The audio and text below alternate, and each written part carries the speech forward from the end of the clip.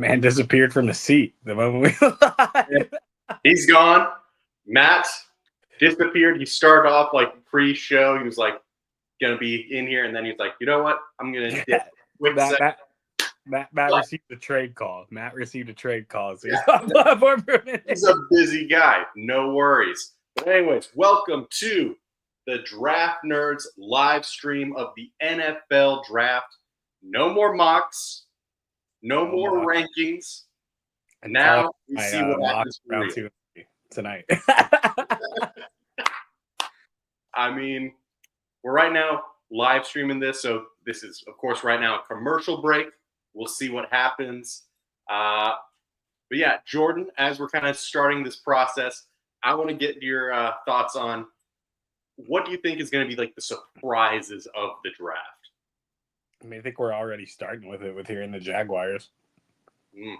Like, it's a weird draft, man. I think QB's been the hot ticket item. It does weird me out that we're at the point where there are 4 QBs, well, 3 QBs in the draft room.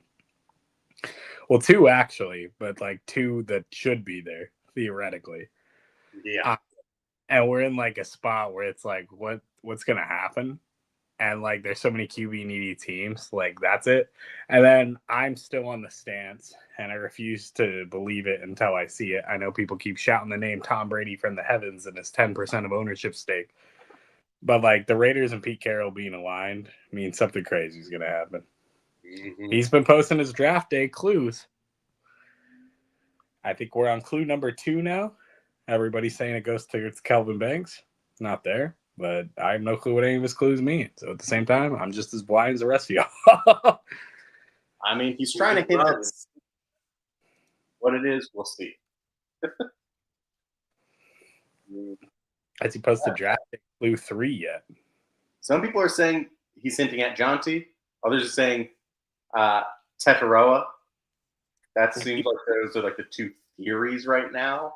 People are saying Banks because he posted Will Smith, and it's the Bank family, baby. The Banks family. Yeah, that's also a good one, too.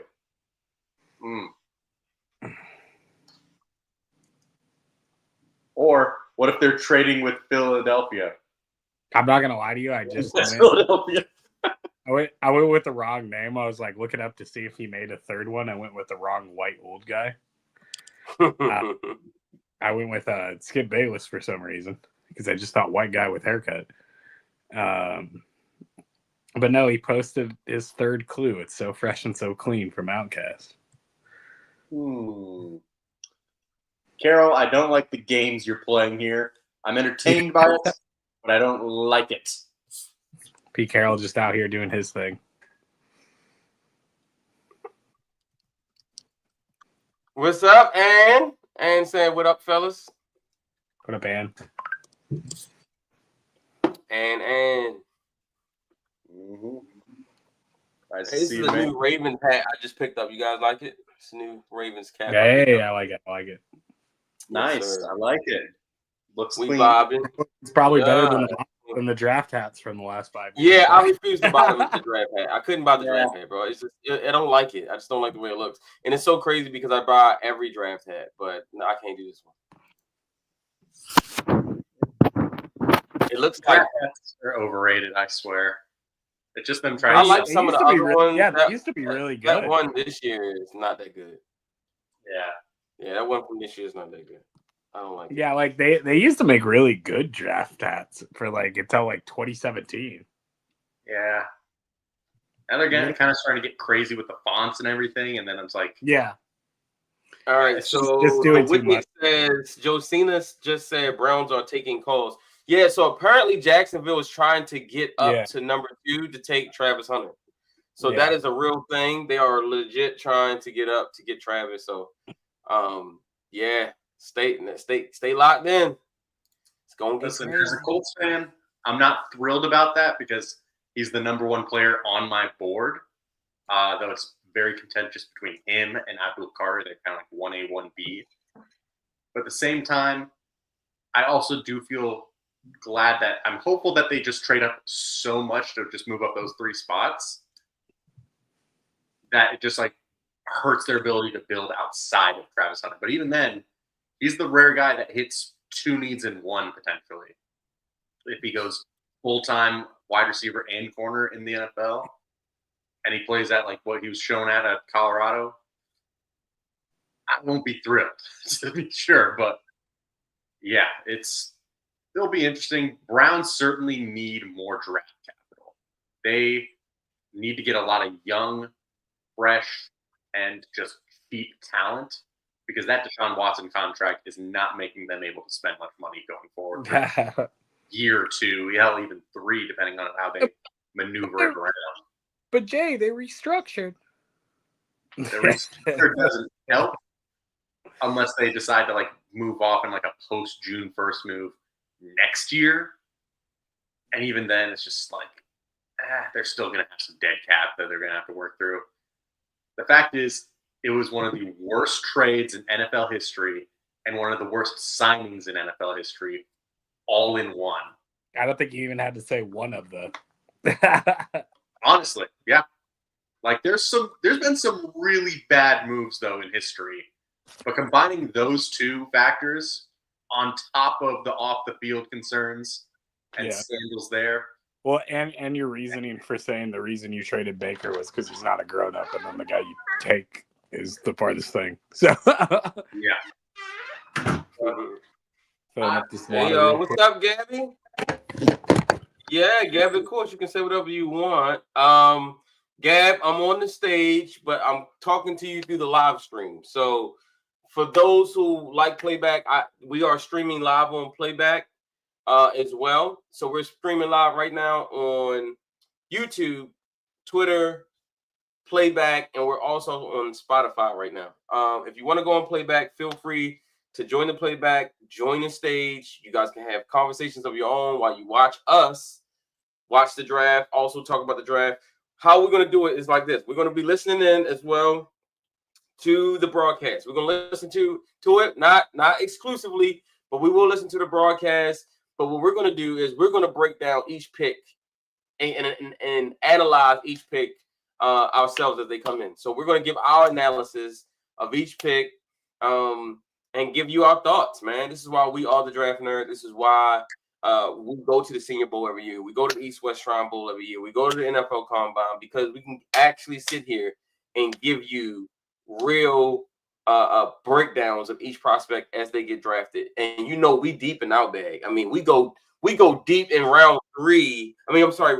Day 3, where we're telling you about some guy who just got picked from some small school, and you're like, yo, these guys are really about it. So yeah, the Draft Nerds, we are legit. Ann says, what channel are you guys watching on? We are watching on NFL Network. We may bounce back and forth between ESPN. I do love Mel Kiper. Mel's my guy. He's over there, so I gotta support Mel, even though ESPN, whatever. But we will jump back and forth.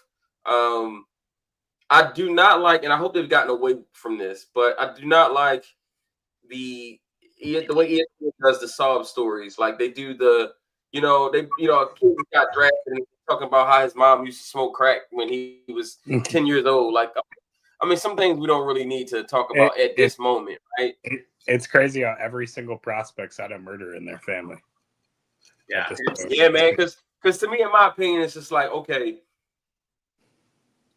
at some point, this player is going to tell his story, or maybe he's already told the story. This isn't the time nor the place to tell that story. It's supposed to be that moment of their lives. Exactly. The saddest. Why are we sitting here hashing out their trauma as they just got drafted? Because these guys are going to be like sharing the video of them getting drafted. They're going to be seeing this replay for the rest of their lives as well. I mean, and not only that, how many people in the fan base too? Like all the fan bases, how many of y'all go back and watch all the picks you hit on? Exactly. And I am having to hear his tragic tale. Every single time. Every single time.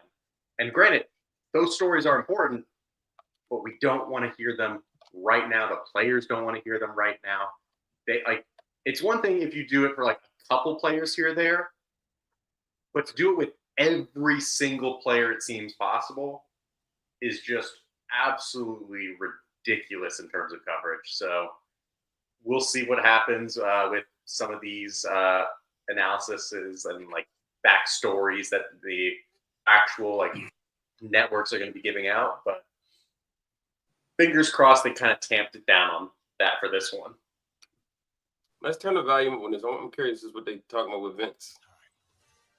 Now, greatness comes into focus in a place called Titletown. Green Bay Packers select Aaron Rodgers. Kansas City Chiefs select Patrick Mahomes. The Buffalo Bills select Josh Allen. Commanders select Jaden Daniels. But they're not going to do Lamar? The journeys have led them here. The biggest leap of their lives. Yo, Lamar gets stated so much, bro. They just went through all the best young quarterbacks in the league, and then draft moment, and they didn't even highlight Lamar. That's I want the game on its head. I want like one of these promos where they're getting excited and they name all the busts. They're like, and with the pick, the Browns select Brandon Weeden. Everything. Ryan Lee, A lifetime of work. Timelessness. Evan White. Isaiah Wilson Jr. Champions are made.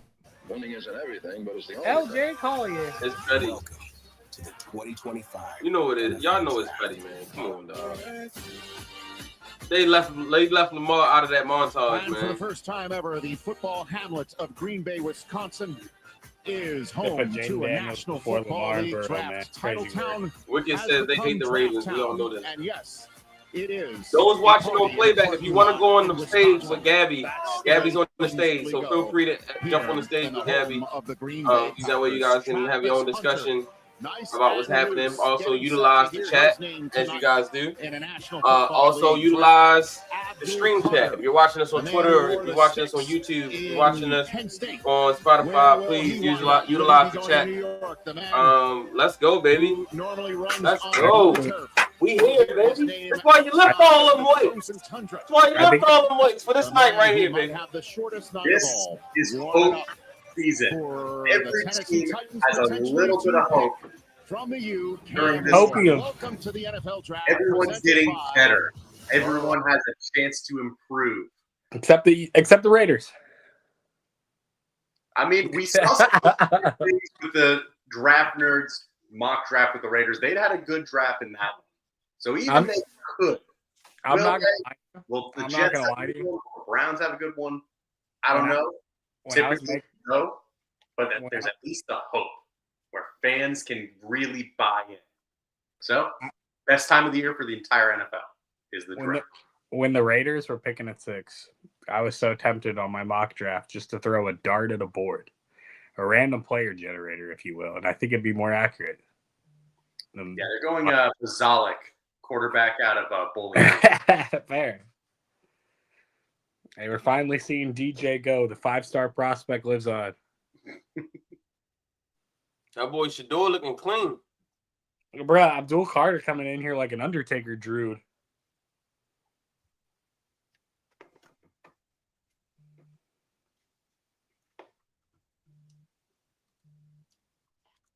Bro, Tate say he at work. Oof. Bad day to work, man. Walt says, with the first pick of the 2025 NFL draft, the Tennessee Titans select Walt. Walt, oh, Walt, congratulations. Congrats, bro. You got drafted. Who knew? I better see you on stage. Sorry, I didn't go over your film during the offseason. There's a lot of prospects to get through. We missed you, Walt. Mm-hmm. We thought that the no-brainers didn't need the film analysis. Mm-hmm. The generational talents out here. Listen, it's Vontae Mack no matter what. Vontae Mack, no matter what, baby. There you go. Let's be real, the draft day haul that he got and like the moves that he made, he's gonna get fired immediately. This man's coming out in a bike? I'm still booing him. Wait, is that Cadell who's doing it? There's not even training wheels on this bike. Be careful. All right, let's go to the audio on this one. Yeah, it's Cadell. Get him on, going around the whole stage. All right. I respect that. Very good. Who's biking with him here? Oh, wow. I think I saw Mason Crosby. I thought so. Some, Yeah, that's some it. Packers legends coming out here as well. James. Lil Wayne out here. Hey, we got Lil Wayne and Roger Goodell riding on the bike. Wheezy cooking. So the Packers fans, Y'all know Wayne is a big Packers fan, so this makes sense. Oh yeah, he is. and it's time for the commissioner to Yeah, kick he's a off big the Packers proceedings fan. tonight. It's crazy to me with how much Lil Wayne's been a sports fan whole life. How we haven't had a performance from him in a halftime show. Yeah. He needs to be wearing a cheese hat. Okay. Come on. They always boo Roger.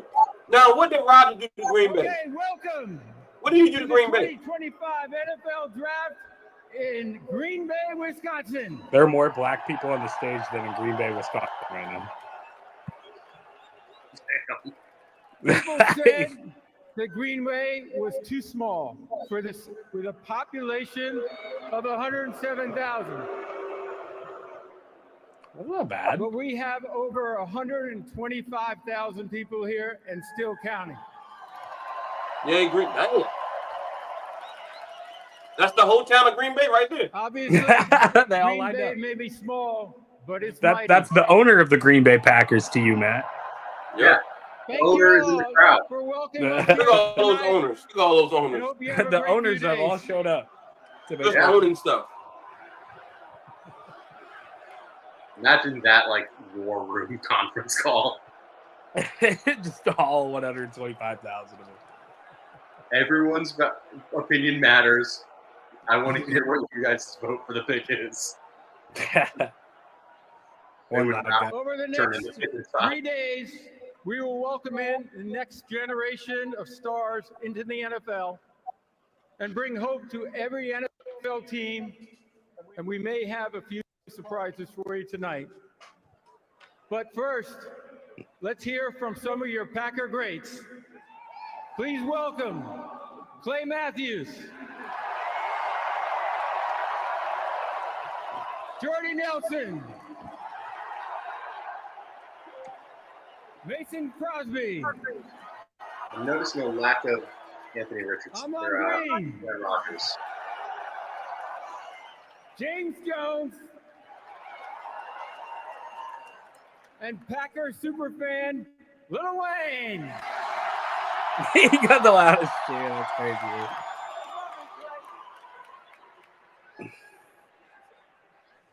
Lil Wayne announcing a pick. Real quick, Roger, but I just got off the phone with the president, Donald Trump. He asked me to pass a message along. Oh, to my God. all 32 You just NFL lost me. franchises. Thanks a lot. So let me tell you what it reads here, all right? Okay. Lee, welcome to the show, baby. It says, my fellow Americans, the Bears still suck! Let's go! Go Pack! Hold That's just on. Clay Matthews is I'm a sorry, Roger, I'm sorry. Clay Matthews is a Trump supporter. Why am I not surprised? I mean, Donald Trump is a Bears hater. Why am I not surprised? That's a first. That's the red meat being thrown out here in the red meat's dairy crazy. world. Okay, Green Bay. It's time to get the show started. Are you ready? The 2025 NFL Draft is now officially open. The Tennessee Titans How are on long the do the clock. Titans take to make this pick? All right. Oh, they're going to take the full So, 10 minutes just I because don't know they if that can. was the first I'll take surprise some that calls. Roger Goodell was. You know they're gonna hype it up. Y'all know they're gonna hype it up. Illinois, not a swing state. What they're gonna attempt to hype it up. So, here we go. The Tennessee Titans. Their draft room right now, Draft just sitting there room having to pretend in they're making a Nashville, call. Whenever Tennessee. Look at the guy on the computer acting like he's trying to figure out who he's gonna pick. McAfee burst onto the scene right there. In, So, You're going through the- what you're going through the mock here we draft go. to try to see who he's gonna pick. Seconds in. Fire like, up. Will Yeah. Levis, as we know, struggled They- last year as a starting quarterback. Their first They all have overall Cam Ward Here, at number here, one, but I've because been the hearing a lot offense about this Tyler couldn't get kid. things going. It was very turnover prone.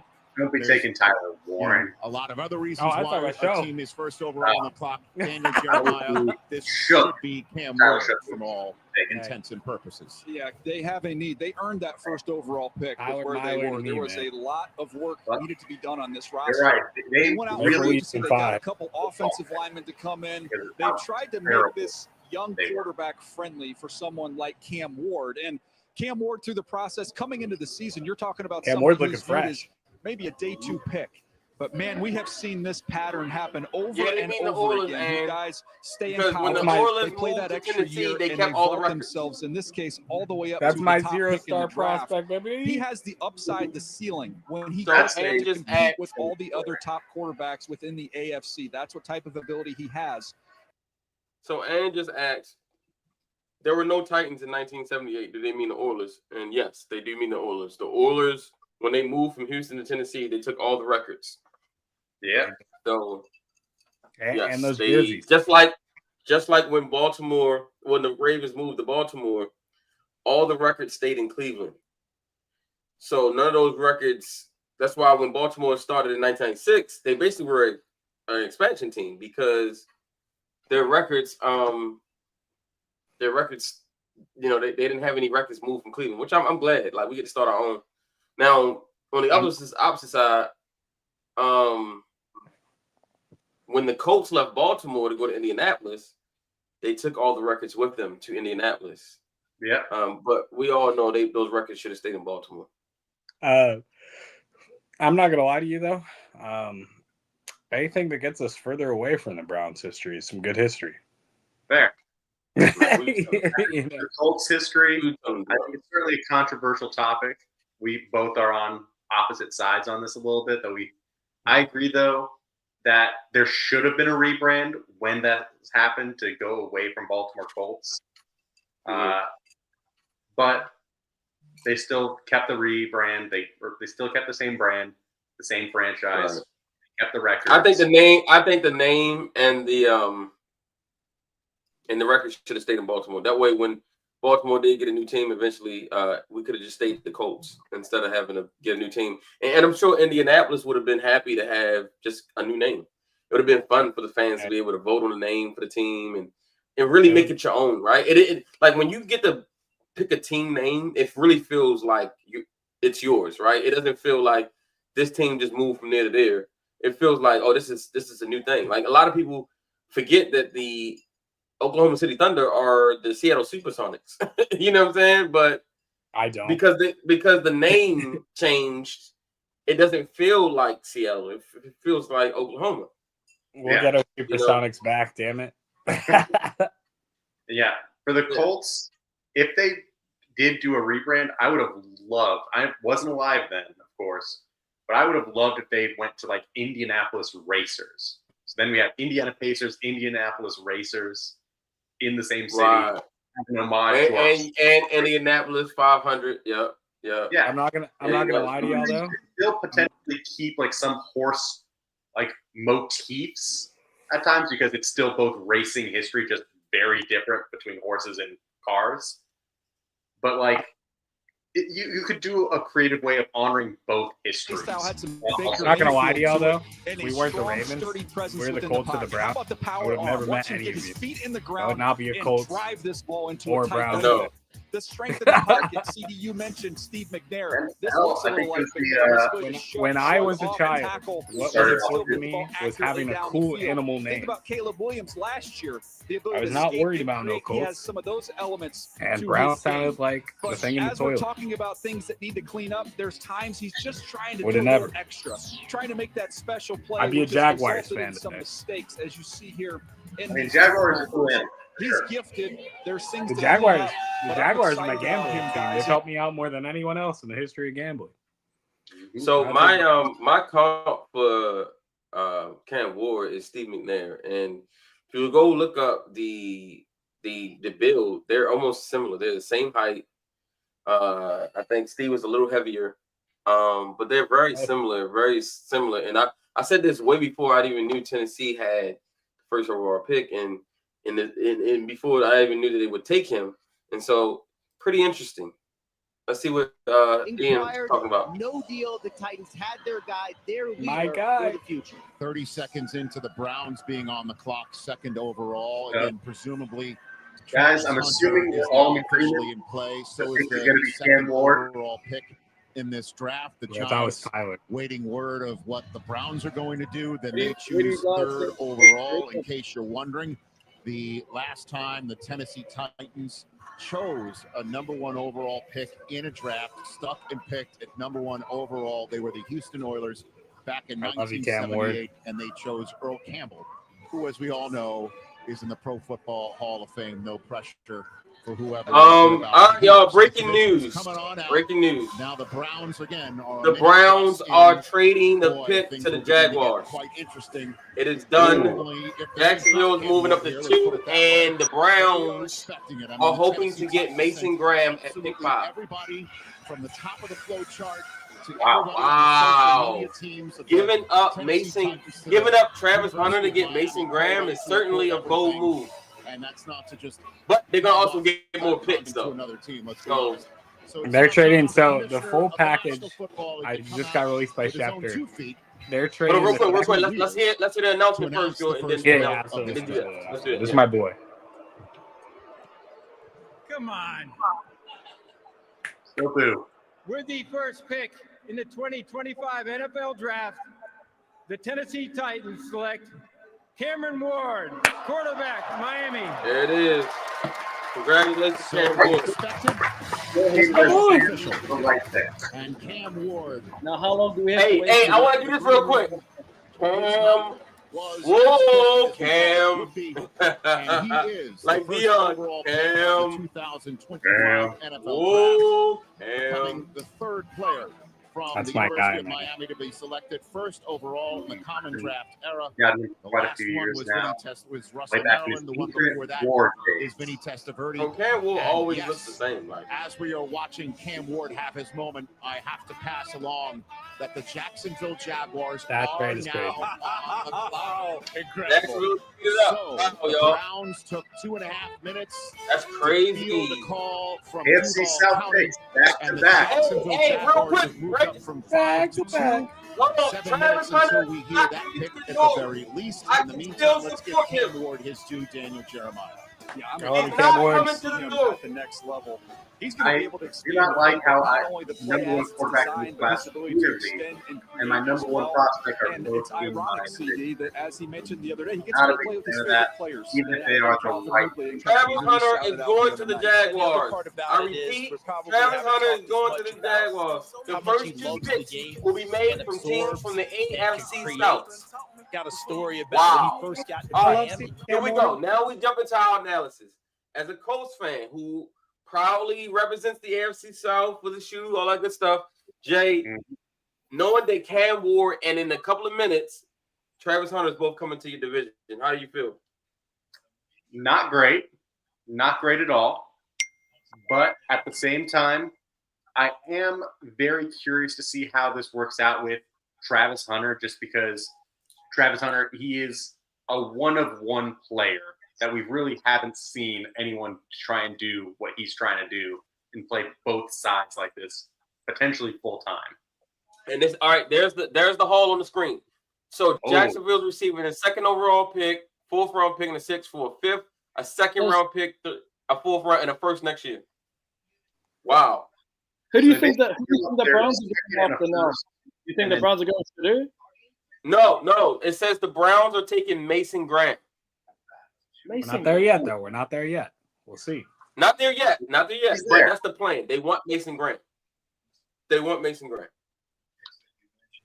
don't know. They might take Abdul Carter if he's there. So I reported this earlier in one of my spaces that Ryan Poles came out and said in a recent interview that there's going to be a lot of movement tonight. He said that there's going to be a lot of movement tonight because this is not a usual typical draft. There's a lot of people want to get in position to get their guy. Why would you pass on Mason Graham though? Abdul Carter for Mason Graham. Well, he won't be there at 5. with Cleveland's pick. Because you get Jacksonville's pick next year in the first. No, I mean, why would the Browns move back? Like, that Jaguars pick next year, that could be just as high as anything. Hey, I was going to say, listen. If for some reason if Arch Manning comes out next year, Jacksonville is as bad as we think they're going to be.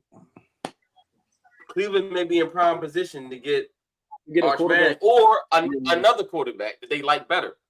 How many times have we heard that? That's smart. Or they load up on. I'm gonna be honest.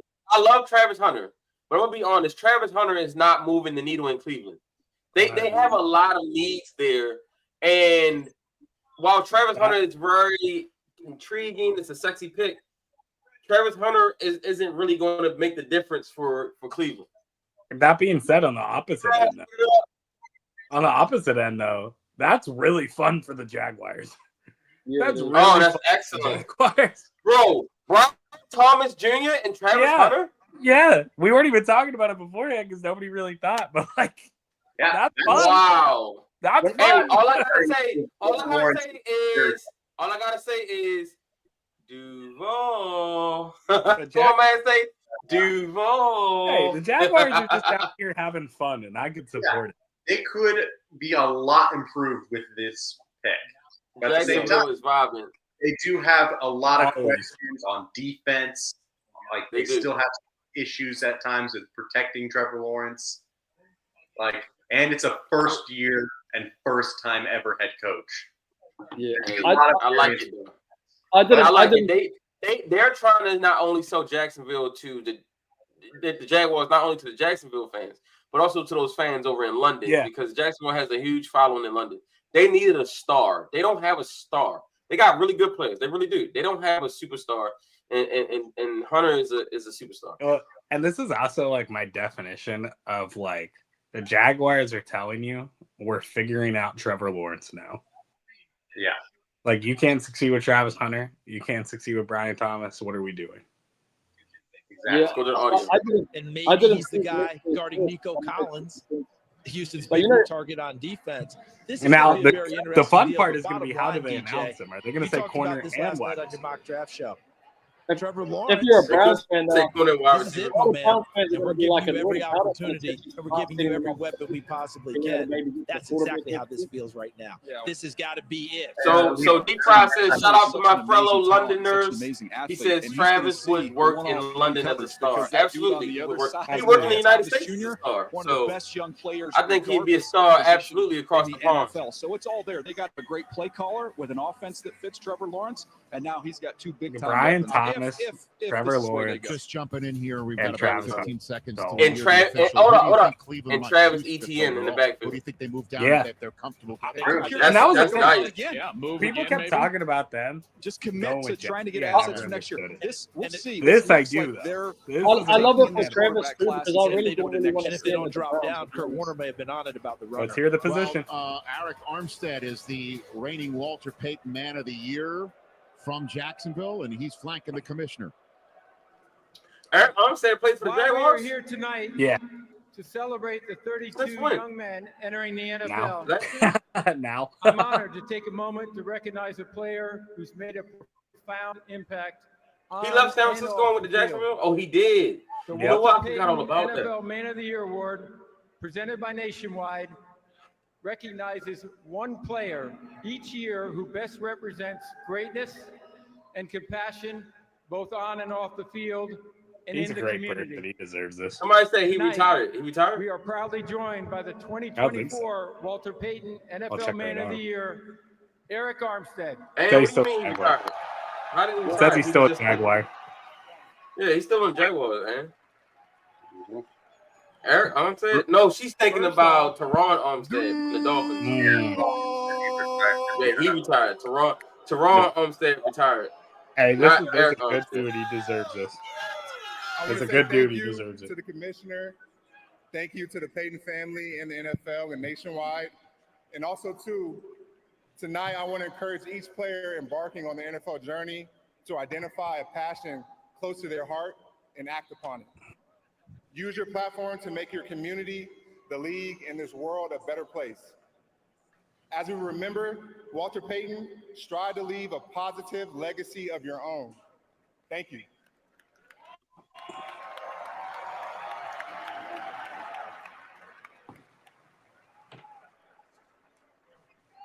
We have a trade. The Cleveland Browns have traded the second pick to the Jacksonville Jaguars. And with the second pick in the 2025 NFL Draft, the Jacksonville Jaguars select Travis Hunter, wide receiver, defensive back from Colorado. They said both. They said both. Duval. Color of the jacket, Travis Hunter. Hey, getting lit. His way out of the green room in. Enjoy your moment, young man. Hot pink. Good for him. The land of teal in Good for Duval him. County, and the Jacksonville That's a good pick. Jaguars move up 3 spots. Whoa. Trade next year's first round pick Oh, man, and other say considerations Duval. for the No, unicorn what in is this it? year's Abdul draft. Carter? That boy number Last 2. wide receiver Let's was go, boy. You in the league taken now, second Shorty. Let's go. was when this You in the league. to This count is what you want. Are you This is what you Jaguar? want to see. Duval. Last time This a puts a quarterback smile on your was face, chosen in man. the top Yeah, 2 overall He picks deserves it. in the Hey, look NFL at him. He's draft. He's a great kid. Hasn't happened in the common draft era. He's absolutely a great kid. Great kid. In one and the same individual. Not The guy those who two. just put on a Jaguars hat. So I will be rooting against them on Sundays. He never gets Hey, tired. I bet you he's so happy that he's not on the Browns. 15 plays per game. Just think about that. Yeah, I mean, That's why he's dancing. That's why he's All those other dancing. guys who could, Charles Woodson. I mean, is it really much of an upgrade going from For them to be Brown? able to Well, let this young man I would rather go to utilize the Jacksonville NFL. than He's Cleveland, a too. special Yeah, player, yeah. Like certainly. you're Just telling me your keeping choices on are I offense, could play for on Kenny both sides Pickett of and the Trevor ball, but Lawrence. the Pretty easy conditioning one. is just off the Not charts. only that, There's no way to no explain state it, tax. TJ. Jaguars are a very unique team. All right, let's get into some of the video. There's no And- state taxes and- in Jacksonville. on both sides And he's of in the ball Florida there instead of at Cleveland. Colorado. Let's start first Yes. of all on I offense. would like. Who would want to live in Sharks' Cleveland? elite ball I mean, skills. no shout out, no shade to this kid Cleveland, but I'm saying I would rather live in Florida than Cleveland. Now, how's Trevor Lawrence going to enjoy this? A quick, All right. a quick little No, hitch here, and income let him tax. break a tackle and off he Let's goes. right do after our the catch. analysis. Here we go. All right, I'm gonna start with you, Lee. Thoughts? Travis Hunter to the Jaguars. Yeah, I love it. I love that they made the move up. I was wondering when the first trade would come in this draft, and them getting him, like, he's just got superstar potential on both sides of the ball. It's a great pick for the Jaguars. Man, I'd like to see how they go for the rest of the draft because it's still early, but I like the move and I like the pick. I think they won. Yeah. Jordan, what's your thoughts? It's interesting, man. That's why the draft blows up, right? It's like you took a guy. We're in like the Jaguars right now are at a spot where they have to figure out what the heck they are. And the best way to do that is you get a guy who might be the star of the team. And you take him at 2 overall, and he plays a position from the position that you drafted last year that was a phenom. And now all of a sudden you got 2 elite guys there. And you're like, wow, what's going to happen? But the thing is, with the compensation, I think it makes sense for both teams, right? Like you're getting a first rounder for Jacksonville next year if you're Cleveland. You're only moving down to 5. You're like trading the second round pick. You move up in the 4th round. It's not that crazy. And it's like, at the same time, Travis Hunter gives them what they need, which is like somebody who can actually be a full difference maker. They've drafted a lot of these guys like Trevor Lawrence, Trayvon Walker, where it's like, we're hoping it's there, and there's still high upside. It's not to say either of those players are bad players, but it's like that's upside, And right now, you got upside in Jacksonville, and you got something that's at least going to be fun at the bare minimum. And Florida always needs fun.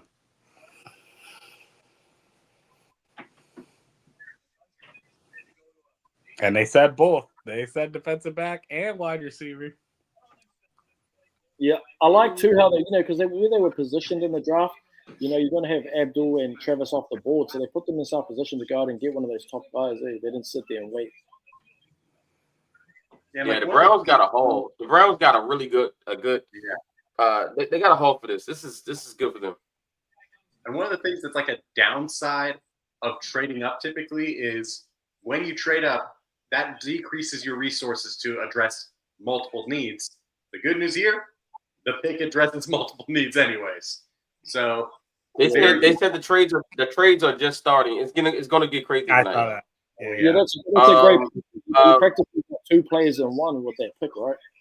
Yeah, and 2 needs because they needed another wide receiver and they also needed a corner. It's a great fit on both sides of the ball. Mm-hmm. That's a great pick that's a great trade for Cleveland. Cleveland did the right thing, in my opinion. I think they did the right thing. It could be a very mutually beneficial one, but that's only if Cleveland Browns know what to do with their picks that they acquire. God, hear me out. You get Shador at 5. It'd just be weird. Who do you think? So who do you think they're going to go? Mason Graham or Shador or who? I think they're going Graham, but I'd like to think that it could go Shador. Yeah, I mean, well, because the hard thing, right, is we don't know what that pick's going to turn into next year as well. We don't know. It will give them more capital. Mm-hmm. Everybody's getting the first 3 picks right. It's just not a matter of which teams are there. I mean, 1 was easy. Absolutely. 2. Yeah. All right, here we go. Abdul Carter, there's my boy. Well, we knew this was going to happen. Could have gone to Shador Sanders. Hey, look at this up, bro. He's not falling to 27. No. Dynamic Penn State. Abdul Carter. Hey, Thibodeau on the way to the Ravens. Thibodeau. I'll have to change my entire draft. Thibodeau and the rest of that terrific defensive line. Usually when the GM gives somebody in the There's draft the dude right there, man. moves, that means that they've just taken a pass. Why is he rusher that dressed he's, like an very Undertaker, excited Drew? about. I can't get past Abdul it. Carter, to me, there's He's 2 gonna big-time be that elite players, quarterback whatever more you Undertaker. have between Hunter and Carter. Motherfucker those are the about to tell the guys. Undertaker to rest in Big-time peace. Burst off the line of scrimmage.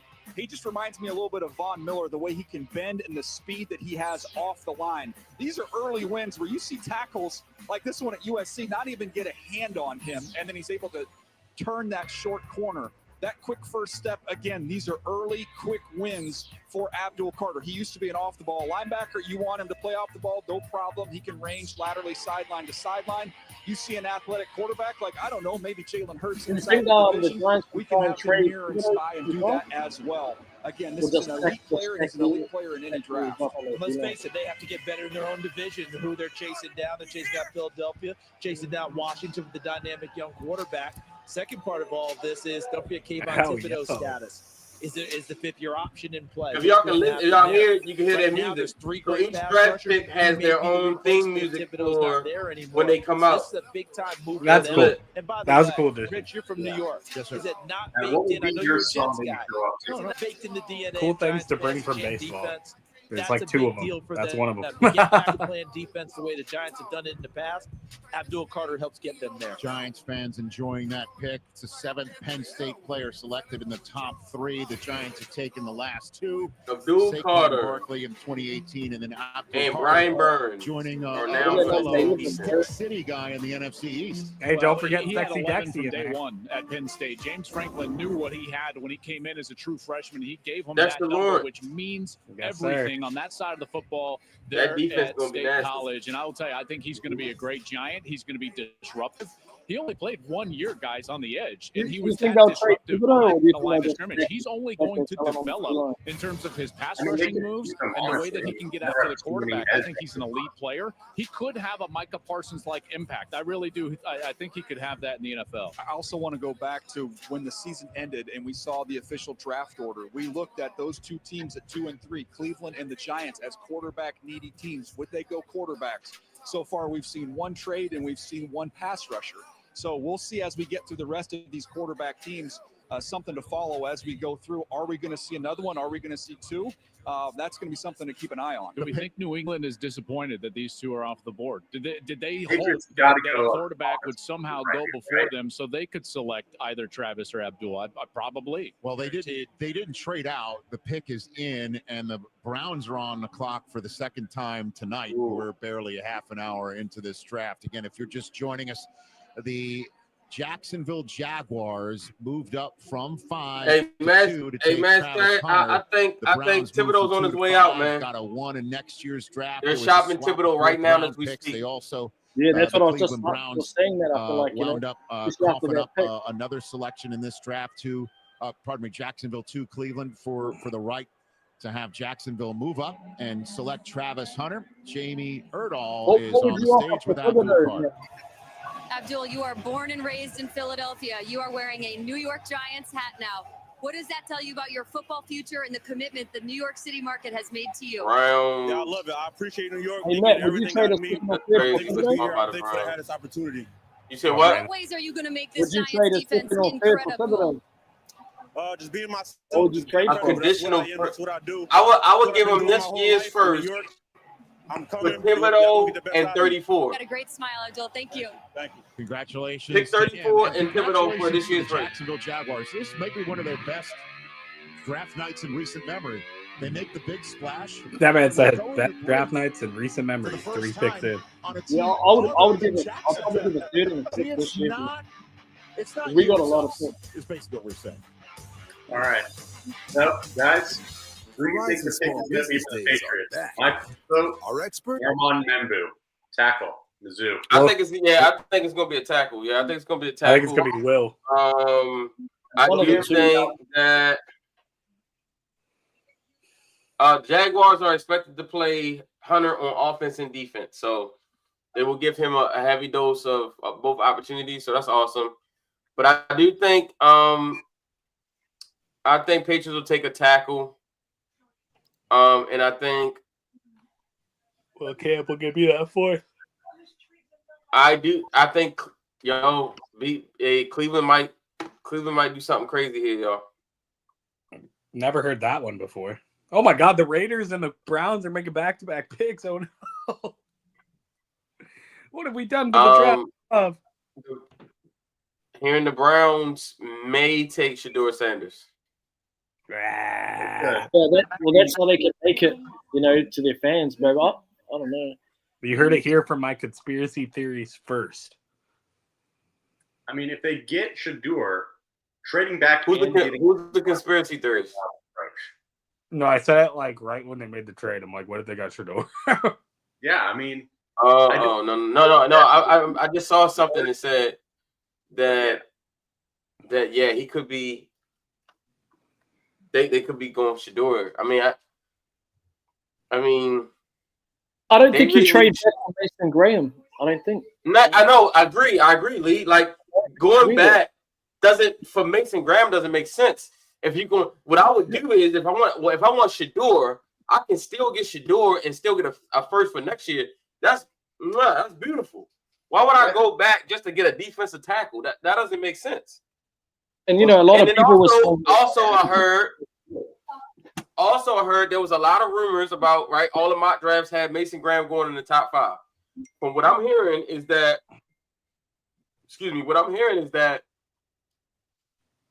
not so fast, my friends. There everybody assumed Mason Graham was going in the top 5, and he may not. If he's there at 14, I'm taking him. Hey, what's up, man? Big 1000 says good looking out with the draft. Seattle Seahawks fan, by the way. Hey, appreciate you. Glad to have you. Our Pacific Northwesterners out here. Yeah. Mm-hmm. Yeah, we got all 13 of us. Guys, we got a Midwest guy, and we got Lethal out in the UK. So we are in 3 complete. The Browns. 3 different worlds. All right. 1 draft. All right, y'all. Looks like the Browns are about to trade again. Dude, it's a Browns. Yeah, Browns are about to trade again. They're about to trade again. They're going. Are they just going back and back? Bears. Because we went to break. Bears. Hey, remember who told you back in? I believe have selected. Remember who? So the Browns selected. Vegas is now. Never mind. They have selected. I thought you were going to say the Browns were going to do a draft thing. All right, but remember who told you though? The Bears. Listen, the Bears got to get ahead of the Raiders, man. They got to get ahead of the Raiders. They can't now. Oh, it's too late. It's too late. I'm about to say Cleveland pick. It's too late. NFL draft. The New England Patriots select Will Campbell. Will Campbell. I like it. So the Patriots Four for go four on the protection not the up right front teams. for their diamond in the rough quarterback rather than anything else. Your thoughts? Great Standard interview at the Jeremiah? podium. Of all the teams in this draft, to me, the tackle need for the Very Patriots versatile. was probably the most glaring across all 32 teams. They had to go in this I love direction. Will Campbell. Will Campbell out That's of not surprising LSU, at all. who reminded me a lot I of think Michael he can Bruce play going the way tackle. back. I If said it. you remember him playing for the Tennessee Titans. You gotta try him out Smooth. first. He's played a lot of football. He started as soon as he got on campus there at LSU. When guys get into him, he does have a firm base. He can recover as well. The temperament to finish is outstanding. You see that here in the run game as he's able to displace defenders and create a lot of movement there at the point of attack. Much was made about the arm length. Does he need to slide in and play guard? I think he can hold up and tackle, but in an absolute worst case scenario, very, you got good. yourself a Pro Bowl caliber guard down the road. But they had to address the offensive line. They had no choice. If worse comes to worse, mentioned Michael Bruce. inside, What about Rashawn Slater? People wondered about him. He has held up well at tackle for the Los Angeles Chargers. Remember, guys, gotta they get take care of a lot of good their a needs protection on as possible defense for Drake May. in free agency. Especially Getting now. Milton Williams, getting Harold Landry, Robert Spillane at linebacker, Carlton Davis at corner. The tackle was a huge need, as DJ said. And by the way, that offensive line last year, Joel Klatt, absolutely abysmal. And you drafted Drake May last year. You better start taking care of that young quarterback. It started tonight with Will Campbell. And I'd be interested in what Kurt thought about the way Drake played last year, but I thought he played well enough where it's like, okay, we've got something here. Now let's go build around him. And you're getting a really consistent player up front, 38 straight starts, didn't struggle with injuries. I agree with you, Dan. Even if you have to move him inside, that's a win. When I did a stranger Patriots left last year, I guard. really like to try and circle Garrett the offensive Bradbury, lineman who I think could be vulnerable that teams could go after. I just circled the whole group. Morgan Moses at right tackle. Rate in the NFL. You can still upgrade They've through got those a lot of spots. free agency, and now they just added the 4th overall pick. And the bottom line is this. I mean, the Patriots got Stephon Diggs to add to that offense, and Josh McDaniels All right, y'all. coordinated. Do y'all want to hear what I'm hearing? Should improve things. I want to hear what you're goes hearing. Along with this draft choice, as Mike Vrabel. You're hearing it here first. The Ravens are indeed in on Thibodeau. Oh, They're talking to the Giants about Kayvon Thibodeau.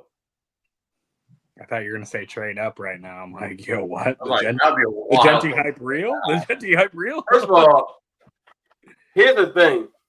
The fact that I just said the Ravens are in on Thibodeau and y'all thought the Ravens trading up in the first is more wild. Like that's how rare the Ravens ever trade up, is that y'all was like, oh, I thought you were going to say they trading up. Well, If the Ravens, all right, for just for talk, right? Let's just say if the Ravens were to trade up to the top 5, who would they take? Who do you think they'd be targeting? They're taking Genti. No way they taking Genti. They took Genti with Derrick Henry and Lamar Jackson. We're never passing the ball again, folks. Yeah. You heard it here first. Hey, Matt Tech, Thibodeau has a 5-year option that the Ravens can pick up before May 1st. If they trade for him, they can pick up that 5-year option and have him for 2 seasons before they have to decide whether or not they want to pay him or not. You paying that 5th-year option now? So The 5-year option. I is would. still- I would. Hold on, real quick. You just paid the 5-year option on Oweh. Always done where Is Oweh better? Yeah. Is Oweh better than Kayvon? No, he's not. Yeah. Right now. No, he's not. Right Okay, this- Kayvon Thibodeau had 11.5 sacks just 2 seasons ago. Offensive lineman, we'll see what the Browns end up doing. How is Oweh better? In what way? Don't rule out the Right. Giants coming back into the first round to I try go to as get a a center. quarterback. Yes, Thibodeau still. even Shador But we'll Sanders see. definitely in the realm of possibility. Jay, what do you think? Who's better, Thibodeau or Keep an Oweh? eye on all of that. yeah. Vegas is Thibodeau. almost halfway through. Yeah, it's not even close. It's not even close. Round draft. How you Oweh just be? Listen, bro. No way. No way be participating. I'm a Ravens fan, but I ain't gonna lie to myself. Ownership group in Las Vegas, Nevada.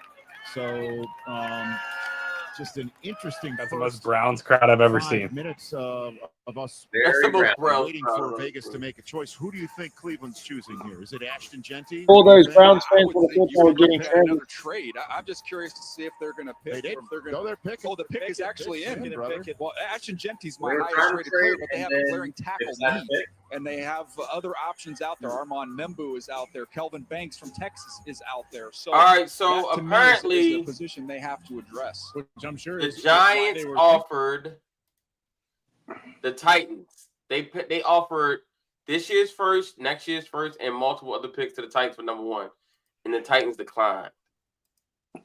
Wow. Cam Ward hype season. Had one right off the bat. I would have with took the that Browns trade. moving I don't down care. to make this selection. With the 5th Thank pick you. in the 25 NFL Draft, the Cleveland Browns select Mason Graham. Oh, there it is. Defensive tackle. They really did it, just like we said. Mason Graham. Browns Hey, They I'm, did it. I'm 5 for 5 on draft picks, just not the teams. To the mix. It's Mason Graham. Well, I mean, yeah, we all are. Cleveland.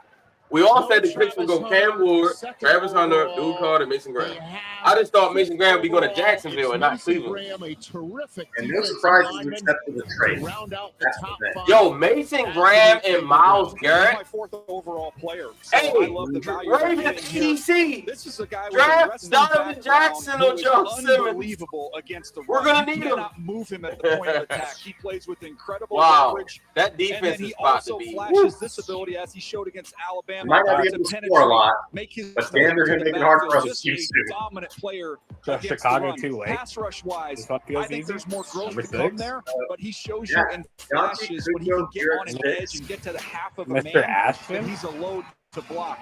But he has an unending gas tank. He plays so hard from start to finish, the beginning of the game to the end of the game. There's been a few And one of the rumors most that have productive, come out consistent players in today. this draft class. When I think about Bro, I those want kind one of of teams these in players. college football. I want think one of the these most players disruptive to wear and that hat impactful backwards, defensive tackles and I will that I've stand him seen. for life. And Ndamukong Suh comes to mind. Nick Fairley comes to mind. And That'll be Oliver one of my Chase, guys. I might those even buy guys, the obviously. jersey if it's And not in my Mason divisional Graham, rival. I mean, he is always You on wear his that feet. hat He backwards. is powerful. He's got a great You attitude. alert and Colin he's got Coward. a tough attitude. He will walk in, and his confidence, just as a deep interior defensive lineman, will ooze to every other defender there, knowing that, hey, he's going to make the linebackers better. He's going to make the safeties better. He's going to make everybody better in that defense. Including Myles Garrett, because that's Myles Garrett.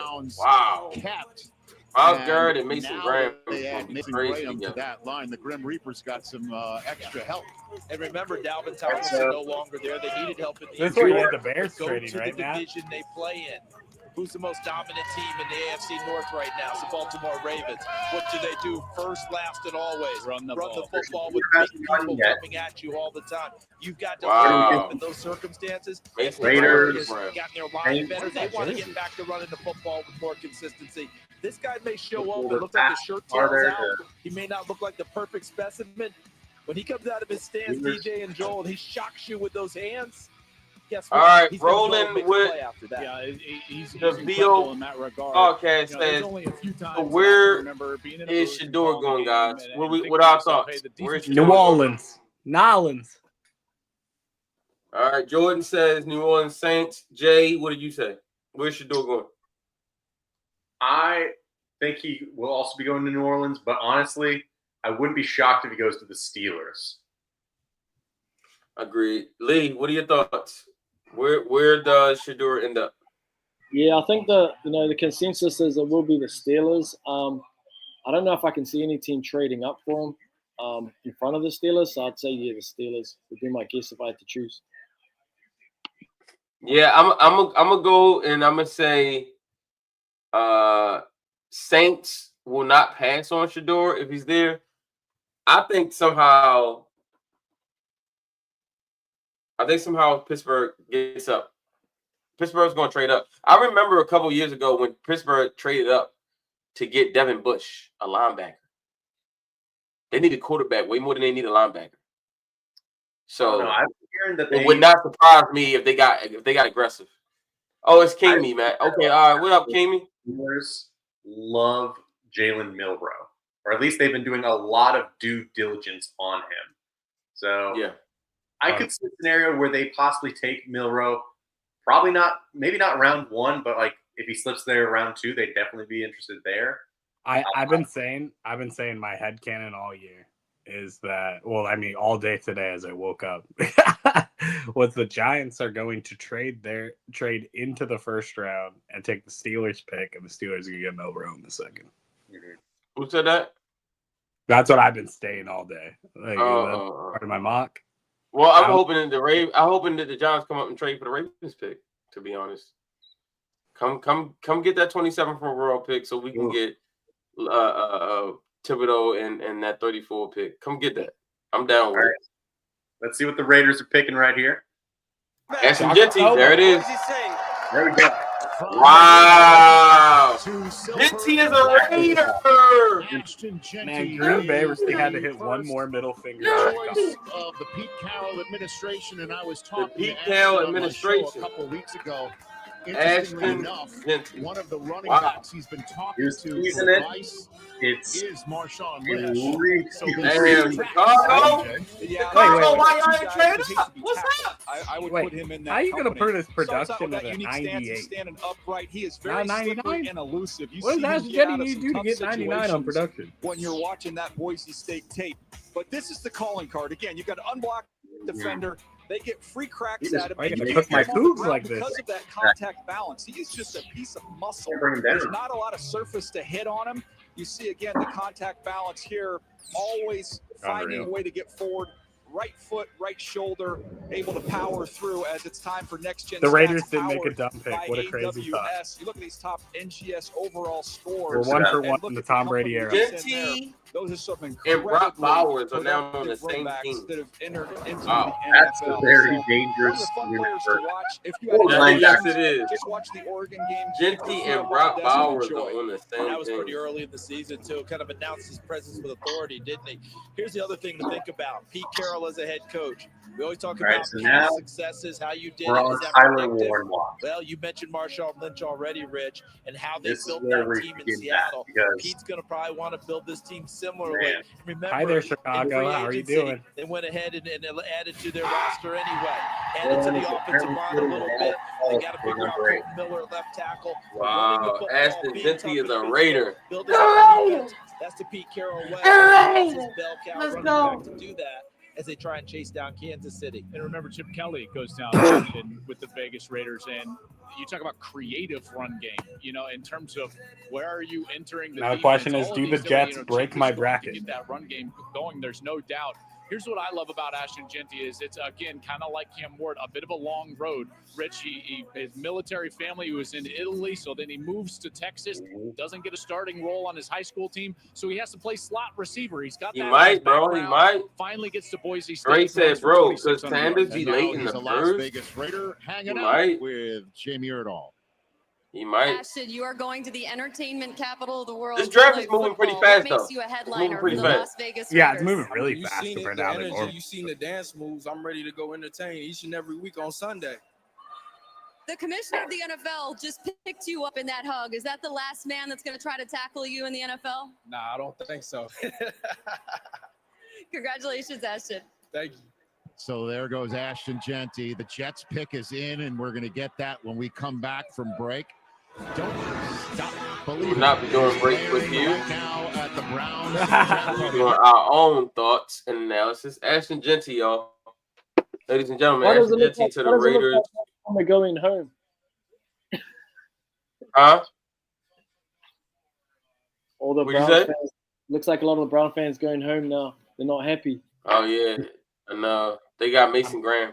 I'm more shocked. They had a chance to get, but I agree with the trade. I mean, yeah, that's a lot of. They got a future first, and then they got a dog in Mason Graham. I mean, and a future first from the Jaguars. So not just any. That's what I'm saying. You got a future first and Mason Graham. Like that's straight. Yeah. I'll take that. That's why I said, why did they do it? Because I didn't see the future first. Jets already got the pick in. That's crazy. Yeah, they ran that one in. Who do you think this is? Membo. It's Membo. It's Membo. I said Membo, but I'm starting to think. I think it's gonna be Membo. Membo, yeah. I'd be 7 for 7 if Membo hits. Yeah, Membo for sure. I mean, you just got to protect your quarterback, and Justin Fields holds the ball for a very long time. You got to get the best offensive line possible. Draft Shador Sanders. Do it. Do it. I hate Hey, that. Scott, what's up, my guy? What up, Scott? And Giants are exercising Kayvon's fifth-year option. What? And with every single pick that goes by now, the Seattle Seahawks trade. Oh no! He just posted stuff. You gotta stop putting stuff in there. Somebody's got to do it. So Steve Smith Sr. says an undersized defensive tackle to stop the Ravens' run game. Wow, what am I missing? Steve Smith is not impressed, guys. Hey, Steve Smith, the Raven through and through. Yeah, I know he's a Panther for a short amount of time, but hey, he's loved in both places. I mean, Mason's definitely going to get after the pass rushers of the AFC. So yeah, passers. So with Myles Garrett too. Yeah, you better start running. Ooh. That is a fun little D-line crew.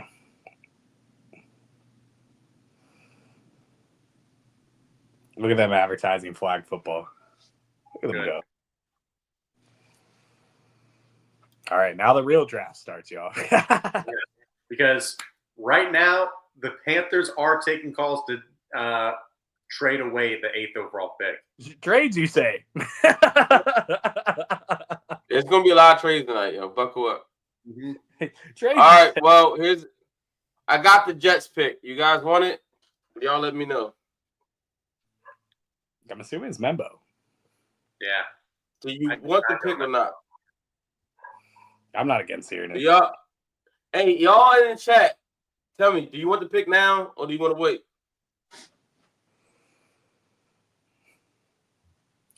G-E-T. Do you want the pick?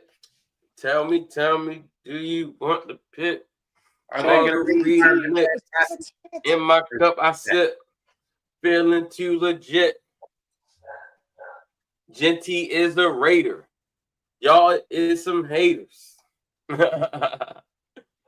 Shout out to the Gators. I just saw that comment about Warren here. That'd be crazy. Yeah. Yeah. Hey, Jay, all I'm going to say is you're right. I usually I'm right. Maybe 7 for 7. You're right. Yeah, man. Mimbo. To the window. To the Mimbo. To the wall. To the wall. Don't get the last line.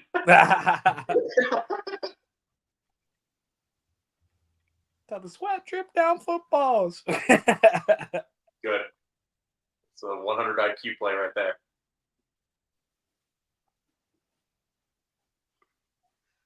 Who do you guys think the pick is? Do you think it's Membo or someone else? It's Membo. Armand. He's been upgraded a little bit up the flow chart since then. With the 7th pick in the 2025 NFL Draft, the New York Jets select Armand Membu, Missouri. Is he at the draft? Tackle. So once again, no tight end. Instead, it is a member of the offensive line for the New York Jets. Hell yeah. Armand Membu, who had a terrific combine. That means That's a not taking tackle offensive for lineman. the Jets. I thought this decision would be tight end tackle, as you said, Rich. I think they went Membu, who's very explosive and easy bender. If you like Troy Fatonic last because year, they like you the don't like tight ends Membo, that you're could be crazy. available on day 2 versus the tackles that would be available. But this is an excellent I've seen athlete. too much You of see him it. in pass protection. He's very quick. He's also patient. Which He's athlete got even that more size where even experience if guys than get what, into his chest, you really can't Johnny get through him was. because he's just so strong Really, and really has such fun. a firm base. Power. In the run game, you see his He's so athleticism succinct. go to get to the second level. He So can reach cut guy succinct. off. That's going to be fun with the running We backs. were talking. they have there We were talking about it earlier on New his York face, Jets. where it's It's like time for Next Gen Stats powered all by of his AWS. pass You're talking about blocks athleticism. the How about same. this? Like All the way everything he up to does. We got the Membo here Aye. with his and we got athleticism Olu over Greg Fashanu Zabel. on the Jets. Guys, I was with the Philadelphia Good. Eagles when Jason Peters was Good there. bookends. They're body doubles for one another, what they look like. So we heard Don't Stop Believin'. Then James Gandolfini's favorite team went, hold on, wait for it, Membu only. I will go on, but we're going to break. Thank you so much. Rich, I will be here all week. Tip the waiter. I will be here all Tip week. your waiter. Panthers pick when we come Panthers back. pick. 6 on the clock here. They did not trade. They did not. Who? Carolina? I saw it by accident. I won't spoil nothing though. So, everyone not named Jordan, who do we think the pick is going to be? I'm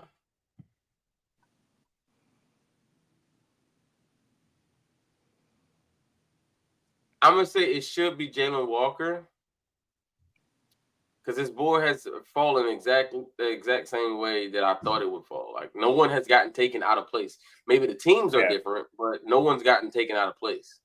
Yeah, that's exactly like, Walker. Yeah, it feels like Jalen Walker at this pick. Yeah, I agree. Walker feels right. They could go for. It depends on like the medicals for like Will Johnson. Jahdae Barron also could make some sense with his versatility as well. Yeah, there's some interesting guys that they could be in play for. Some have even speculated Tyler Warren goes to them. That another pass catching threat for Bryce Young. I really hope that one's not the case, but yeah, I think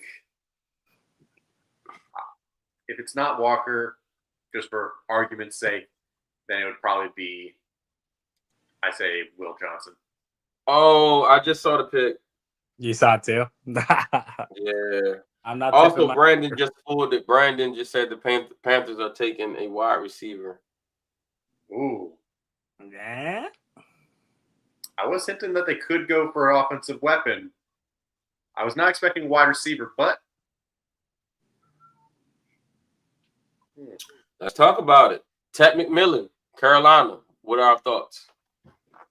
Giant X gives a lot of Drake London vibes. Powerful at the catch point.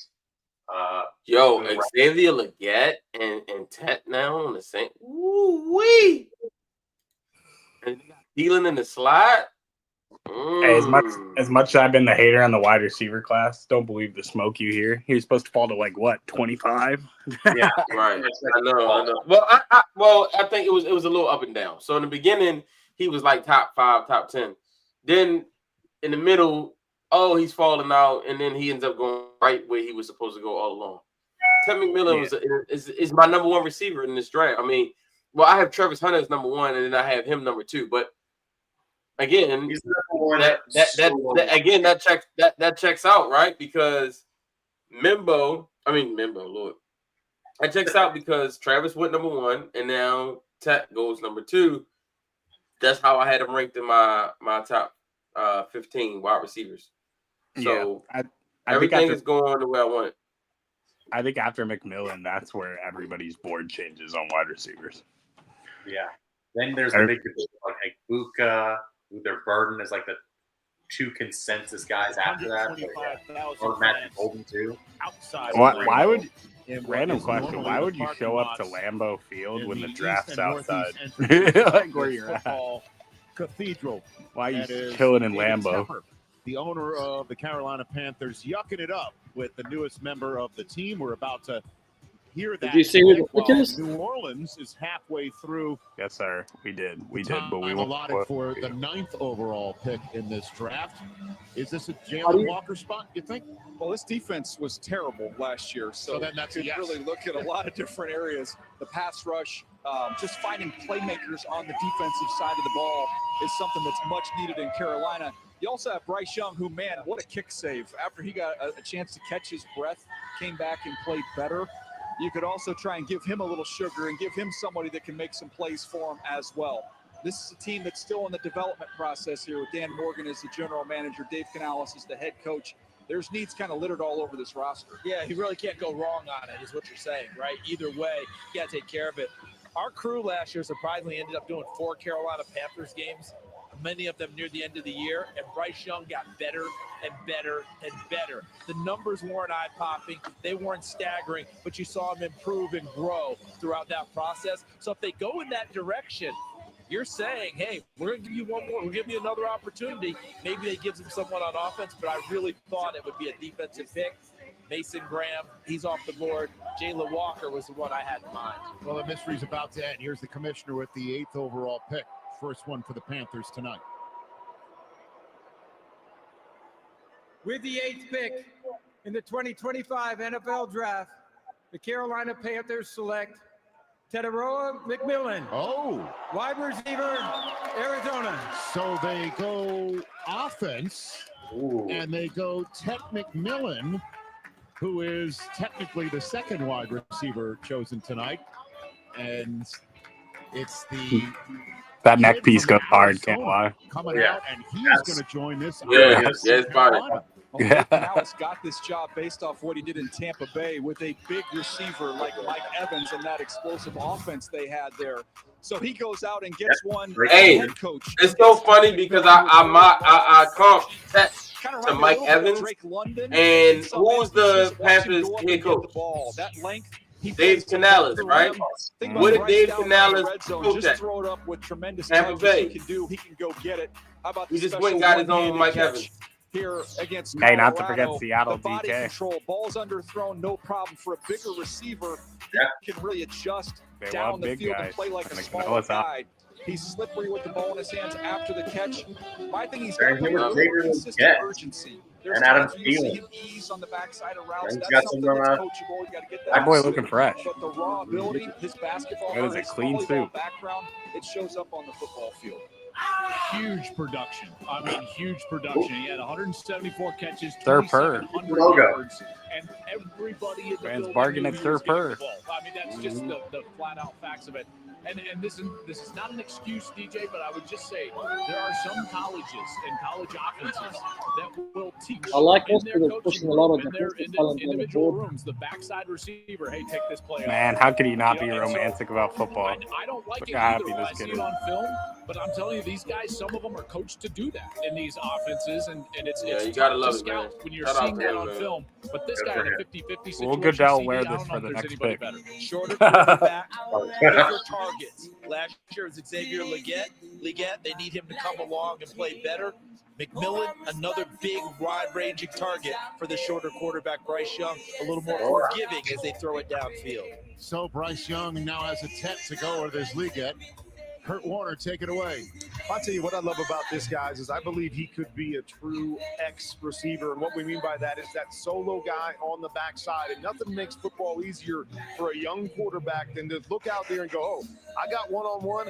I got my guy over there. I don't have to overthink this. I can go back and play pitch and catch. So I like this pick for the young quarterback, Bryce Young. Thank you very much for those 2 cents, Kurt. Now let's welcome Tech to Primetime, presented by Why, it was 7 for 7. Yeah.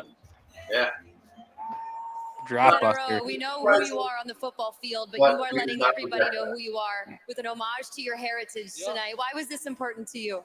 Oh man, you know, everything I do is not only to glorify him, the man above, but you know, to put on for my Polynesian people. So shout out to all my Polys, man. We did it. You see this Panthers fan base right here. They got a Thank you. I just saw who New Orleans took. Thank you. They got a big Thank piece you. of I've been Bryce seeing Young this back there. dude What kind of magic are you fall guys down gonna the make? board. I'm I'll like, tell you right now, yo, the come on, Cali bro. connection is gonna be This something dude is too different. I talented. promise. Thank you, thank you, thank you, thank you so much. And Mass Tech, he's not a guard, by the way. Ian Rappaport, take it away, sir. He's not a guard. With the Saints poised to make the number 9 I'm curious overall what you pick, saw, worth 'cause I noting feel like I Derek saw something Carr's different. future is very much in doubt to the New Orleans Saints, dealing with a shoulder injury, still has not yet made a decision to consulting with several experts whether or not he's going to have surgery. They do not know if he's going to be ready or if he's going to play at all in the 2025 season. That brings us around to the quarterbacks. They did all the homework on the quarterbacks. Be surprised if Shedeur Sanders was the pick here, but several other quarterbacks they like in this round. Well, there's Shedeur at the crib, as Prime would call it, in Texas. Why, Ian, would you say you'd be surprised if it's Shedeur Sanders with this pick here? Rich, just based on my conversations, either it's the longest con of all time or the Saints liked Tyler Shook and Jackson Dart just a little higher just based on the overall package than Shedeur Sanders. Thank you very much, Ian. Your sense on this? Well, I talked to a lot of folks around this. Y'all notice how Shadeur's outfit doing the most work. Now, it's one thing with a Travis Hunter. It's very similar to his father's from draft night. All black. You see the money sign with the number 2? That's the same thing his dad had on. That's awesome. But yeah, this pick, y'all, is Calvin Banks. And here's the reason why I love it, because Calvin Banks is a stud. I've been seeing him in the 20s in mock draft, and I'm saying Calvin Banks is way too good for that. Like Calvin Banks is a dog, bro. And for him to be the second tackle off the board, I love it. Thank you.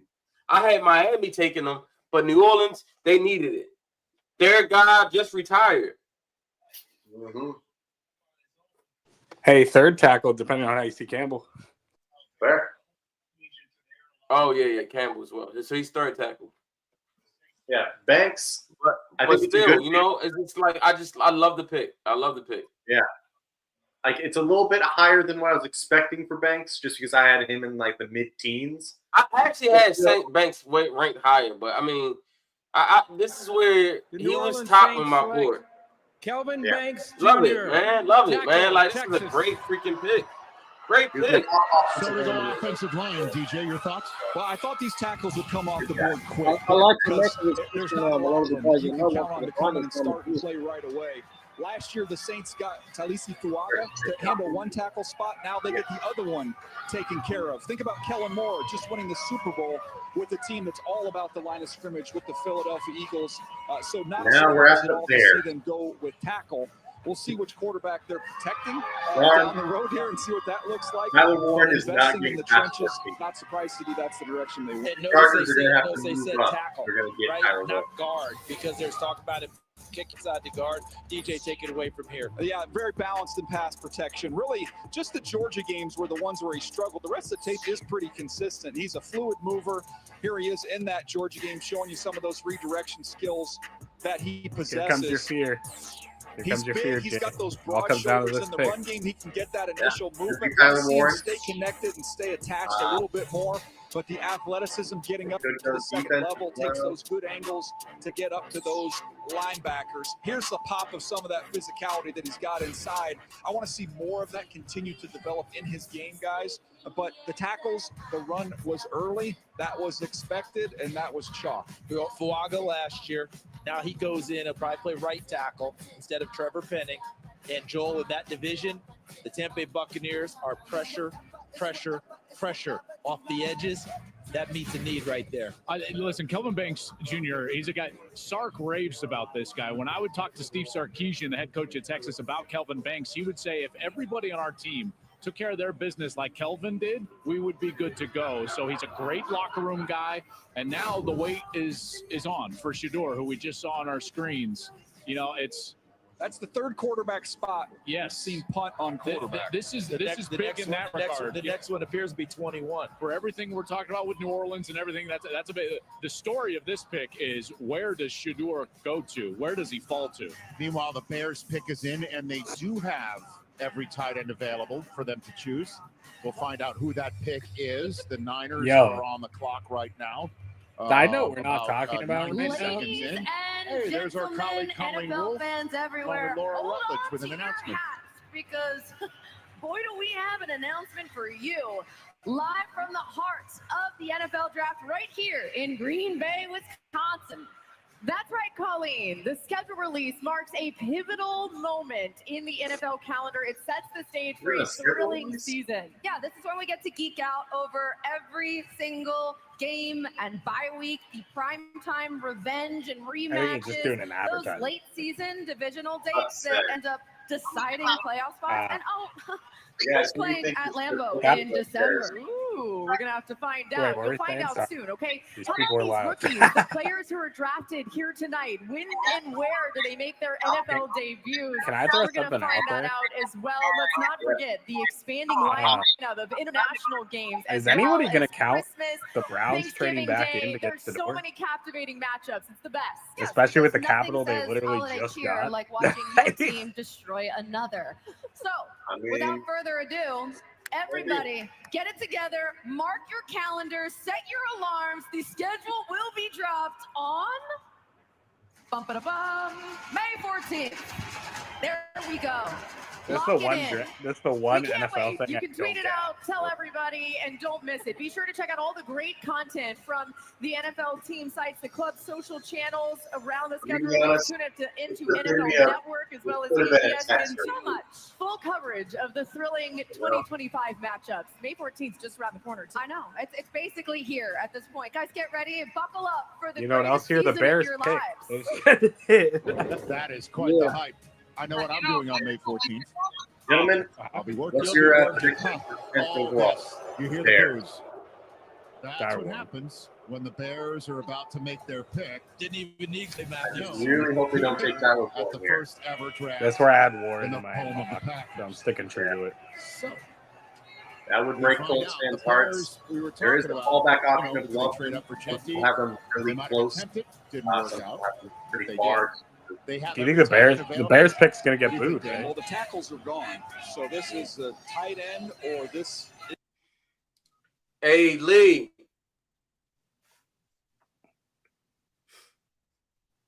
I know your pick. I know your pick, bro. Yeah, have you got that site? Can you send it to me? That's because the early picks. Yeah. Or you get on Twitter. Wow. I'm so glad. I'm so happy. Legend. Thank You you. like my Bears Hall of Famer Steve McMichael. I like your pick, yes, because I mean the Ravens My gonna heart pick him. is with the McMichael family in this incredibly difficult time. Hey, Misty, I just saw it. please know that you are in our thoughts and prayers. Not the Bears. I Thank saw it. God. Longo's Woo! remarkable contributions That guy to the won't be a game and Raven. community Thank you. will never be forgotten. There's His a guy I was legacy talking will about earlier. continue Is a to good fit inspire too. I love it. generations Just to because it come. makes me look right.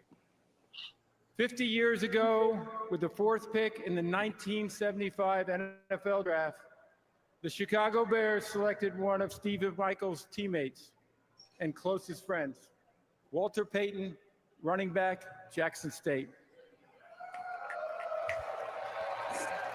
Go. Walter would go on to rush for nearly 17,000 yards and 110 touchdowns over 13 seasons. In the city of Green Bay, all with the Wisconsin, they couldn't Chicago even. Bears. As you heard earlier, the NFL continues to honor Sweetness, not only for his performance and excellence on the field, but also his commitment to give back to his community. You saw it? With the Walter Payton NFL Man of the Year award.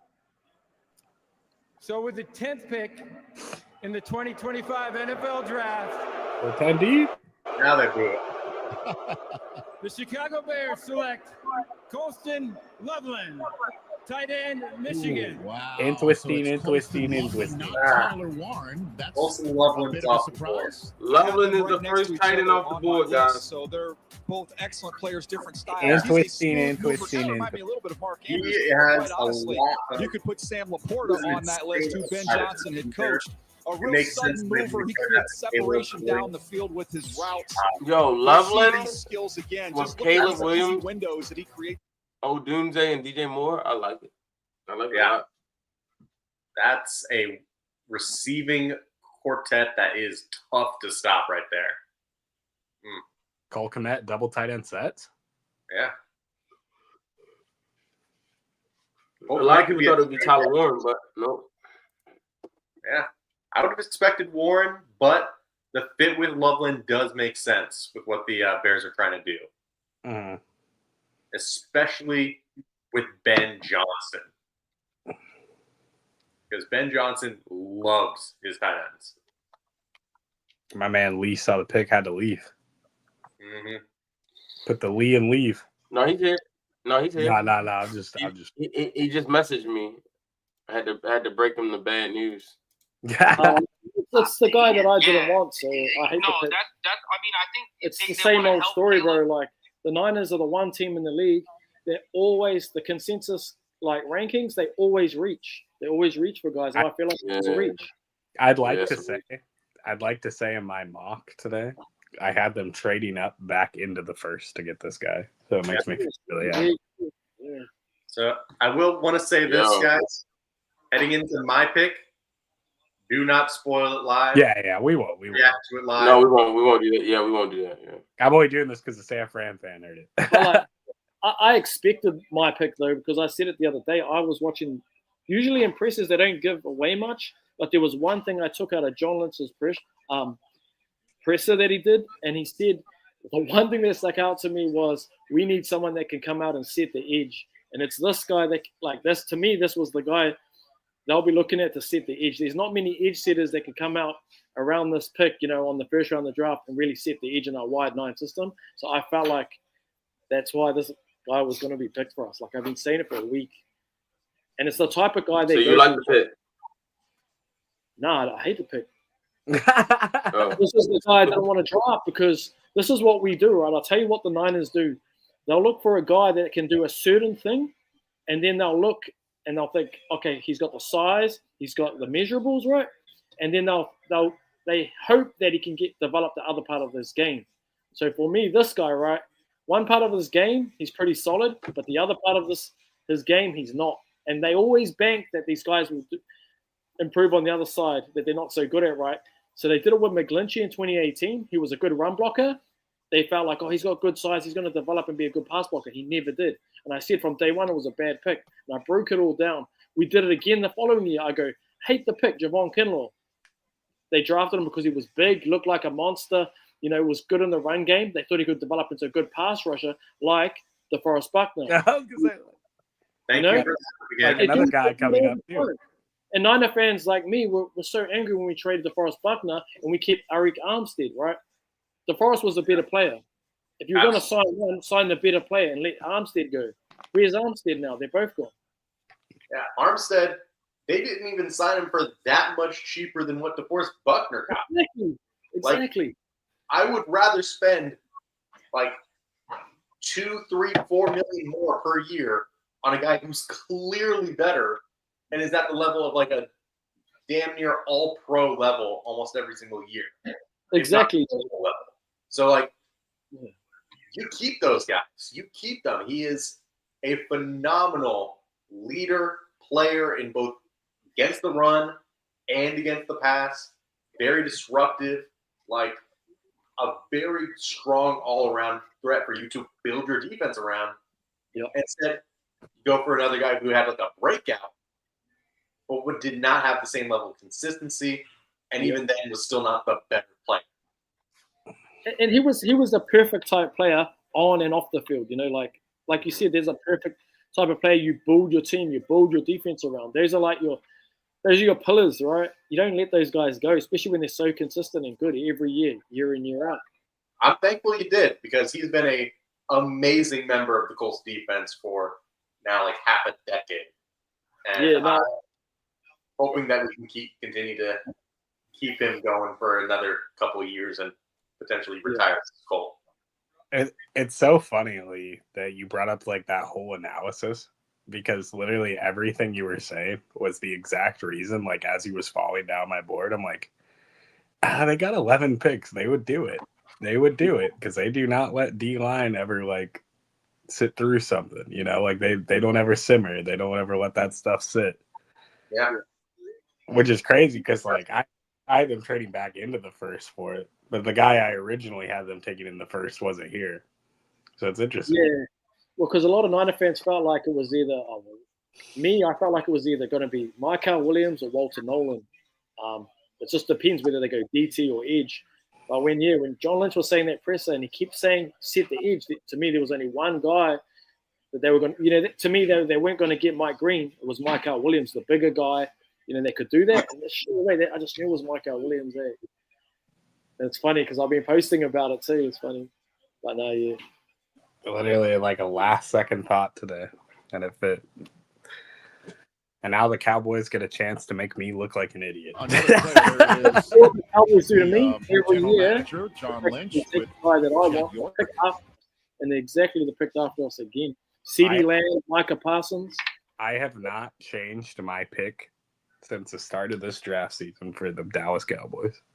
Bro, in 2020, right, I wanted CeeDee Lamb. We trade back one spot, and then we take Javon Kinlaw. The Cowboys get CeeDee Lamb. Then the year after that, I wanted Micah Parsons. We had pick 11. We trade up to 3 for Trey Lance. Micah Parsons goes 12 to the Cowboys. Okay, on the bright side of this, you have nothing to worry about because this pick's going to be Omarion Hampton for the Cowboys, baby. Let's go.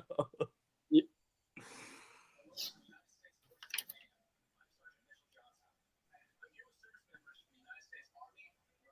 You think the Cowboys will take Hampton? Yeah, that's what I've been standing all year. All year. And I'm ready to look like an idiot. He's a good player. I reckon I wonder if they'll take Jalen Walker or Jahdae Barron. I love those two, Walker and Barron. I think Barron's going Miami. He's a starter. I like him. He's versatile. You cannot start Storm Duck.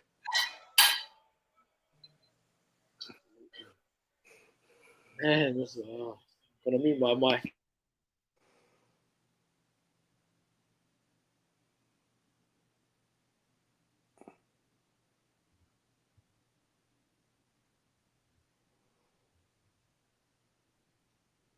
Let's hear the audio on Michael Williams. Draft.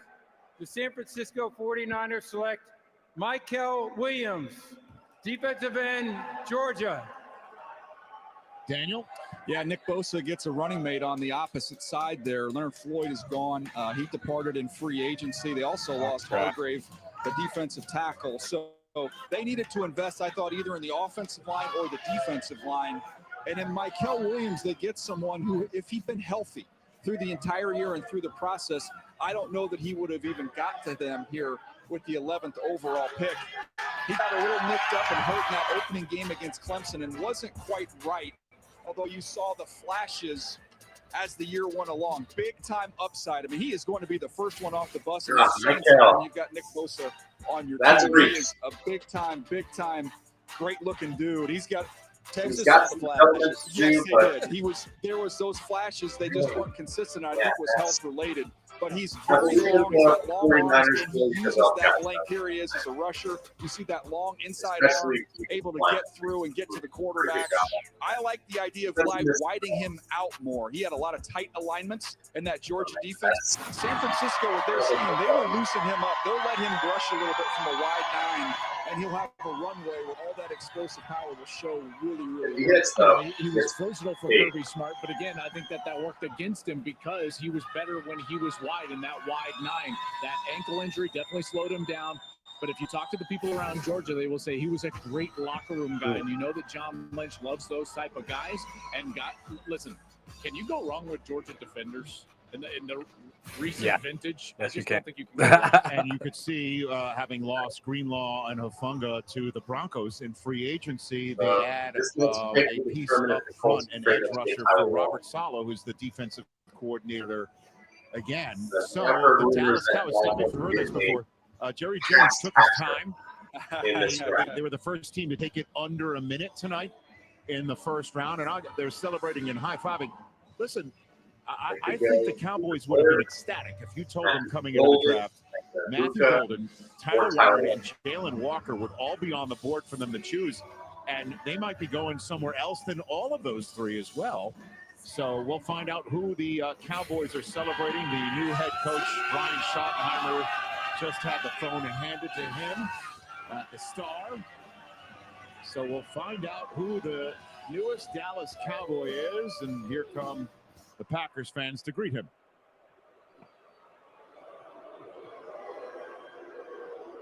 With the 12th pick in the 2025 NFL Draft, the Dallas Cowboys select Tyler Booker, guard, Alabama. Good pick.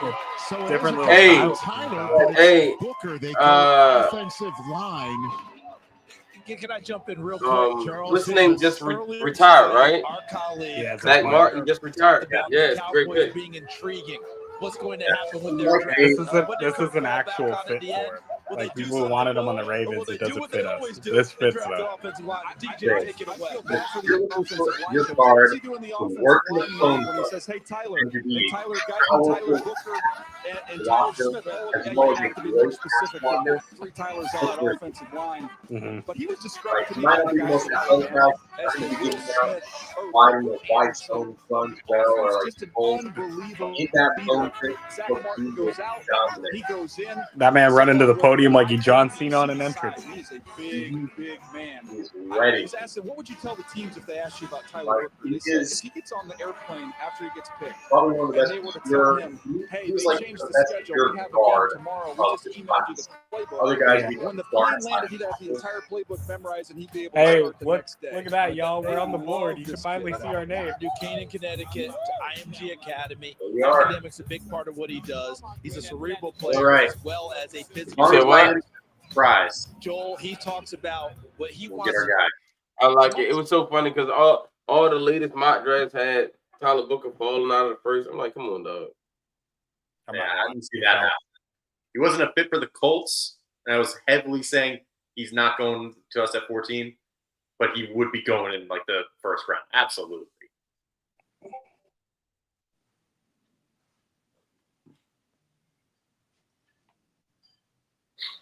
Minnesota.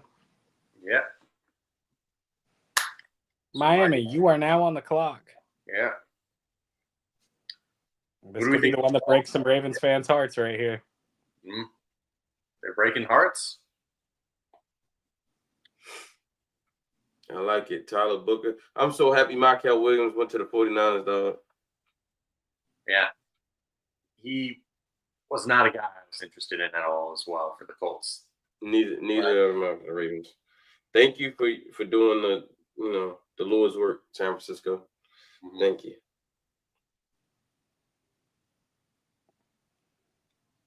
Yeah, I had him as a round 2 graded guy. Like borderline round 1. But, yeah. Like I said, he was my trade target for them. Can you imagine the Dolphins pick Shedeur Sanders? That'd be so funny. Jesus. That's like peak comedy. Yeah, Shedeur. Well, hey, Jordan, what if he goes to your Seahawks? Hey, I'm telling you, we didn't have to make the trade this time. Yeah, exactly. We're getting Sam Darnold off this team one way or another. For those who don't know, Jordan was in the Draftnerds Big Rock Draft. He was the GM for the Seattle Seahawks, and he had a very bold trade up to get Shedeur Sanders, and he immediately wanted to get Sam Darnold traded away. Yeah, it was bold. Signing. It was bold of anyone to assume that I was ever going to build a team around Sam Darnold. So I need my teams to win. Hey, there's a chance you can get it without the trade right now. So, exactly. Because right now, you don't really see a whole lot of QB needy teams. Miami, there's the case with like Tua's head, like with his concussion history, you can have a justification there, maybe. Hey, if we've learned one thing, you can never count out Atlanta. Atlanta, if they did that after a year after Phoenix would be crazy, but hey, they did it after literally signing Kirk to that mega deal. Yeah, keep it all 3. Yeah. Arizona and Cincinnati, they're not taking a quarterback. Absolutely not. Tampa Bay wouldn't. Denver wouldn't. Pittsburgh, if Shedeur is there, would be, like I said. Somebody said we're trading Mark Andrews to the St. Louis Battlehawks. Not the Battlehawks. That's my XFL team. Hey, we dominate. I mean, it's a great name and a really good team. That is literally how I based my entire process. Was that's a really cool name. That's what I'm going with. Yeah. I like the pick of Booker to the Cowboys, though. It's a good pick. Yeah. Now, who did the Dolphins select to make sure that Storm Duck is not on a football field? Ooh. They could go Will Campbell. They could go Jahdae Barron. They could go Malachi Starks. They were thinking corners. They could go literally every corner in this class because it's better than probably Storm Duck. Yeah. They probably could also go offensive line after Armstead retired too. Like, there still is Simmons. There still is Zabel.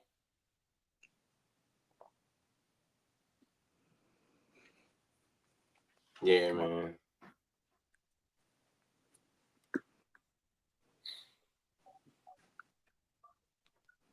There's Peyton. Storm Duck.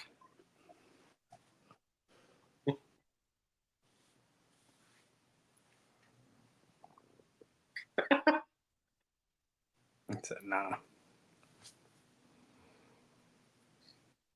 A potential Ravens target flies off the board. Let me tell you something. If you thought Tyler Booker was making it to 27, I got a bridge to tell you.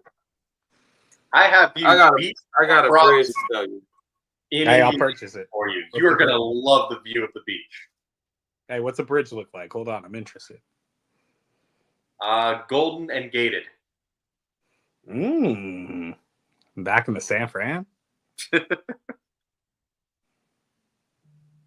of course, I'm repping my Pacers cup as we're here. I was repping the Maple Leafs, and then it got way too hot. And I was like, nah, I ain't about that. Yeah. Good thing, my office, coolest part of my house, literally temperature-wise, and also with the jerseys and everything. So I can keep wearing my sweaters and everything. Look at that man, Nick Amano-Warre, making the best available. Good for him. Yeah, Jihad Campbell's there. I know there's a lot of debate. Like, people were assuming it was going to be Loveland versus Jihad Campbell. Now it's Warren versus Jihad Campbell, and a lot of Colts fans had Warren well above Campbell on their boards. Though some people still were really big Jihad Campbell fans. I think it's a run to the podium, Tyler Warren, if he does not get taken right now by the Miami Dolphins. If they take him, Storm Duck. So those guys are gone. I don't think there's an offensive tackle really worth this pick at this point. All right, here comes the commissioner with the Dolphins selection, 13th overall, Colts right behind. I said Barron on the clock. Barron would be good too. With the 13th pick in the 2025 NFL Draft, the Miami Dolphins select Kenneth Grant, defensive tackle. So much for Michigan. that. So much for Daniel Jeremiah is always picking the Ravens pick. I've been hearing about this kid since he was a true freshman. Going up there and meeting with the Wolverine coaches when Jim Harbaugh. So much for that. Wait. Hold up. Does Kenneth Grant have a jersey of himself behind him in his house that's signed? No, that's a dog. And guess what? Who they talk that man has his own. They would talk about Kenneth Grant as being the guy that could be that the man best has in his the future. own signed jersey behind looking at right there. He chased down Nick Singletary. So much for that. Rare for a guy that's 330. He doesn't even understand how good that's dogging them. I think his best got Daniel Jeremiah. He's a great. This man got his own jersey behind him. He could be one of the premier defensive tackles in the National Football League in the coming years. And certainly Christian Wilkins walked to Vegas. This fills a need, wouldn't you say? I'll tell you what, this is going to be fun, Rich. Bring to the board. Him and Tyler Warren. He's there. Who played for the Baltimore. He's going to open things up for Storm Duck. There's going to be some picks coming. Just a very athletic big guy. It's hard to find guys that weigh this much. I can't wait for this next pick. pick. Run as you see him hawk down the Penn State running back as a rusher. Come on, man. Imagination, just buckle up. He's going right for the shoe, baby. And when you have those edge rushers, for the shoe, healthy for the shoe, he's going to take away the escape hatch. He's going to be able to press the pocket and allow those guys time to win on the edges. Rich is right. It obviously fills a need, but who's got the best offensive line in the AFC East? Maybe in the AFC. Yeah. So if you're going to want to go toe-to-toe and chest-to-chest and battle, you got some people in there. As you mentioned, Rich. DTV, you got that right. Go in there and plant your feet. start battling those big guys from upstate New York. And after leaving the campus at Michigan, he should recognize the name on his paycheck. We're going to get a great player. Since Stephen Ross's name is goddamn on campus. We're the same name. Goddamn right. Same guy. Excuse me, sir. Do you happen to know the Rosses at Michigan? Maybe he does. Do you happen to imagine him walking in and saying that to him? No one else. Probably heard the name Tyler before. Warren. So the Indianapolis Colts, as you could see, Sharpie. have made a selection. The Falcons are a minute and change going in. And Man, they even dogging on Anthony Richardson on the draft promo. Hold on. What did you just say, Jay? I mean, Tyler Warren, put it in Sharpie. They made that pick immediately. And Shane Steichen himself said, well, we're going to be going for a tight end. But then in the press Hold on, Jay, you told us not to tip your pick, and you tipped your own pick. I didn't say it. I didn't Jay, see it. the drink I'm kicked in. that was my I prediction. legitimately don't know what It's to an obvious pick. pick here. 2025 NFL It Draft. better be him. The Indianapolis Colts There you select go. Tyler Warren. There you Congratulations. Penn State. Congratulations. He wears Dallas. So Dallas Clark let him wear the number? Yeah, I know. 44!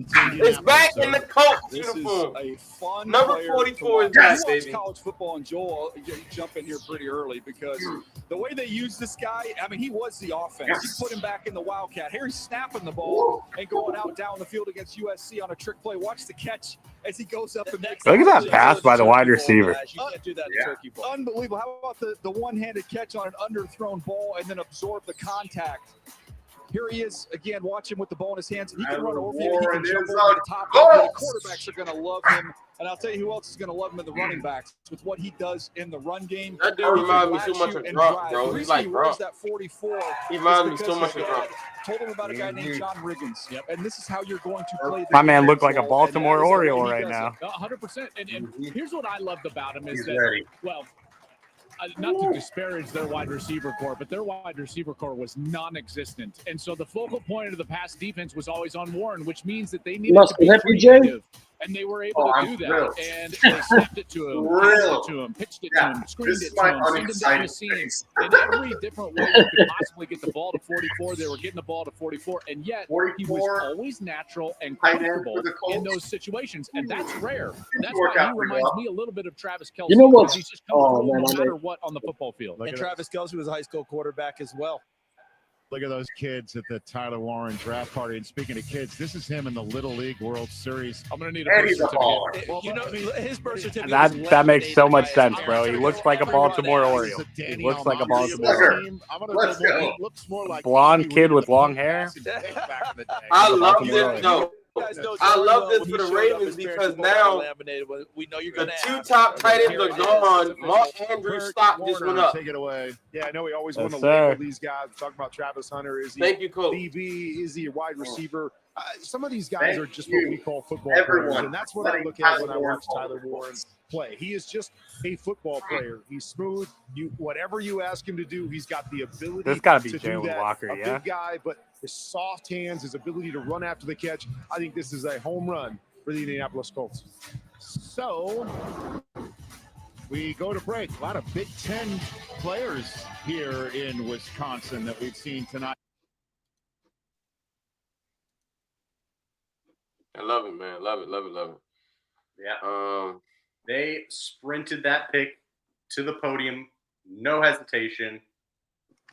Just fits perfectly what they're looking for as a blocker. They need a guy who can be in line and also be a threat to catch the ball because they were having a tight end rotation for years now. And every single time they rotated the tight end, it was tipping what they were going to do, whether it was a run or a pass, because they did not have dual threat tight ends. He is the best of the dual threat of blocking and receiving talent combined. And who's a mobile quarterback's best friend? The tight end. Exactly.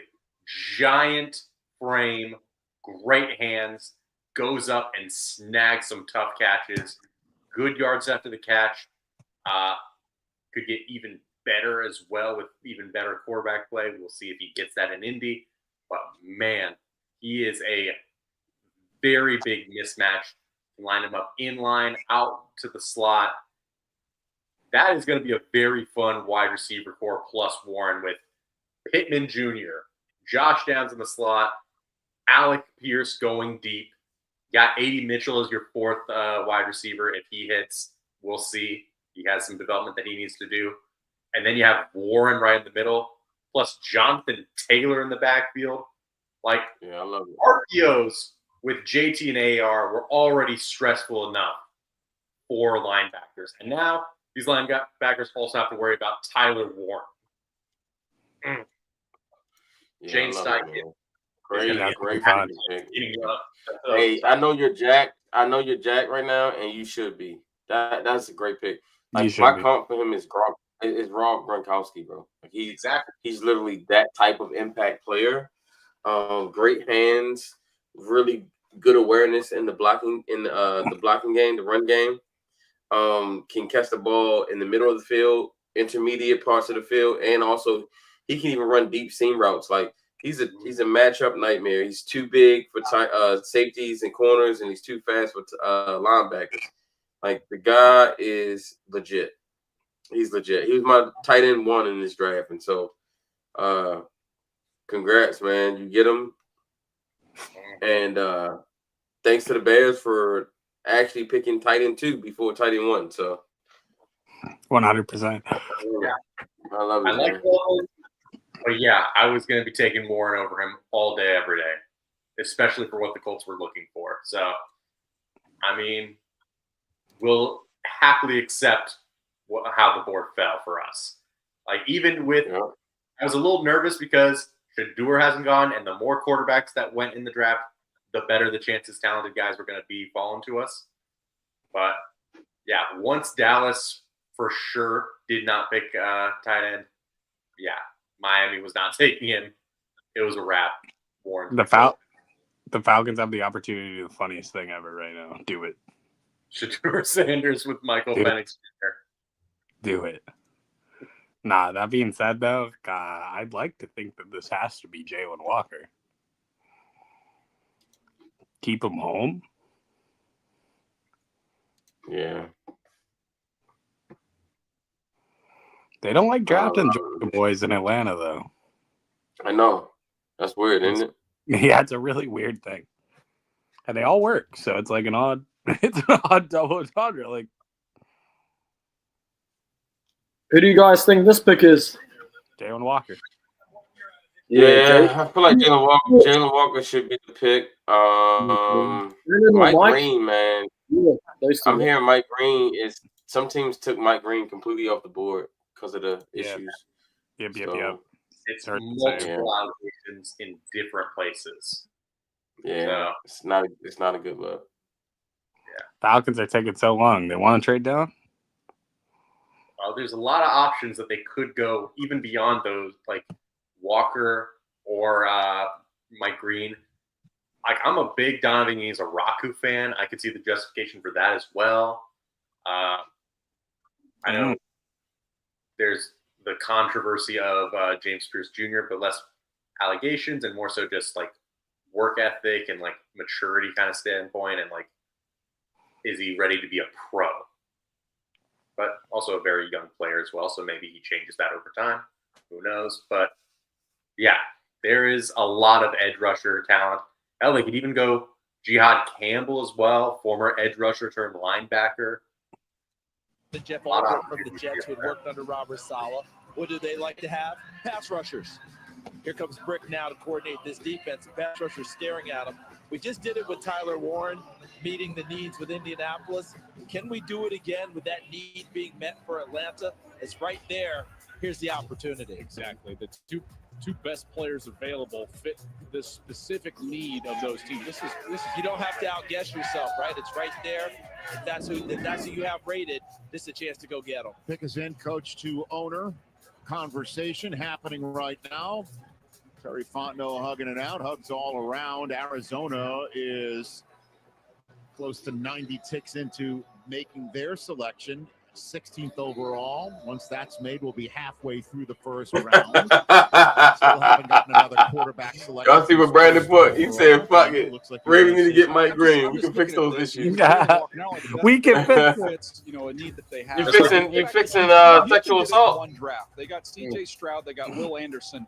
They got great players at positions of need, and they were leaders of each side. Fixing sexual up. This to me, you get Penix. Guys have been a good group of history with the Ravens there. Offense and defense of the Atlanta Falcons. Remember, those guys were named captains right there's out of the always gate. smoking castration. I go back to last year, and It's the issue. it doesn't make any sense. Got to move on. Got to move on. I know. Here's the latest Falcons first rounder.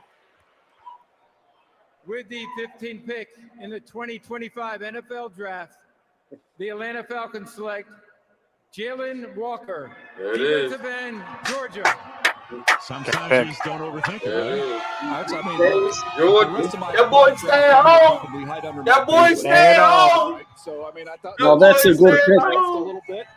And he fell They right finally to the drafted Atlanta a Georgia Falcons. What player. a dream scenario we've seen with these last two picks. Tyler Warren to the Colts. Yeah, Jalen they got Walker not only did they get a to the Georgia Atlanta player, but they got the Falcons. alpha on the This is someone defense. who I'm gonna say it right now. Mike Green going to Cincinnati. on the ball. I'm gonna call He it was right now. disruptive no matter I where mean, Kirby yeah, Smart if there's decided one to place line that him likes up. character For a guy concerns, who's only 6'1", Cincinnati he Bengals. Exactly. plays so If much there's That one probably place that means- don't give a goddamn, against those if there's one big place that don't give a 6'5", goddamn about character 300 issues, it's Cincinnati. You want to rush him off the edge, he They're can win. He's probably got sitting there and like he's thinking of it healthy. as a good side. 4.4 speed Right, coming then off the edge. he got more Slows dog in in a big way. Hey, they say, hey, You see him Cincinnati, doing a nobody's slam gonna against even care Arch about Manning, you. who can really run. He sucks him up like a Hooper vacuum. So a big time fit, big time player. And another front seven player from Georgia drafted in the first round, and our longtime friend Mayox used to sit on this set with us over the last several weeks. Look at North Carolina out here. He said he had a higher grade on Jalen Walker than Abdul Carter.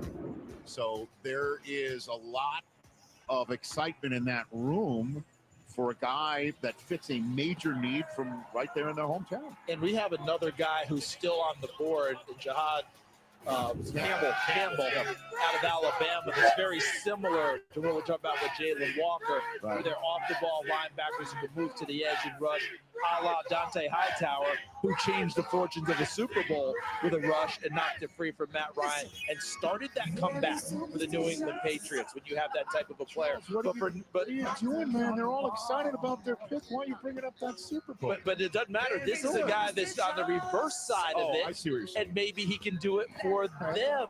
Normally, you don't do buzzkill types. No, you went there. I'm just saying this is a positive for them. And I'm just telling you, for the Falcons, no more worried about Nick Beasley, no more worried about John Abraham. Jalen Walker comes in, and maybe he's their new guy. Okay.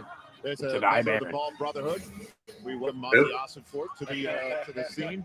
He's on the phone right there. There was Jonathan Yes, Gannon sir. and the rest of the brass there in Arizona looking in. They don't see what's anywhere on the not yet in, but it looks like they were delivering it right there for the Arizona Cardinals. They did a nice job in free agency on the defensive side, in particular up front. I'm looking at off.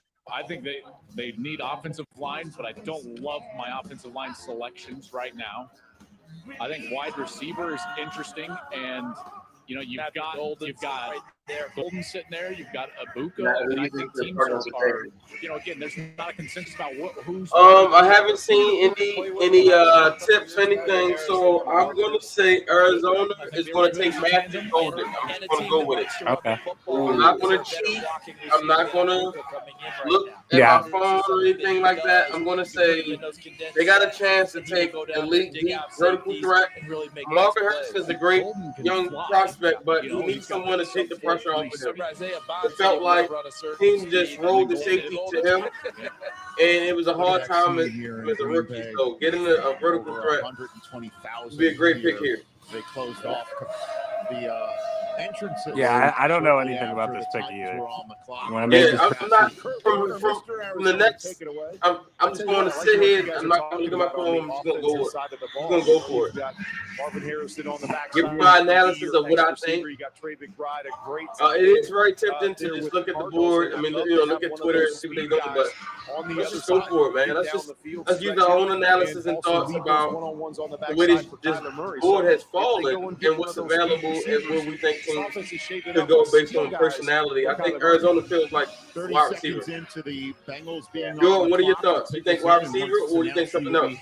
I've been going Barron. They said Barron's this pick. First round. While we're waiting for the Yeah, you get the first corner out the board. What do you think the story is of the Lee, what are your thoughts? At the top? Oh my gosh. It's quick. The story so far. Yeah, who do you think Arizona's going to go get? I mean, that was Man, it's a good one. There's still so much talent on the board. You know, if I had to guess, I know who I would go. It's Barron. Jade Barron. You and Jordan said the same thing. Okay, Jay, are you going to make it 3 for 3 on Barron or what? As the draft I'm going to say Campbell. is that not only Okay. Now you guys who said Barron, you didn't see anything, did you? No, I haven't seen anything at all. Okay. New York moves back in. Cleveland could move back in. I was texting my buddy at work.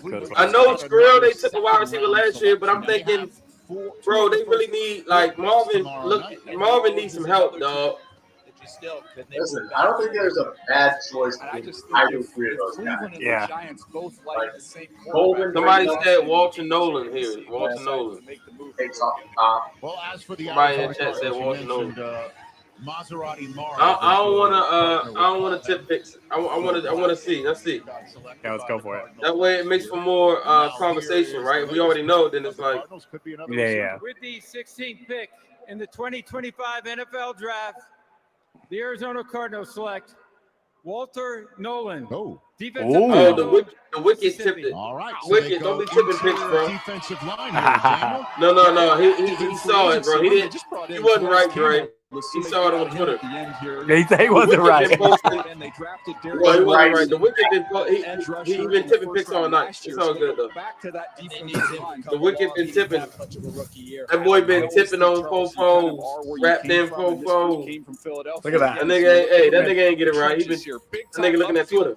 Ain't no way he would have guessed Walter Nolan at Arizona, bro. It's all good.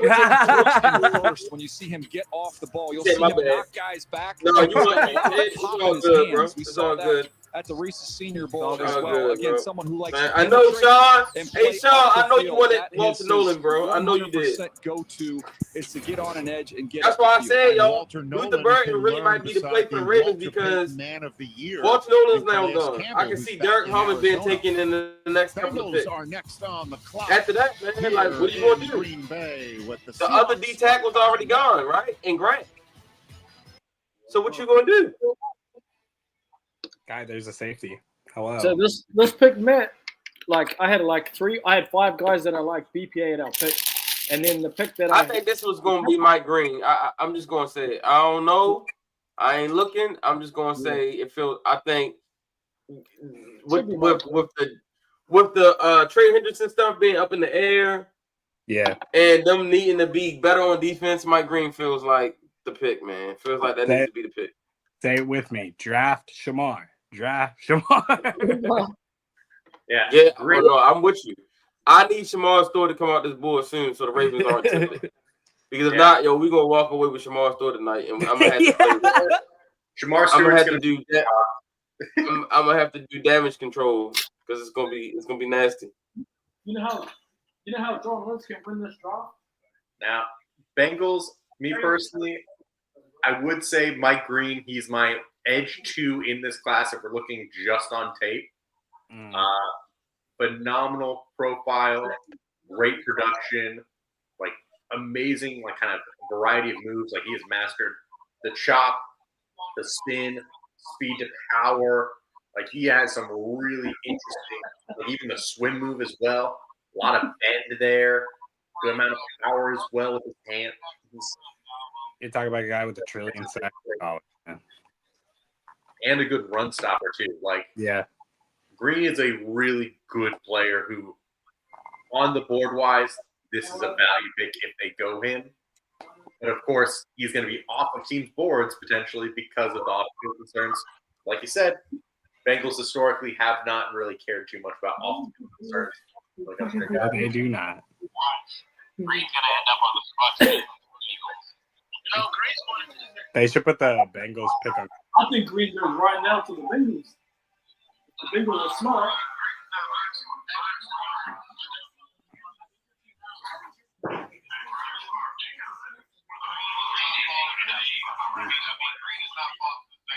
I think Green goes right now.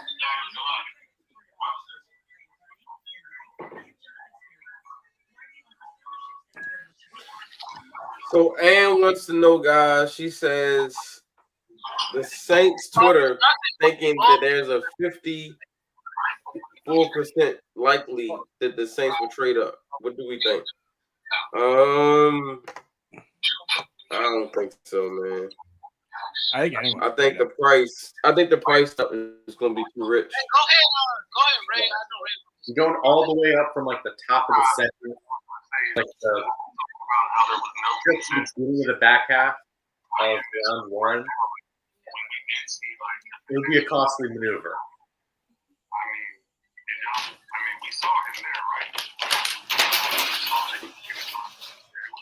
The pick is in. This is where I actually had Walter Nolan going in my final mock, so it's kind of ironic. Sing along going here. I had Mike Green going here a couple of times, so I'm gonna stick with it. Mike Green. Yeah, I'm going Mike Green. Am I mock Mike Green with the I'm trying to figure out exactly whose song is it now, though. I hear it, but everyone. It's America's song. Oh, okay. Or it's international. I don't know. I mean, we've heard it overseas. Run Country Roads is internet. That's true. All right. You just got it there. We're 10 picks away. So do we think Shador is going to the Bird? I do think. The Bengals pick is in at 17, which brings it. We'll see what they do. But they love Jackson Dart and Jalen Milroe. My understanding is the Seahawks are interested in getting out of this pick, certainly open to trading back. The Steelers, who visited with Shador Sanders, a very positive visit. They are right there. So this could be the window if you have some teams, maybe the Giants, maybe a quarterback needed team. Don't know, maybe the Rams come trades up over the Steelers to try to get Shador Sanders. Something to watch for over the next couple minutes. Well, this tracks also with your mock draft, DJ. Yo, Shador trading. Shador going to the Steelers is going to break my heart, bro. With Seattle as a trade. Seattle loves trading back. Yeah, that was gonna say, the only caveat was it wasn't for Shador, it was for Jackson Dart. So who knows? Don't break my heart, man. I don't want Shador in the division. Schneider, he loves those days. We got Travis Hunter and a lot of their needs they marry up well. No, Travis Hunter got traded. So he already has 2 2s and 2 3s. He could add to that stockpile if you want to go all the way out for a team like the Giants. We're about to learn our division. Yeah, I'm gonna be honest though, y'all Ravens fans out there. I think that there's a lot of starters. You should be happy. This board is falling perfect. Yeah, exactly. The only thing that would make it more perfect is if Shamar Stewart goes in the next couple of picks, because then it'll be great. A second round pick. Mark feels like a Seahawks the pick. Steelers coughed up for DK Metcalf. And, What are they trying to trade out? On our radar screen with Seattle now on the They could take him with the Pittsburgh spot if they do trade with the Steelers. After Seattle. All right, here it is. I went Mike Green. Jordan, would you go? I went Mike Green as well. The first round here in Green. Where you going at, Jay? I said Mike Green as well. I'd be a little surprised if broken out here. Now the house band is done. We can get the house With the commission. 17th pick in the 2025 NFL Draft, the Cincinnati Bengals select Shamar Stewart. Yeah, not surprised to see him go defense here. This defense last year. The state of Ohio. The state of Ohio. 25th in sacks. You think about coming in to try and fix this. Oh, man, have I seen 5 games last year, City, where they scored over 30 and lost. The offense is in great shape. Time to Took be care of alive. resigning those guys. We'll see what happens with Trey Hendrickson. Oh my God. Or a playing partner here with Shamar Stewart off the edge. Rashawn He develops. the comparison. This is He's great. classic If when you're getting drafted, speed, and he is very disruptive. if when you're getting drafted and your third bullet point is Rashawn Gary in the that first speed round, to that's power. crazy. You see that? Just All the right, sacks. I'm gonna raise my hand. I'm gonna raise my hand. 4.5 career sacks over these 3 years. You happy about that? What I love about him, those traits first. We got stuff, Seattle, but Tampa Bay, Denver, Pittsburgh, Chargers, Green Bay, Minnesota, and Houston. someone who is very Rams. beloved in that program. They love this. Can Mike Green make it to Baltimore? Maybe last year playing. Yeah. I liked it better. And he make it to 27. And he Third did that depends during on- the draft run I don't think they make it though. And let's face it, with Cincinnati, with Burrow, You don't think what? you don't have to be a top 10 What you say, Jordan? You don't think to what? make noise. I don't think they You just need draft to him if be he does. average again. And by the way, that's when they were going So you to think even if he's there, they pass? going to Super Bowl. They weren't a Yeah. dominant Yo, defense. They were what's good. the use of the Ravens saying we got a great culture and a great strong locker room, if we can't bring in somebody and work with them? You know what I mean? Like, these are young kids who a lot of the mistakes they made them when they were in their teens, right? You gotta remember, these kids are like 21 right now, which means if he made a mistake 3-4 years ago, he was probably 18 years old. I mean, like the Ravens. Green one was 2022 was the latest time that he did it. Yeah. He was suspended then and then transferred ahead of the 2023 season. Mm-hmm. So he might not have been a teen at that point. Still early 20s though. But yeah. And at that point too, you're already dealing with the stuff with Justin Tucker. It's like, do you want to add more to that? It's also the fact that it's a. All right, I'm back. Welcome back. So what I was going to say is, listen, yo, when you in your teens, a lot of times it's not even intentional, right? A lot of times, yo, what the? What is Seattle doing? They have broken the draft. They have broken Matt. Jamar Stewart breaks Matt. I don't know what's going on, bro. Jamar Stewart decided this draft's mine, Matt. You don't need to see the rest. Yeah, he broke me. Me. Are we good now? All right, so here's what I'm saying, dog. I'm not saying people, I think kids should be given the opportunity to be redeemable when they're 18 and 17 years old. Because we all been 17, 18 years old. We've been to parties. We've been in bad environments. We've been around bad influences where a situation presents itself and you like, yo, I'm full of testosterone. I'm hyped up. I'm drinking, whatever the case may be. And you do something and then later on you like, whoa, that was a huge mistake, right? And the thing is if you're a regular person, you can live the rest of your life without anyone even knowing about that mistake. The problem is when you're an athlete or someone who's in a public eye, that mistake is going to get exposed. And if everyone was held to the full letter of the law for every mistake they've ever made, bro, none of us would be where we are. Like, think about if you had to pay the ultimate price for every mistake that you've ever made. You wouldn't be sitting here right here talking.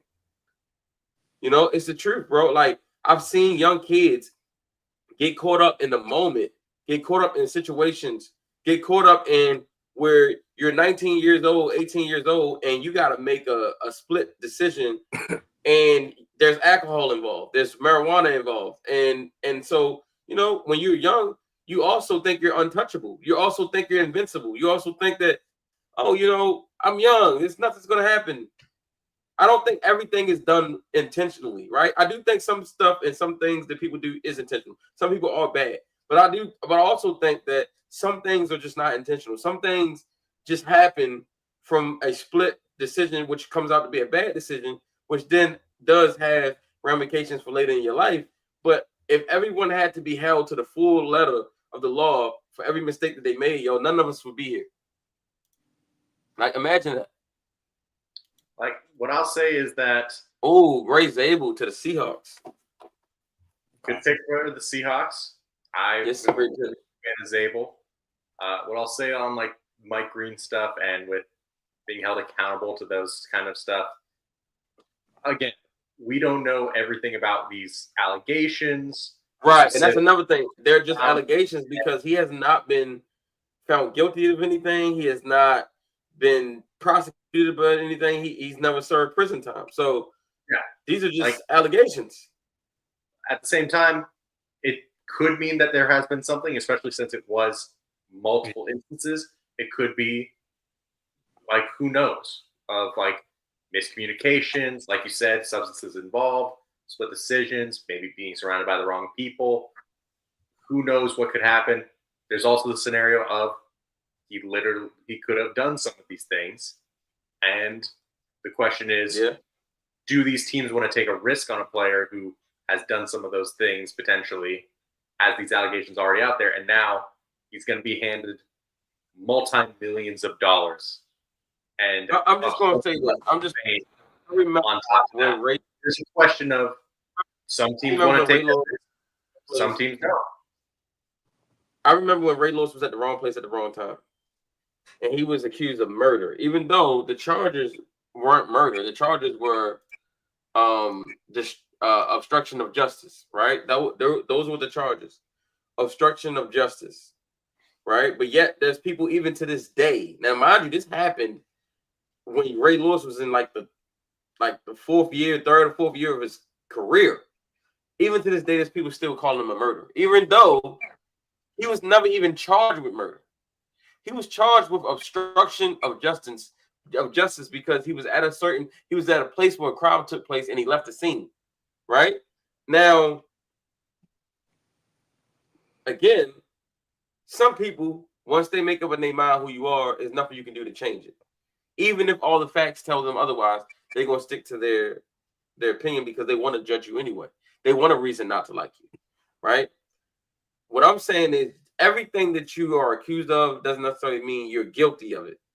We've seen a lot of players accused of things, but yet they never served one day in jail. Yet they never served. They never got any time. Nothing ever came about it because at the end of the day, the person couldn't prove that they did anything, right? And I'm not saying here caping for criminals over victims. Listen, if you did some shit, then you should pay for it, right? You got to face the consequences. You got to take responsibility for your actions. But again, I also see young athletes as a coach. I see young athletes get railroaded all the time because when people know you're really good at something and they know you going somewhere, oh, you are a meal ticket. You are a meal ticket, which means also you're a target. Because they looking at, hey, you my way out. So I'm going to get with you and I'm going to say you did something because I'm going to get an opportunity to get out of my situation off of your back. And we got to look at both sides. We can't look at one side completely and go that way and be like, oh, yeah. Anybody who accuses of anything, they're guilty. Or anybody that accuses someone is lying. We got to be neutral in the middle because until the facts come out, until we know the whole truth, or until someone is proven guilty, then they not. You know, and that's how I feel about it. That's how I feel about it. Like this happens way too often, you know. And then there's players that is flat out been guilty of something and they still got drafted. Jeffrey Simmons, he's on video assaulting a woman, still got drafted. Joe Mixon knocked a woman out cold while he was in college, still got drafted. So and these are video footage of these incidents. It's not even hearsay like Mike Green's situation. Yeah, like evidence, learning more information about these stuff. There's so much that we do not know about these incidences that you can't truly judge or like really like set a mind to one point or the other because at this point it is allegations. There is certainly, of course, multiple instances when it comes to Mike Green, which could be a disturbing trend or it could be just two instances of any of those other situations of wrong place, wrong time, miscommunication. Yeah. Who knows? Bro, do y'all remember when Allen Iverson almost lost his entire career because of a brawl at a bowling alley that he was not even involved in, but he was accused of it? Bro, he ended up going to jail. He was in handcuffs. He had to go to trial to prove his innocence. But there's people who had already made up in their mind. There were people who already made up in their mind that he was guilty before everything even played out. And like will be respected. He's off of the entire NFL because of allegations, and then it came out that she lied about it. And yeah, that's what I'm saying. So we gotta be fair to both. And it does look like the whole story because there's too many times that we've jumped to just condemn someone when later on we find out it's not the case, and then we don't even say nothing about it. When we do find out the truth, we don't come back and say, "Yo, my bad." We just let it go. How did he enjoy being the That ain't right either. Eventually, that ain't right either. Like both people deserve fair trial, you know. Right. It is not about when you go; it is about where you go. So to me, George Sanders, you're hoping that he lands in the right place, not at the right time. The MVP of the Super Bowl is a second-round selection. potential off the field start. These things happen, but For a obviously long time. When they do, better it's usually much later in the draft. ideas where they in don't mind in have terms that of how experience. soon Last their time run they would be did over. As for the last time Tampa Bay they won Buccaneers, what do you think should be? Oh, here comes the commissioner. So let's find out Was together, Rich. Bobby Okereke in the Thanks, Daniel. That's the only pick under Ballard that's last pick in the been team. like that early. With the 19th pick in the 2025 NFL Draft, Harold really has the the Tampa team for Bay that. Buccaneers select Emeka Egbuka, Ooh. wide receiver, Ohio Nice. State.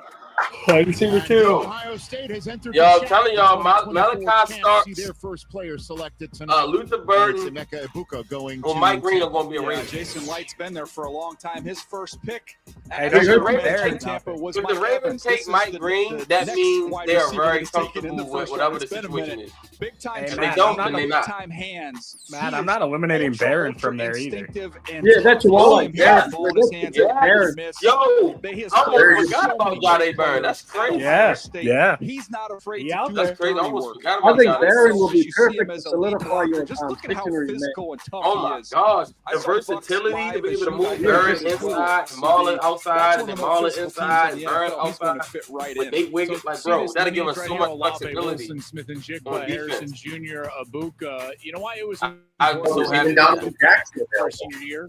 Yes, to go and maybe right the wrongs and potentially win a national championship, but it was also The important real to question is him these picks have to taken have a the while for lineage these down to last two. Jeremiah Somebody's Smith, trying who to we trade all up. think is still going to be at Ohio State for a Another couple of years guy and might be the best of that them I've been all. talking You know, about, coming out in and a y'all couple know I of years. And love that was Josh important. Simmons. You know why? The Still on the brotherhood. board. That's what they I'll call be their happy with that as position well. group. And no one personifies the brotherhood So, better this is than the Emeka last pick. Egbuka. He's a man of Honestly, strong nobody frame, has strong gotten taken character yet that that I really, runs really wanted for the clean Raiders. routes, So great I'm good. hands, and he is a team leader. He's my favorite guy that I covered this year in college football. He will So, do succeed. you think someone What tries Ohio to State trade receiver has not the succeeded? Broncos to try I to mean, jump these past the bloodlines from this Steelers? position, Yeah. Brian Hartline I is the think best Shador about to position go to the coach in Steelers. college football. I You think see Shador that about to go to lineage the right Steelers. there. He is going Steelers to gonna go be a in and Steeler be unless successful at Tampa someone Bay. jumps Yeah, out. Brian Hartline at receiver, Larry Johnson, defensive line coach, some of the best out there. But here's the thing I look at with them. Like you said, Chris Godwin Saints coming back maybe, off of a big Giants injury, maybe. right? They're trying to Evans call up getting the up kid there in there. his years. Here's Jalen McMillan who came in last year, and they were so high-powered on offense. He said, Just please, because God, their no. coach went to Jacksonville, Liam Cohen, they don't want to get off the gas. Josh Grisard's the new offensive coordinator. They want to stay on it. And adding Egbuka allows him to do that, and he is Jackson Smith and Jigba. Deuce. Congratulations to this Buckeye. He is going to Tampa. When we come back, What do you have in you? What package do you have, selection, Giants? and then it is. Hey man, I like it though. The draft is moving. It's moving right along. That's I the like it. fastest draft I remember. No, I've seen a little faster. I mean, there was one year where they was just going, bro. They just pick after pick after pick, just kept going. They had to actually slow down. The commission said slow down because they was putting the picks in too fast because they wanted to leave a little bit of time out for to analyze the picks. Well, and commercial money. Commercial breaks. Yeah, and commercial money. Another guy we're not talking about either possibly being there is Donovan Ezeraku. Yeah. Another guy.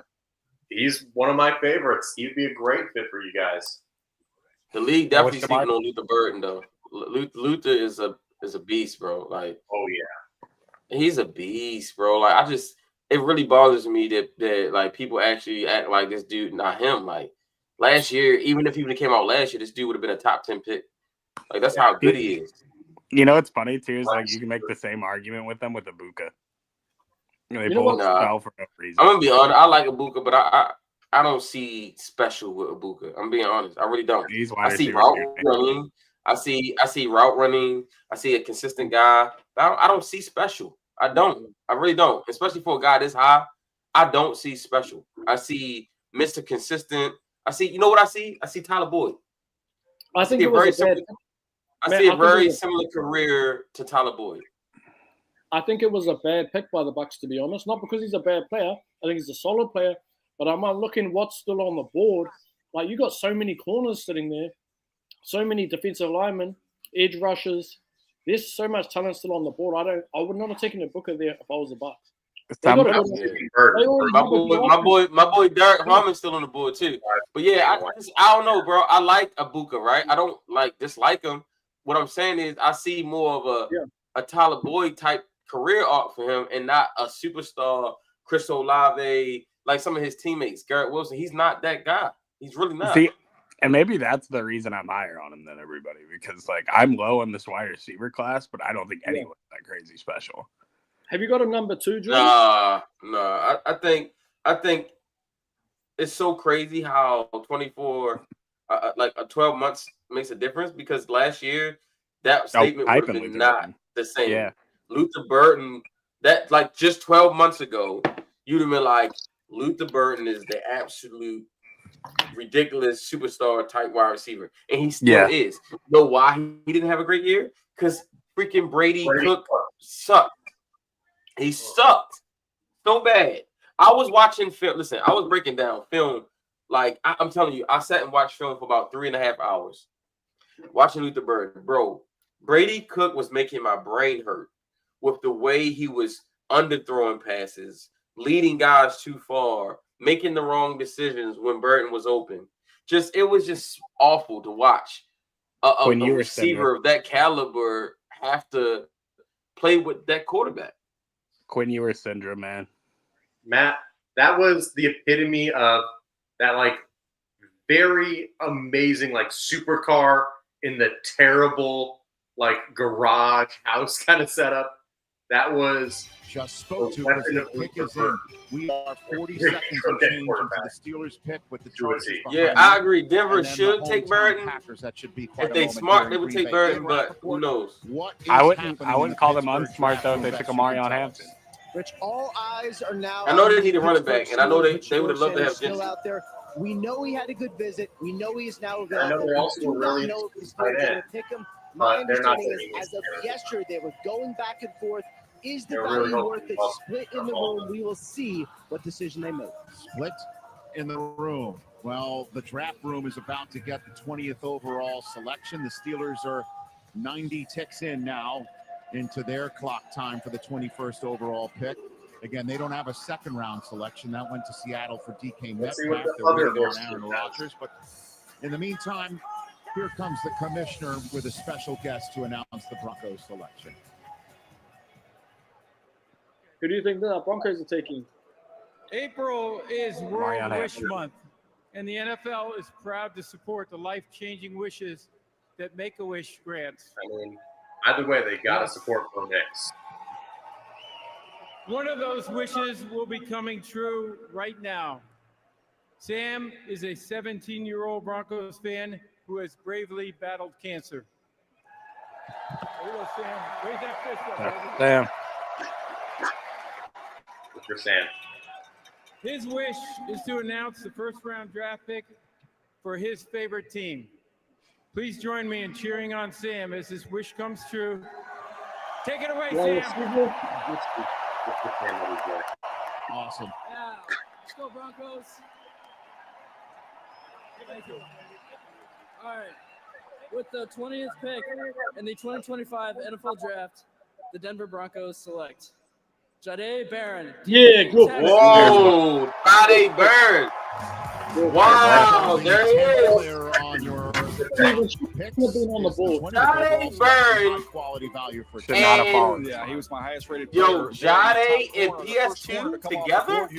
Remind me of Cooper DeJean is someone who is going to be outstanding playing in the no-fly zone's back. Ball skills for Texas. Wow. He can find, Denver. locate, and go get the football down Yeah, the field. Denver. Here he is Yeah, showing Denver. you his ability to trust his eyes, see it, plant, and drive on the ball. Again, in the slot. Hey, he can they cover really tight show why ends, he can cover slot receivers. they're in the and then if you AFC want West to be a with Patrick force Mahomes player, and the which Kansas you have City to be at that Chiefs. position. You have to be able to cover guys. This guy simply You got have to be his able to tackles. stop He guys is like very Xavier tough and Worthy. reliable. There Well, he guess is who? against Ibuka, Guess who who we saw practiced just go off the Xavier board. Worthy every day in They practice? decided instead of offense, Jahdae they're going to Barron. double down on a defense that is He'll be just fine. outstanding. And they added Hufanga in the offseason. They added Greenlaw. You've got Pat Surtain, the reigning defensive player. Really helped him. Yo, you put Jahdae Barron on the defense with all the guys they just added. They added PS2. I mean, they already had PS2. They added Funga, 2 years ago when they Drake Greenlaw, in the national semifinal. some of the other guys they added, and now you get Jade Barron. Bro, it's up in Denver, bro. It's up. And Jade Barron came back. Funga Andrew and Makuba, Drake Greenlaw stay healthy. That's a very guys, strong. they were transformed up in in a lot Denver, of ways because of Barron. Actually, Barron in that secondary did as good a job of anybody against Jeremiah Smith in Ohio State, and now with this defense, which was I thought I would have a very gone good defense like most of the season. speed-wise, They just got Gibbs, better with Jade Barron. And DJ, But you alluded this to him quarterback possibly class going into the nickel, right? I ain't gonna hold you, yo. Well for him on the Hey, corner. hey, Jordan. If he goes into Jordan. the nickel, Yo. Jaquan McMillan played well for them. I got two This names. is where size 2 words. matters. You're getting a Will much Johnson. bigger, stronger, more physical guy going He went, into didn't that he? spot, too. He can blitz off No, he the edge, didn't. and that's what Will he's Johnson bringing went. into. Remember how Wait, fast I thought he ran went. to come Let me up. double He's check. a He hasn't in gone yet. high school. He can No, Will Johnson ain't Kansas getting City's picked, trying bro. to get back to throwing Oh. the football around, and the If Los Will Angeles Johnson is Chargers there are gonna run it. 27, Jade Barron I'm can running the handle pickup. All right, Mike Tomlinson. That's on the great. phone, gents, and Hey Matt, you there? is Shador Sanders on the Yeah. other end of the line? I Have you mean, seen that is graph of basically teams the that draft question like of this as draft. close to the If consensus Shador wasn't on going to go overall third player overall, the like Giants, or 9th overall Have you seen that graph? to the Saints, then would he go? I'm to going. I'm Pittsburgh? I don't know calling if it. this is All a right, live shot Shador or gonna go to the not, Steelers. but it does look like Shador. Jackson Dart. This Jackson is Dart. moments ago, we're told. So Chargers if it go to doesn't the happen here, the only question is when Hampton. does it happen tonight, if at all? And if it's Chargers not need Shador, wide who could it They be? do. They were I can really see Chargers taking Will Johnson. defensive. Michigan We're ties, looking Jim at defensive Harbaugh. tackle. Kenneth Grant, if he would have been there, I think would He have was the guy, but I don't think Green Bay would take. Minnesota could take Will Johnson, and so could Green Bay. He's my highest rated defensive tackle that's still out. Minnesota think might he trade should back win. though. And you could see it again. They there's could. those that you would trade back that are still on Unless the they board there. some of the That's ways not that very was low. there. They need a I don't know if they trade back and Will Do you think the Johnson. Steelers could go anywhere apart from Shador? This organization needs a trigger man. Sort of forced They them to need a go. quarterback. If they're not taking him here, Houston does needs that say to that go they feel like they offensive know line. they're getting Aaron Rodgers? God, please don't or take they a have an quarterback. Please absolute break plan? these people's Because hearts. if you're not taking one here, and obviously you can have Rodgers Do it and on still live take a television. quarterback, but if you're not taking one here, you're telling your fans you've got a plan in place. Now, look, I'm just telling you guys. If they don't take it, if then you that look means back and they're read signing my like Kenny Aaron Pickett Rodgers. report, his strengths and I think weaknesses that's either lined up Shador with or Will Shador's Johnson. Gary strengths said, I'm and going to throw weaknesses up. as a Green Bay player. could take They Luther took one Burden for ride sure. on that roller Gary coaster said, I'm going to throw in up. this portion of the draft. I don't know that they're going to do that again. He said, please, I need to laugh all night. This is in the 2025 draft. We're not How many steps do y'all think understating Roger Goodell gets in a draft? history's about to end. My guy Juice is about to With the join the live 21st stream, pick y'all. We in the bringing Juice on. 2025 NFL draft. Hey, welcome Juice in. said he want Will Johnson. Steelers select Derek Yes, sir. Herman. There it is. Derek Harmon. Tackle, Hey, Oregon. Skrill. And the reaction from the crowd. Hey, Skrill. We talked about Derek Harmon to the Steelers. Steelers go and take a duck. Jamar Stewart, for Derek right Harmon. there in the middle of their defense. I want to see. I- I want to see I had a prime time chance to go space. see him live, and he's impressive. He just I knew this was going to happen, though. I said it. I said, I think Derek's going to go before the Ravens. I said Walter Nolan's going to go before the Ravens, and so is Kenneth Brett. So that's going to leave Luther Burton, a safety, or a surprise guy like Will Johnson falling to the Ravens. He was just a low. If Will Johnson goes to, I'm telling y'all right now, if Will Johnson falls to 27, bro, the Ravens are going to have a secondary with Will Johnson, Nick Wiggins, Marlon Humphrey, Kyle Hamilton, and Darius Washington. Oh my! The guy all the way on. Oh freaking my! So You're gonna have to watch the Green Bay Packers and the Minnesota Vikings. They don't. That's loaded though. They got Cam and Derek Harmon. Trade back into the first round. Hey, Ravens! This is the pick where the Ravens swap Mark Andrews to the Chargers, move up to 22, let the Chargers get 27, and we go do some stuff. I had a feeling the Steelers weren't going quarterback then, because the Steelers are so much like the Ravens, how they draft them. America's largest financial services companies. It's been said they're not a big fan of Shador either in the process. The Steelers are very They're the one team. They're the one team with like actual messages of like they didn't like Shador. Yeah. Who didn't like Shador? There's three The teams, Steelers. right? There's three teams that draft BPA that don't really like to reach on players with, and they have values on certain players, right? The top three teams in the league in the first 3 rounds, they This draft is why the Ravens are one of the elite franchise because they don't reach, bro. They just sit there and let a great player fall to them, bro. Will Johnson is, bro. If Will Johnson makes it past the Chargers, I'm telling you, bro, we could be picking between Will Johnson or Mike Green. And Malachi Starks throw him in there. And Malachi Starks for Green Bay and Minnesota. Don't disrespect my guy like that. There might be 6 players there waiting at your picks too. Because Green Bay, Jaire Alexander is possibly on the trade block. Yeah, I ain't gonna hold you, bro. Vikings. If it wasn't for those allegations, bro, Mike Green would have been off the board. Yes, he would have been off the board, bro. That nigga elite. Like, excuse my language, but like, yo, he is elite. Like the ability to come off the ball. That you can't find that in every draft. I'm just saying, listen, I remember a time where the Ravens would draft troubled players because they believed their locker room was so strong that it can handle anything. Ray Rice changed all of that. Once Ray Rice had his incident, bro, people just, forget it. Not people, the Ravens switched it up, bro. Like once Ray Rice incident happened, bro, it changed the whole perspective of the building. It's like they don't even want to take chances no more because they got burned. But here's the thing: Ray Rice was a model citizen in college, so there's no perfect science to this. So Matt, I'm gonna predict the next few picks leading up to the Ravens. All right, I think Chargers go Luther Burden. I think honestly, both Packers and Vikings could break your heart by each going Mike Green and Will Johnson. That's a very real possibility. No, but that's fine though, because there's multiple guys on my board. Like I've been preaching Luther Burden too. I'm Malachi and Luther Burden. I projected Malachi being the Ravens pick in February, and then I recently just been saying, "Yo, Luther Burden." I said, "What did I say, Jordan?" I said, "If Walter Nolan, Derek Harmon, Malachi Starks, Matt, they all there." I say if all of them. No. I'm saying if Walter Nolan, Derek Harmon are gone, and I think I said Derek Harmon and then Malachi Starks. If they all gone, bro, the Ravens could look at Luther and say, "Yo, Luther's the best player." We're doing all this to trade back with the Giants, aren't we? So yeah, I'm saying it's yeah, because we about to get Kayvon Thibodeau. We about to get Kayvon Thibodeau. Is this that Browns or Giants trade up for Shadir? Like he's still falling. He's still there. He got past the Steelers. I think it's going to be Josh Simmons by the Houston Texans. Rams can be a bit of a wild card. Yeah, Rams. You never know how they go. The Rams. Yeah, because the Rams legit can take whoever. Yeah. So I feel pretty confident about those guys potentially being off the board.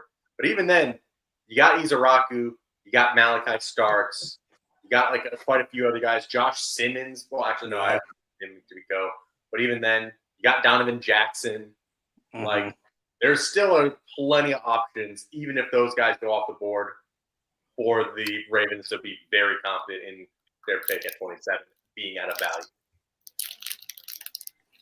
Somebody trade up for Shador Sanders. Come on now. Yeah, I mean, who do you think the Chargers go? Wide receiver? I'm still saying. I think they're trying to trade out right now. They're trying to trade. Yeah, I mean, yeah. They're still on the clock. They're letting it run. They've been letting. Why not Will Johnson right here? This clock has been running down to the bare minimum since the Seahawks pick. Somebody's calling. Your call has been forwarded. Will Johnson makes sense because, of course, the Michigan ties. Michigan ties. Luther Burden makes sense because after seeing how bad the wide receiver core was for Justin Herbert. Well, here's the thing, though. They play a Greg Roman type scheme, though. They don't really feature wide receivers. Would you think that the Chargers would rather go with Matthew Golden? Trying to trade with the most. I think it's not a I want to address the Will Johnson thing. You guys mentioned there were injury concerns throughout this because process. I think there's no point in them going to defensive a tackle because there's no situation defensive tackle. that got red flag concerns about his longevity. That is why he has fallen. Not as much. Top VP, you got Tyler Williams, TJ Sanders. Well, coming off the national championship season, folks were talking about a top 5 pick for for Will Johnson. Well, if he was healthy, he would have been. Right. Would you agree with that? Well, I mean, the speed is going to be the question. And so with could potentially go outside of the man-heavy teams, first round. okay, maybe he's not a good first. The Chargers, when it came to man percentage last year, they were like 30th in terms of playing man coverage. So they're going to play off. He's played in that. He can see everything, drive and make plays on the football, which he's incredible. Well, you call their games on the radio. Yeah. What do you think? I was in that stadium in Houston when they lost to the Texans, and McConkey went off, but I just felt like they needed some more speed weapons for Justin Herbert. They've got to give him more options, guys who can win when you're going to see a defense like the Texans who can kind of lock you up and need more than Lad McConkey. So that speed can come in the way of a tight end, that speed can come in the way of a back out of the backfield, that speed can come on the outside. They lost Josh Palmer, big target. They brought back Mike Williams, but you don't know exactly what juice you have left in him. So the speed makes sense that DJ is talking about right there. But it's not just, and Joel's mentioned it. They know Will Johnson, they know people, but it's not just Michigan guys. It's all the people that they've coached on the staff, guys who know players. I think the Packers will be wanting to go Matt Golden. The Chargers have taken this down to the final seconds, and that didn't look like a phone call, a celebratory phone call with whoever they've just selected. So, guys, what do you think? I don't know. The Chargers are. I think we got to trade, y'all. I think we got to trade. I think it's gonna be. Oh, this. Oh, reacted to that.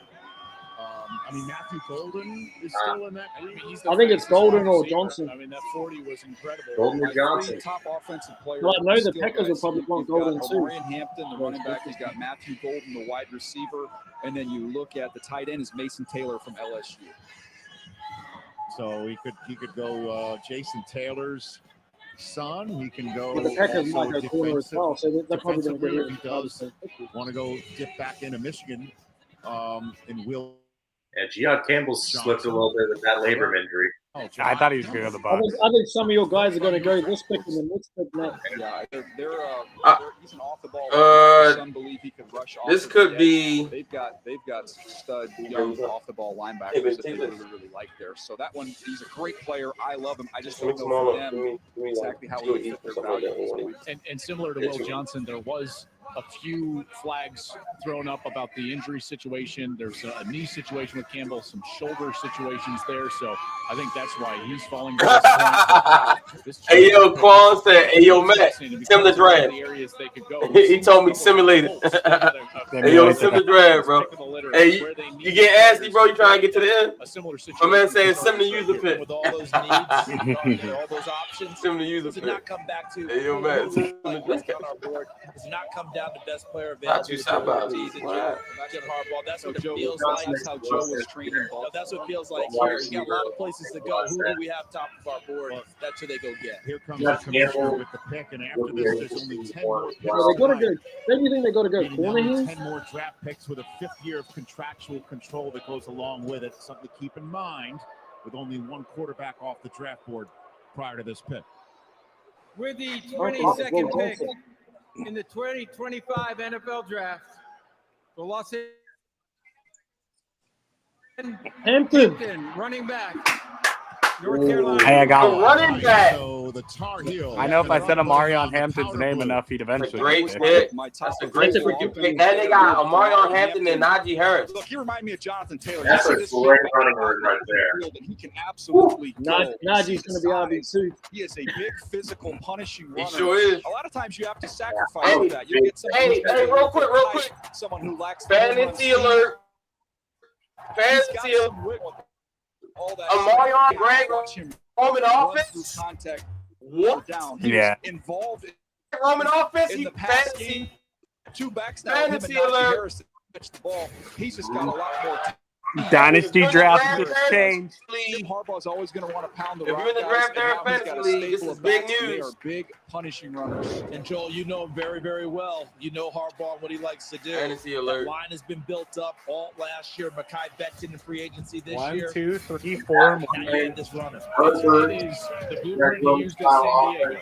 and San Francisco. See, on one hand, I'm like, yeah, all these players are falling, but then on the other side, I'm like, damn it, Buffalo and Kansas City still got picks This is too. a back that is versatile. He's a workhorse player. He had 25 touches in 8 different games last year. He's a really dynamic player. The 1940 draft was held in December of 1939.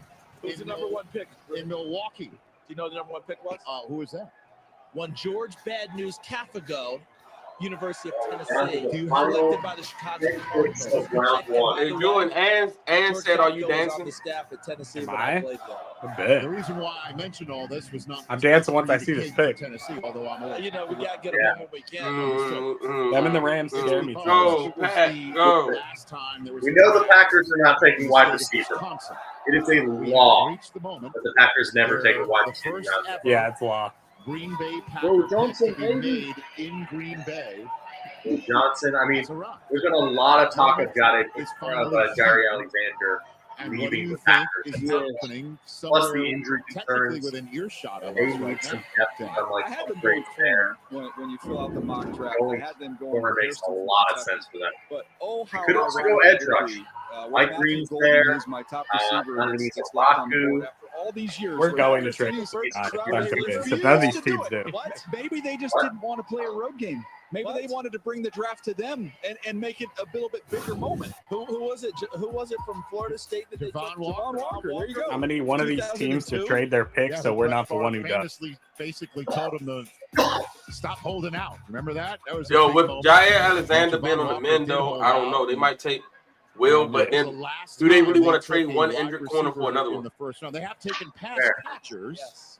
Bare in the minimum, first round. one of them's younger, But cheaper.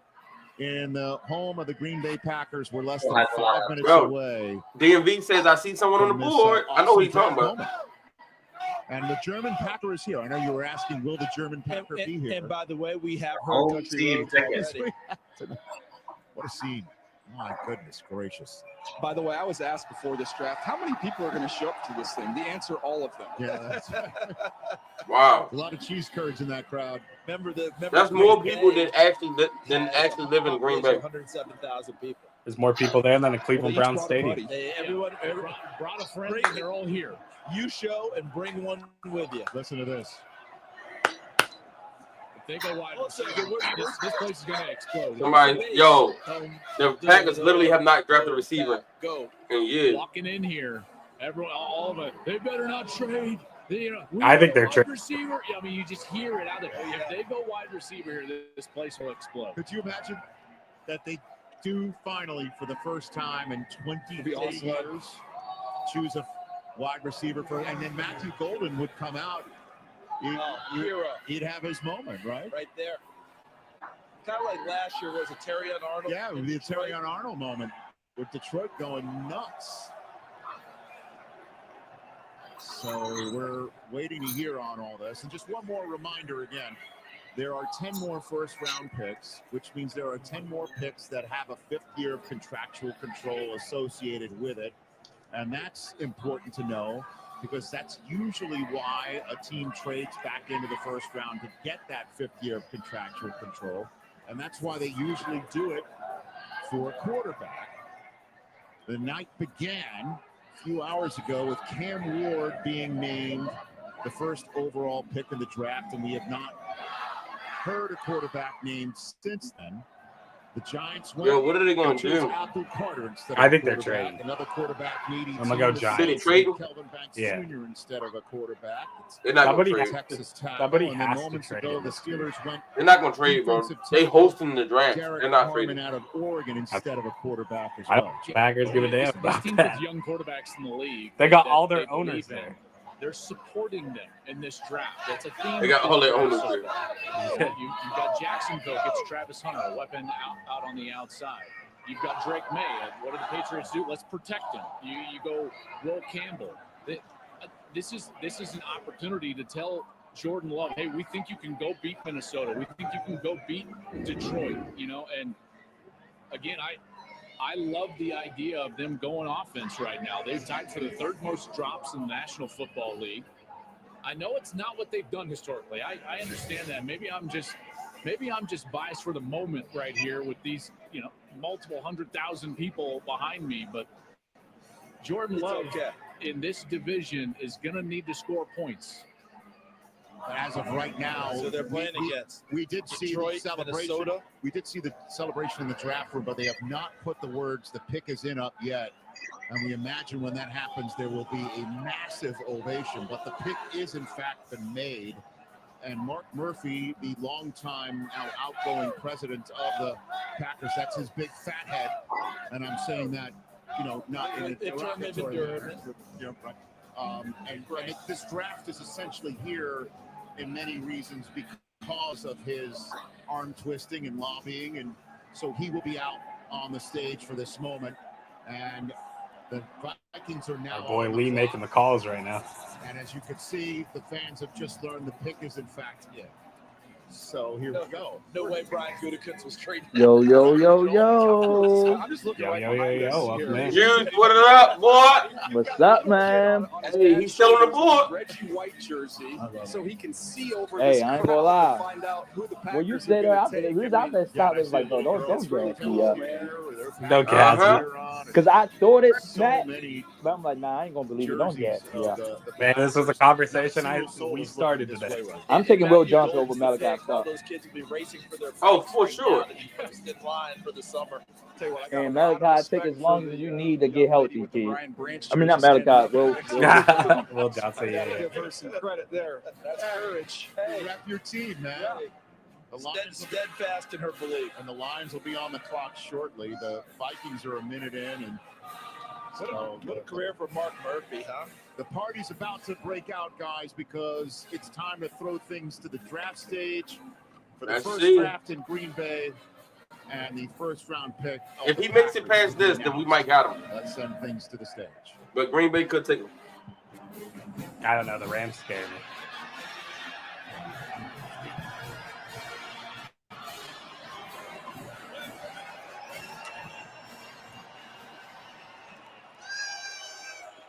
Yeah, like you were saying, Jordan, Okay, Rams Green are a Bay, wild it's your card. time Mm-hmm.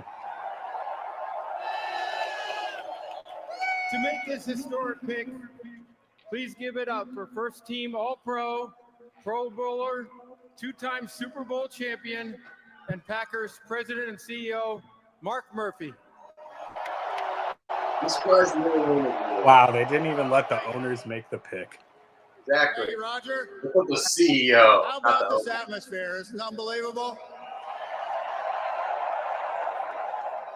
Roger, thank you and the NFL for bringing the draft here to Green Bay for the best draft in the history of the NFL. Right here.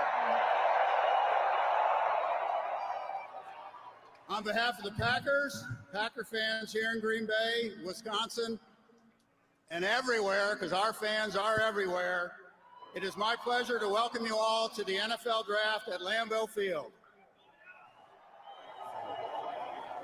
It is our honor and privilege to host this wonderful event in our community, particularly since we are the only community-owned team in the NFL. Ooh, let's go, owners. Just out of curiosity, how many of you are owners? We also have the best owners in the NFL. And we also want to celebrate the special connection we have with our fans that dates back to the early days of professional football. With the 23rd pick in the 2025 NFL Draft, the 13-time world champion Green Bay Packers, for the first time since 2002, draft a wide receiver. Listen to this crowd. Oh, baby. Matthew Golden, wide receiver. Laws have been broken today, people. Hey, Green Bay never taking a round one wide receiver. It's over. Now. Wow. You can't script That man this looking any fresh, better. too. Everybody in this entire crowd wanted wide receiver, Rich, and they came through for him. Listen to this Like crowd. they've been clamoring for wide receiver Wow. for years. Jaden Reed, Matthew Golden. I ain't gonna lie to y'all, yo. Malachi Starks might not be the best player on the board. Let's bring a draft to Green Bay. Yo, I ain't gonna lie, yo. In the parking lot. Let's Is have Magic Golden? 125,000 people. Green Bay really tough though. Yeah, that's tough. Yeah, that's tough. Aaron is a very happy man. Being the first receiver taken in years, that's a lot of low-key, a lot of pressure though. Green Bay, and let's have the word gold in his last name. Because now what we call checking every box. it can be on some like, yo, you know what? You're supposed to be that guy, X, Y, and Z, and all that other shit. Green and golden. I'm gonna need somebody to trade their pick ahead of us. This is also the greatest example of peer pressure. Hey, Otherwise, we trade back. Hey, I ain't worried about the Bills jumping in front of us though. I'm saying it because I think we trade back. I got a fun. Yo, why would we trade back? For what? So at the NFL Combine, I got to ask a few questions to Malachi Starks. One of the questions I asked him was, who was the best wide receivers that you faced your entire time in college? Hey, yo, Mamba said EDC. Mamba said EDC probably sitting there like, John, pass me my Johnny Walker. I need to evaluate this shit. So Starks said his best wide receivers that he ever faced in college. Put up a lot of guys from last year's class. Bro, if we get Will Johnson, but not just a speed receiver, you see a lot of snap in his routes. Watch him when he gets to the top, the separation, the first he shows out of the break point. You said Malachi said who's the separate receiver? Go out and get that with one hand. That'll be well received with this crowd here. The ball skills again, Jay, you said who did you say? Adjustment ability again, not just a speed Malachi receiver. Starks, I got to interview him at the Combine, and he said, like, I got to ask him the question of who are the best wide receivers that he faced in college, in his opinion. And he put up a lot of great names: Marvin Harrison Jr. He said Ladd McConkey. He said Malik Neighbors. He said A.D. Mitchell from last year's draft class as well. But the only one he picked from this year's draft class, Matthew Golden. I like it. I like it. All right, so Minnesota to me and the Rams are the only ones I feel like, and now away from getting Will Johnson. Absolutely, because Houston, they already have a shutdown corner. It would be very interesting to see them have both Will Johnson and Derek Stingley Jr., but they desperately need a tackle and wide receiver help. Like, I know Josh Simmons is there, Luther Burden is there, with like Tank Dell being now like needing a whole entire knee. Luther Burden makes a lot of sense for them if he's there, which at this point he will be there because I don't see Minnesota taking Luther Burden. Yeah. So they could go either way there, wide receiver or offensive line. I'd be shocked if they go elsewhere. Rams, like we've been saying, they're a wild card. So you guys might get Will Johnson here, depending on those two.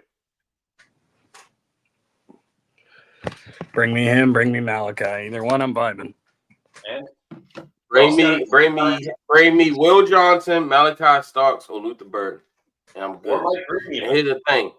There's 3 players that I like, and there's only 3 teams. And I don't see all 3 of those teams taking the guys I like. Hell, there could be guys like Jihad Campbell could go. Josh Simmons could go. The Eagles trying to trade up. Yeah. I see that. Who do you think they're trying to get? Mike Green? Yeah, they don't care. Can you imagine they get Mike Green, bro? Oh, my. Oh. That would be insane. And then take the rest of it. Bro, can you imagine if they get Mike Green, bro? Yeah. Would the Ravens trade with the Eagles? I don't think so, man. Yeah. No, because the thing is, the Ravens don't need more picks, though. They got 11. Yeah. Unless they're going to package those to move up in the second. I thought you just meant in general with like team relationship, but yeah, I get. Oh, no, I know they would trade with them. I'm just saying. would they be the ones to trade out? 24th pick. I still think they would, but I don't think it'll be the Eagles. The Minnesota Vikings They're taking. select Donovan Jackson. Oh! My God, Yo, Donovan Jackson. Minnesota. Hey, the Giants just traded with the Texans, y'all. The There we Giants go. just That's a traded W. with the Texans? That's a W. W. That's Yo, a they great get trade. Shador, they got it. Will Johnson's still there, bro. All right, Rams. We get one. You get the other. Well, Lions could also go defensive back. They really need DB. Yo, the Giants come up and take Shador Sanders and still get, and they also got Abdul Carter. Abdul Carter. That's how you win the draft, bro. That's just like the Texans did. Remember a couple of seasons ago when they got on Stroud and Will. That's how you win the draft, bro. Yeah, I don't like the fact that the Texans traded back and got more picks because they have quite a few needs, and I think they can address. I ain't gonna hold you. This is great for the Ravens. Maybe the Texans are just thinking the guy that they want will still be there. Jay, Honestly, this package isn't even that crazy. $34.99 in a future third. No, that's cool. 39. Bro, the Ravens really about to have their pick of. As I thought. The Ravens really about to have their pick of Mike Green or Will Johnson, bro. Okay, or The Malachi Ravens really about to have their choice. Texans, No, I'm sorry. Say that with that package. Unfortunately for Malachi Starks, the board didn't fall his way, bro. Bro, The Ravens have. Hold on, real quick. The Ravens have two of the top players at premium positions available. They ain't taking Malachi Starks. They ain't taking Malachi Starks, dog. No, they can get a safety in the second round. Still be there. Yeah, we can get There's Makuba. still Xavier Watts. There's still Kevin Winston Jr. There's still Nick Emanwari. Every single safety is still on the board right now. The Ravens just sit there every year and just bro. Hey, Jordan, how would you feel if the Ravens got Will Johnson and Andrew Makuba? I'd be happy. I'd be a happy man. You goddamn right.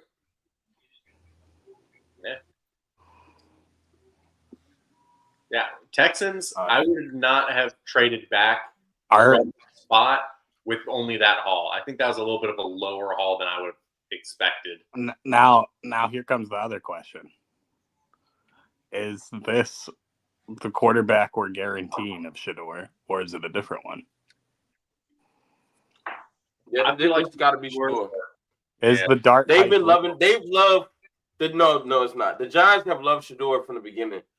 I think they didn't want to take him at 3, but I think they love Shador. Yeah, and also they jumped past the Cleveland Browns, who were definitely going to take him with one of their 2 picks early on. I would not have taken Shador at 3 neither. And you don't let go of a guy like Travis Hunter nor Abdul Carter for Shador Sanders. Yeah. But and the funny thing is, I said that shit earlier too in a space like, bro, Shador is I ain't gonna lie. If they take Jackson Dart, this is dumb as shit. If you really watch college football, you know Shador can play quarterback. Like, I don't know why everybody keeps saying this. Like, he's a game manager, and he's an elite game manager. That's what he's elite at, right? Because you look at it, he didn't make a lot of bonehead throws or mistakes. No, he didn't. And he elevated a team that didn't have a good O-line. They had only one good O-lineman. They had no run game. It was 131st in the run for and it's probably like 160 teams in college. Mm-hmm. So it's like he elevated his team. Travis Hunter was his only receiver, to be real with you, because all them other guys are not really like guys like that. And then you look at Travis Hunter, he's not like a full wide receiver. You get what I'm saying? So it's like the kid, bro. If that kid did not have Sanders' name, bro, I truly believe he will be looked at way high. Like that shit crazy, because now they try to knock him because he got the Sanders name and he got the confidence. But like, let's be real, bro. The kid is a good quarterback. See, I completely agree with the analysis on Shador, but it is the Giants. And they've taken their Daniel Jones before. No, but you gotta remember it was a different regime that took Daniel Jones, bro. It's not the same GM or head coach. Same old Giants. It's not. This the same job He gotta be a giant, bro. He gotta be a giant, bro. They showing him on the camera. He a giant, bro. I ain't gonna lie. Felt like that was their Them preference. Commanders better watch out. Jackson Dart, and they have done a ton of work on him. Hey, they got all black quarterback room. Jameis Winston, Winston, Russell Wilson, and Shador Sanders. The division and where they play. I think that looks to me more like a Jackson Dart fit with the New York Giants. I thought they might be a little more aggressive and be worried about Pittsburgh. Is Russell Wilson really going right? to They have called the bluff. a And repeat Pittsburgh of did what not he had take in the quarterback, Seattle? and now they were patient. That was not a steep price they where had to pay to they potentially had go up and land a quarterback the big after signing already getting a premier player in So put it like this: you don't gotta rush Shador right away. Shador's gonna have two good mentors, bro. I mean, that's all I'm saying. It's only 22 slots. I got some Then bad you get to news, pick y'all. your option on the kid. I'm taking Shador over Jackson Dart. What happened? Come away with a quarterback. I got some bad news. Is Jackson Dart? You okay? This is Jackson Dart. Oh wow, what a shocker! It's almost like somebody had a prediction. No, but why? Because it's the Giants. No, but okay, all right, George. They this is the same team that had Eli Manning, the same team that had Chris Sims, the same team that got multiple Super Bowl championships. They beat Brady twice. I don't look at them as like, oh, the Browns are the Browns or the Bengals are the Bengals. You know, I don't look at them. Yeah, that's fair. Why do you think they took Dart though over Shador? The bubble screen offense, baby. The limited quarterback is the Giants' offense. Yeah. When Daniel Jones was at his best, when Daniel Jones was at his best, he didn't have to do anything. Skill set. Yeah, I get it. I mean, I don't get it. I'm sorry. When Daniel Jones was at his best, he didn't have to do anything. I don't get it, but I hear you. The Rams just traded out, and Atlanta traded a 1 in next year's draft to move up to take. That means Cleveland can get. Atlanta just traded with the Rams. To the New York Giants. Who is Atlanta coming to get? With the 25th pick in the 2020. Are they going to reunite the Georgia boys? Giants select damn. Jackson Dart, quarterback. Wow. So it is the quarterback Jackson Dart. Jackson Dart. And look at that, the Falcons have traded up to get Shador Sanders. Let's go. That'd be wild. They took Michael Penix and Shador Sanders. They're not taking Shador, bro. They probably gonna take Will Jones. They probably take somebody there. Shit, they probably take Mike Green because who did they draft at first? They took Jalen Walker with their first pick. They took who? Jalen Walker. At some point, They got that defense up. They took Jalen Walker, the edge rusher. I'm saying they're reuniting the Georgia boys. Yeah. You're saying Giod Campbell. They could go Will Johnson. They could go a lot. You go Mike That's Green. where I'm going. Yeah. They're reuniting them Georgia boys. I'm a big Izaraku fan. Do they have a big need for a safety, though? That's the thing. Do they have a need for a safety? Man, so the trade is picks 46 to Jesse Bates. So the trades are pick 46 to 42 and a next year's first for 26 and 101. Oh, hell no. Who they going to get? For all that, that's a haul. It better not be for no damn. I mean, is it Will Johnson? Shador Sanders is coming. Imagine Shador getting drafted by the Falcons, the same team his daddy got drafted by. A year after taking, somebody said Mike Green. Yeah. I can see it. I can see it. That's why I think they're going Mike Green, bro. They beef up and I think they will want to jump up. Yeah, they will want to jump up because Baltimore absolutely would consider taking Mike Green. I know the issues are there, but his potential is too good. His potential is too good. Like he's so good. Like no, they're taking James Pierce. Yo, what? James Pierce? James Pierce Jr., bro. Oh my. Yo, Mike Green. Will Johnson is a Raven. Will Johnson is a Raven. Yo, this is a crazy draft. Hey, Juice, don't spoil our pick. Don't spoil our pick when it comes up. Hey, Juice. Yo. If we take Will, I'm going to retweet that tweet from earlier. Oh, my. Hey, man, listen. Because the reason I said stop is like, yo, bro, don't give me hype, bro. Don't give me hype. He said, "Don't get me hyped. Don't get me hyped. Don't get me hyped. Don't get me hyped." Yeah. Ravens about to pick y'all. No spoilers, bro. No spoilers. Yeah, no Matter of fact, spoilers. Don't spoil this one. I'm about to go get me a margarita. I'll be right back. Yeah. I'm sorry for Lethal that we're not as big fans of what his team did. He isn't as well. But I'm feeling really good about the Colts and the Ravens draft's potential right here. Like, our two teams might have gotten some really good values. Colts getting Tyler Warren. You guys could go either Will Johnson or Mike Green. That's some really interesting value right there. Like, hey, great job for the Ravens staying pat, letting the board fall to them, and then just taking value when it comes. So those two guys certainly have their risks. Will Johnson due to injury, Mike Green to those possible off-the-field concerns. But when they're on the field, they are top half of first round easy picks. I can't believe they got a first-round pick for this. Yeah. Trading up and getting a first-round pick. I mean, great job by the Rams. Yeah, absolutely. I mean, when you're in the back end of the first round and you're still making trades where you get a first rounder next year, you're winning. Yeah. And you get like an early second rounder as well. Yeah.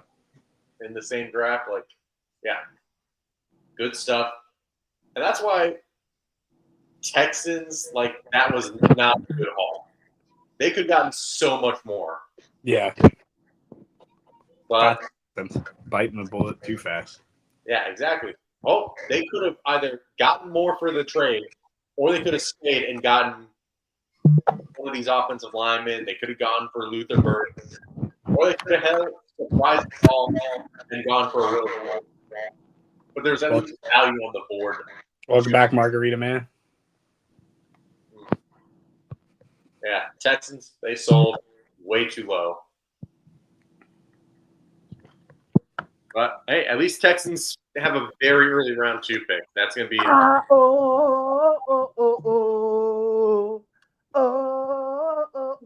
Juice scares me every time he talks. So that Remember,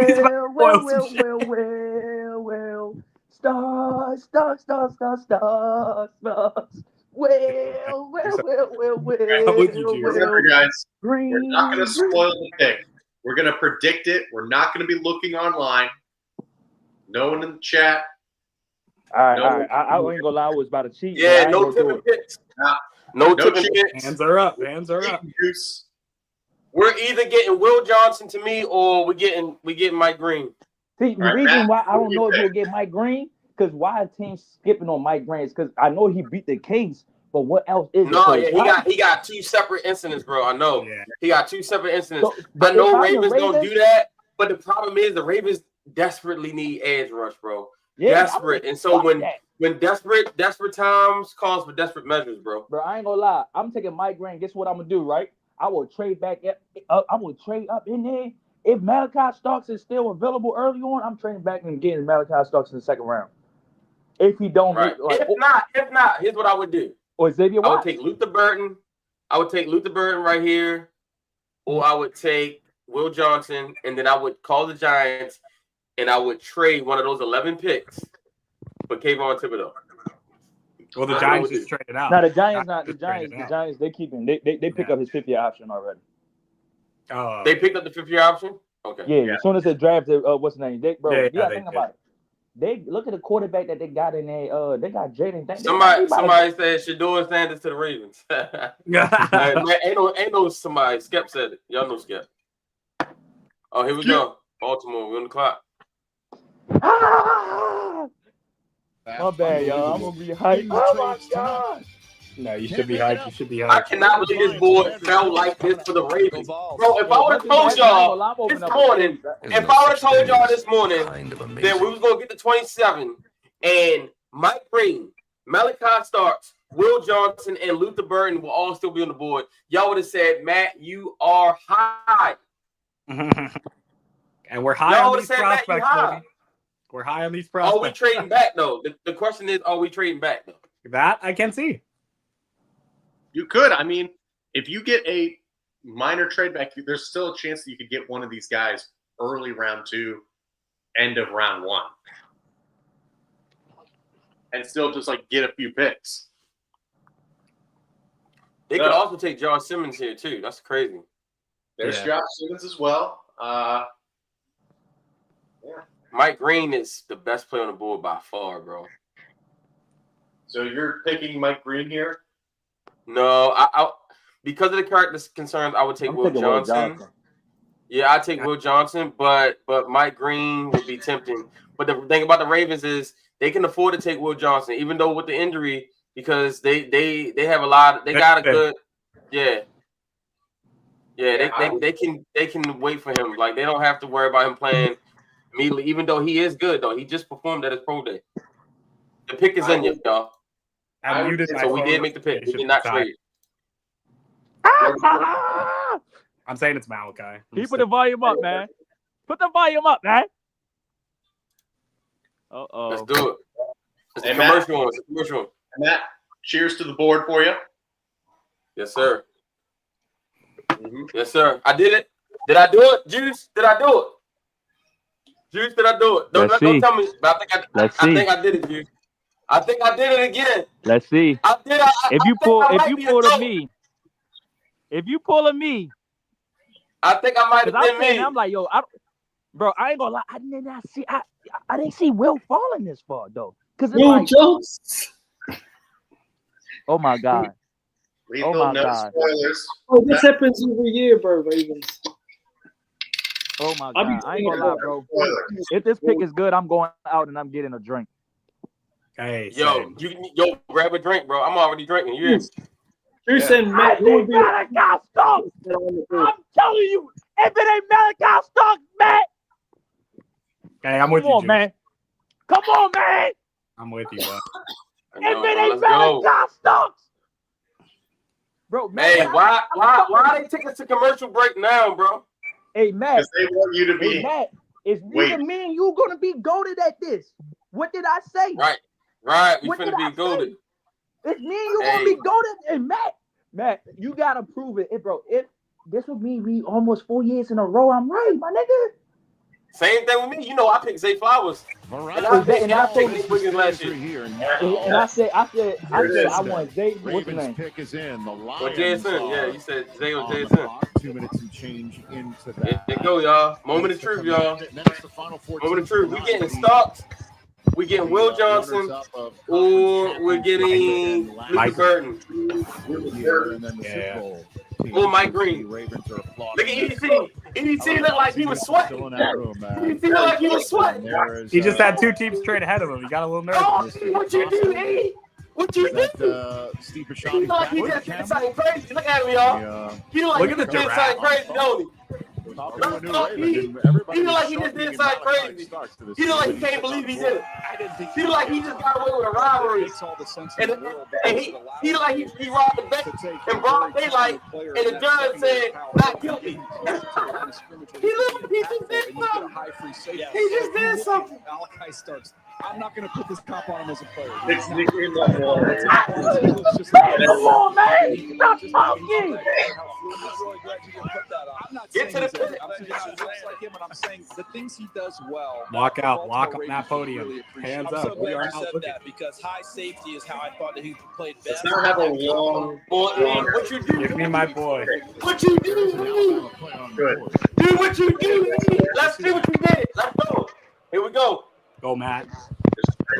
27th pick in the 2025 NFL Draft, the Baltimore Ravens select. Let's go! Let's go! There it is. Yeah, dude. Good for you guys. Now been done. A top 10 player on my board. Only 4 Wow. still in 3 there. on my board, baby. He is the one that was just chatting. He with was the not Ravens. 10. I'll say that. Number one safety. Yeah, this is someone who can play in the nickel, can play Wow. as a high safety. Great I think free for the Ravens, there. that's where he's going to be. Hey, He's going to be I called this back in February, so I'm good with it. I'm good with it. I thought Will Johnson be high, but that knee injury must be really bad, bro. They talk about the leadership Yeah. he provided. That knee injury must be really bad, bro. Excellent Malachi with communicator and Kyle excellent leader. Here he is. down the field, locating. Who knows what's Will gonna happen? Will Johnson injury must not be good at all, bro. Because how about this play? Watch him go up and get it. he was That a top 5. That was it. And so you want to see a few And more he plays just on the fell, field, like, those he's falling. opportunities the rest of the year. But watch him. Yeah, he must be really hurt, bro. Fill the alley close. Baltimore going to Hey, cut Matt. everybody loose. Hey, Matt. Defense. Hey, What Matt. I love is he is such a Matt. smart player. Day one, he's Hey, I called it in February, though, dude. secondary. Day one, I called it in February, baby. not only Hey, Like Matt, I said, you asked me, I said, yo, it's nobody but Malachi and Starks. for my money at least, CD, when I look at what he can It's do, nobody but Malachi Starks. throughout the secondary. Yes, Hey, yo, he that can hey, go be he on look top like of he first mad country too, and yeah. everything, but you can also start moving him Yeah, around. sure. well, he He's said confident I enough kind of had a in feeling, his but the way the bullet fell, right? So look, piece in that I secondary. knew this was the pick. I called it in February. But the thing is, when Mike Green and Will Johnson are there, I'm like, whoa, that changes things. But Will Johnson's got crazy character concerns, and Will Johnson got injuries. And when he was on the Rich Eisen show, he basically told himself that he was going to the Ravens. He basically told himself. Malachi Starks and Kyle Hamilton, y'all. Malachi Starks and Kyle Hamilton. Got better about the last 5-6 games of the season. You start to see him come along. Better ain't Yeah, not easily the best safety room. Hey, Scott, remember when I was showing you Malachi Starks film months ago, and you said, Matt, there's no way he's going to be there at 27. Draft party. This will help Zach Orr in his second year. There you go. No question. And so the Pretty Lions good. pick is now in. The team that won and done the top seeded Lions last year, the Washington Commanders. I did it again, bro. Look at my last 2 retweets, bro. Look at my last 2 retweets, dog. I said, let's not overthink things. And then on February 12th, I said with the 27th overall pick, the Baltimore Ravens select. Listen, I was feeling a little differently towards the end because I felt like the ball was going to fall differently. But at the end of the day, the Ravens got the best safety in the draft. My favorite safety is Makuba, but the best safety is Malachi Starks. Good pick. So all you worry about Cleveland, is there someone else out there that you have to getting worry the about? best It would have to be safety in the Pittsburgh class. or maybe New Orleans. Colts getting the best tight end in the draft. Let's get it, Say baby. what? Say it again, John. Let's go. Ravens getting the best safety in the draft. Colts getting the best tight end in the draft. Yes, sir. Let's get it, man. Woo! Oh. And at values too from where they're drafted, because both those guys, you can very easily say, oh yeah, they're top 8, top 5 even cases for players on boards. But because they're non-premium positions, they fell. They were not edge rusher. Hey, and I agree with Skep just said. He unlocks Hamilton. Hamilton will now get to be a vicious predator out there. He gets to be a vicious predator out there, sideline to sideline, attacking everything. And also, both of them can line up anywhere, so you can really mix and match and choose your spots on how they're going to be going. And as well, you can disguise so much with them. Like, agreed. It is a defensive coordinator. Starks are Darius Washington. With Starks are Darius Washington and with Starks, Washington, and Hamilton, man, that's the best safety room in the league. Yeah. Mm-hmm. And now you get to go into the second day, third day. Now you can just go trenches because now there's still players here. Like there's nothing stopping the Ravens from going go get Mike Green in the second round. Take safety Well, off who else? for the Ravens You for trade quite up some time, right? Sure. My goodness depending gracious. on how So far you that's fall the in. latest. Now here is the celebration. Hell, there's a lot of edge Here's rushers Dan in Campbell this going class. through the line. If you don't get a Tap Mike everyone Green, up. Did Malachi already speak? I missed his Yeah, he did. He was speaking before that. What do you think the Lions All right, let's just go did? back a little bit. I thought they would now I've been waiting for second first rounder in next year's draft for that as well. But that's looking deep over the steering wheel for the moment. Let's welcome Malachi Starks to the stage with Jamie Erdahl. I I just got my first hug of the night from one of the draft prospects. Nate Wiggins and Malachi Starks on the same defense. Wow. What was the meaning behind such a long embrace with him? It's been a long week. And just kind of be able to meet him throughout the week and just kind of watch him as a kid since I was a kid and be up here with him. And, I've been waiting for a long time in that room back there, and I'm ready to go to work. You got some time with your family while you waited. What has your family done for you to get you to this moment? Man, I couldn't thank them enough. All the sacrifices that they made for me. My mom, my dad, I told him I won't cry. My sister, I know she at home watching this, my fiance back there. My agency, man, they just bet on me and I bet on myself, and I'm ready to get to work. And now you're a Baltimore Raven. I'm ready. Congratulations. Thank you. Man, he and Kyle Hamilton, I guess you can take safety off the board for the Ravens for quite some time, right? They're in good shape. They're in good shape. So, They're in good shape. That's the latest. Now, They are officially out on the Caleb Downs train. It would have made so much sense for them there. Right? Hey, DMV, shout out to you, bro. Salute you, bro. You notice that you don't see in the Yes, room. sir. Great plug. Yeah. Always has Yeah, Jay, we can hear you. We can hear you good, bro. Always You good. managed to stay out of Make camera sure. sight. At Holmes running that team and running it so Yeah. well as a G. A reminder to everyone: follow the channels, Draftnerds. Lions. Tyleek Williams. What? Ooh. Tyleek Williams in the first round. I will tell you this: when he Wow. he's A little really early. good and A little early. That is a lot early. They do culture fit for Detroit. I'm trying to be a little polite. Tackle. an Ohio State, an Hey. Ohio team took a Wolverine, and a Michigan team took a Buckeye. 3 national champion Buckeyes in the last 10 picks. Last 4 picks. I posted the Malachi Starks graphic, and I was like, man, I love 31 other teams. Grind hard, push, pull, chin up, drop. Run back, grind hard. All right, number 21 is available. I guess Malachi gonna wear number 21. Grind hard, push, pull, chin up. The king. Bo Brady has 24, but he's undrafted, so maybe he'll give that 24 up. Sean, why you gotta say that? This is a happy space right now. No, bro.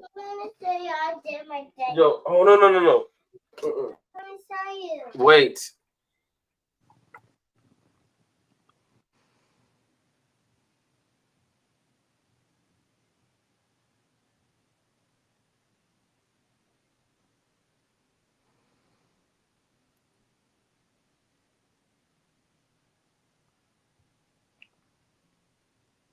Oh, Matt went out for a minute. Yeah, no worries. Malachi breaks the world, baby. Mm-hmm. Yeah. That was a very good value pick for them. Great fit for their defensive scheme. You can do pretty much anything with that safety duo and have a very, very fun defense. Yes, we did, DMP. Yes, we did. Huge impact plays there. Man, I'm really stoked for that. Still a lot of talent left on this board, which me personally, I'm not too thrilled about, knowing that Houston Texans and Tennessee Titans both have picks very early round 2. But there was always going to be talent on beginning of round 2. Let's not kid ourselves. But man, this is going to be interesting. So who do you think are going to be the last 4 picks to round out the draft? I know the Bills are kicking themselves in the face right now. Yeah. And Bro, if this dude Mike Green goes to the Eagles, bro, I just don't know what to say.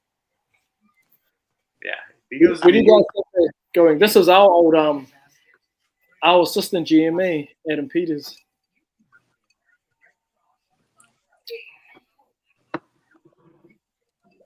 Bro, don't miss. Wow, we did it again, baby. We did it again. Matt, you just couldn't miss. Hey, look at the board. Like, look at the talent still on the board. These idiot options. The board is insane. The only reason why, I felt like I do like Starks, bro, but I did fall in love with Makuba towards the end of the process. And so I was thinking, well, maybe we take a different player at a different position and then we go and get Makuba. But I'd also mentioned the other day that the Ravens might not want to take that chance, right? And let's say they passed on Starks.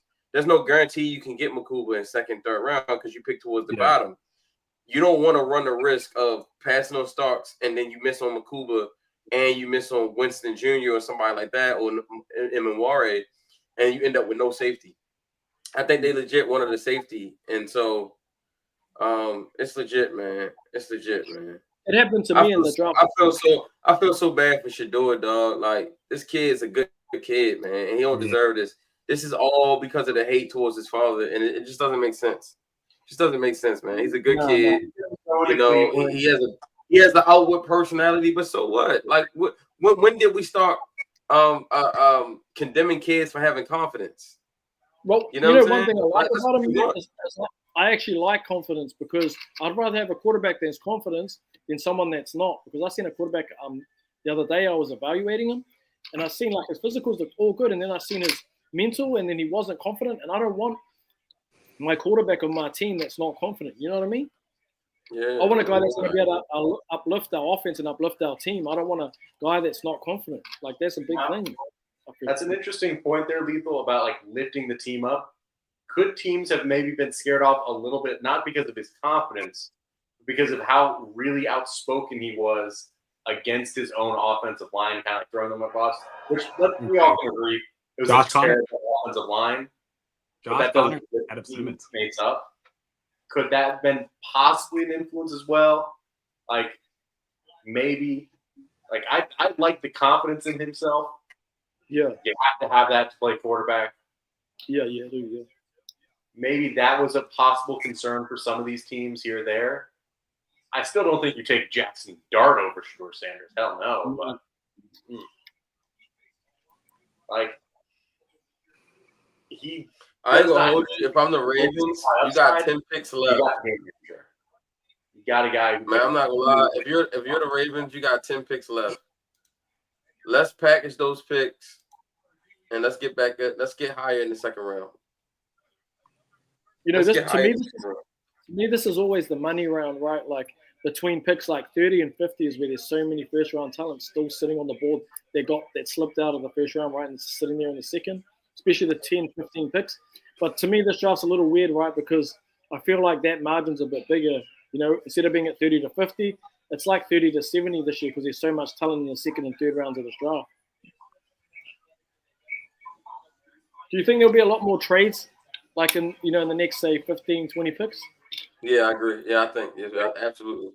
I think the next like that top of the second round is gonna go crazy. That's why I'm saying we need to get up there.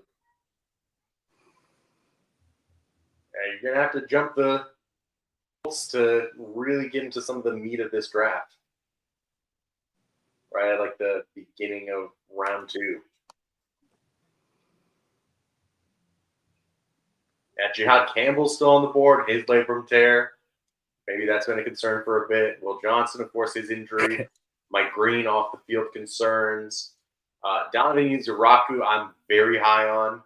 Yeah. He could go with any of these next 3 picks, and I would not be shocked. But of course, Mike Green is still there, and just pure on the field. Like, he could go to one of these 3 contenders and have a very big impact.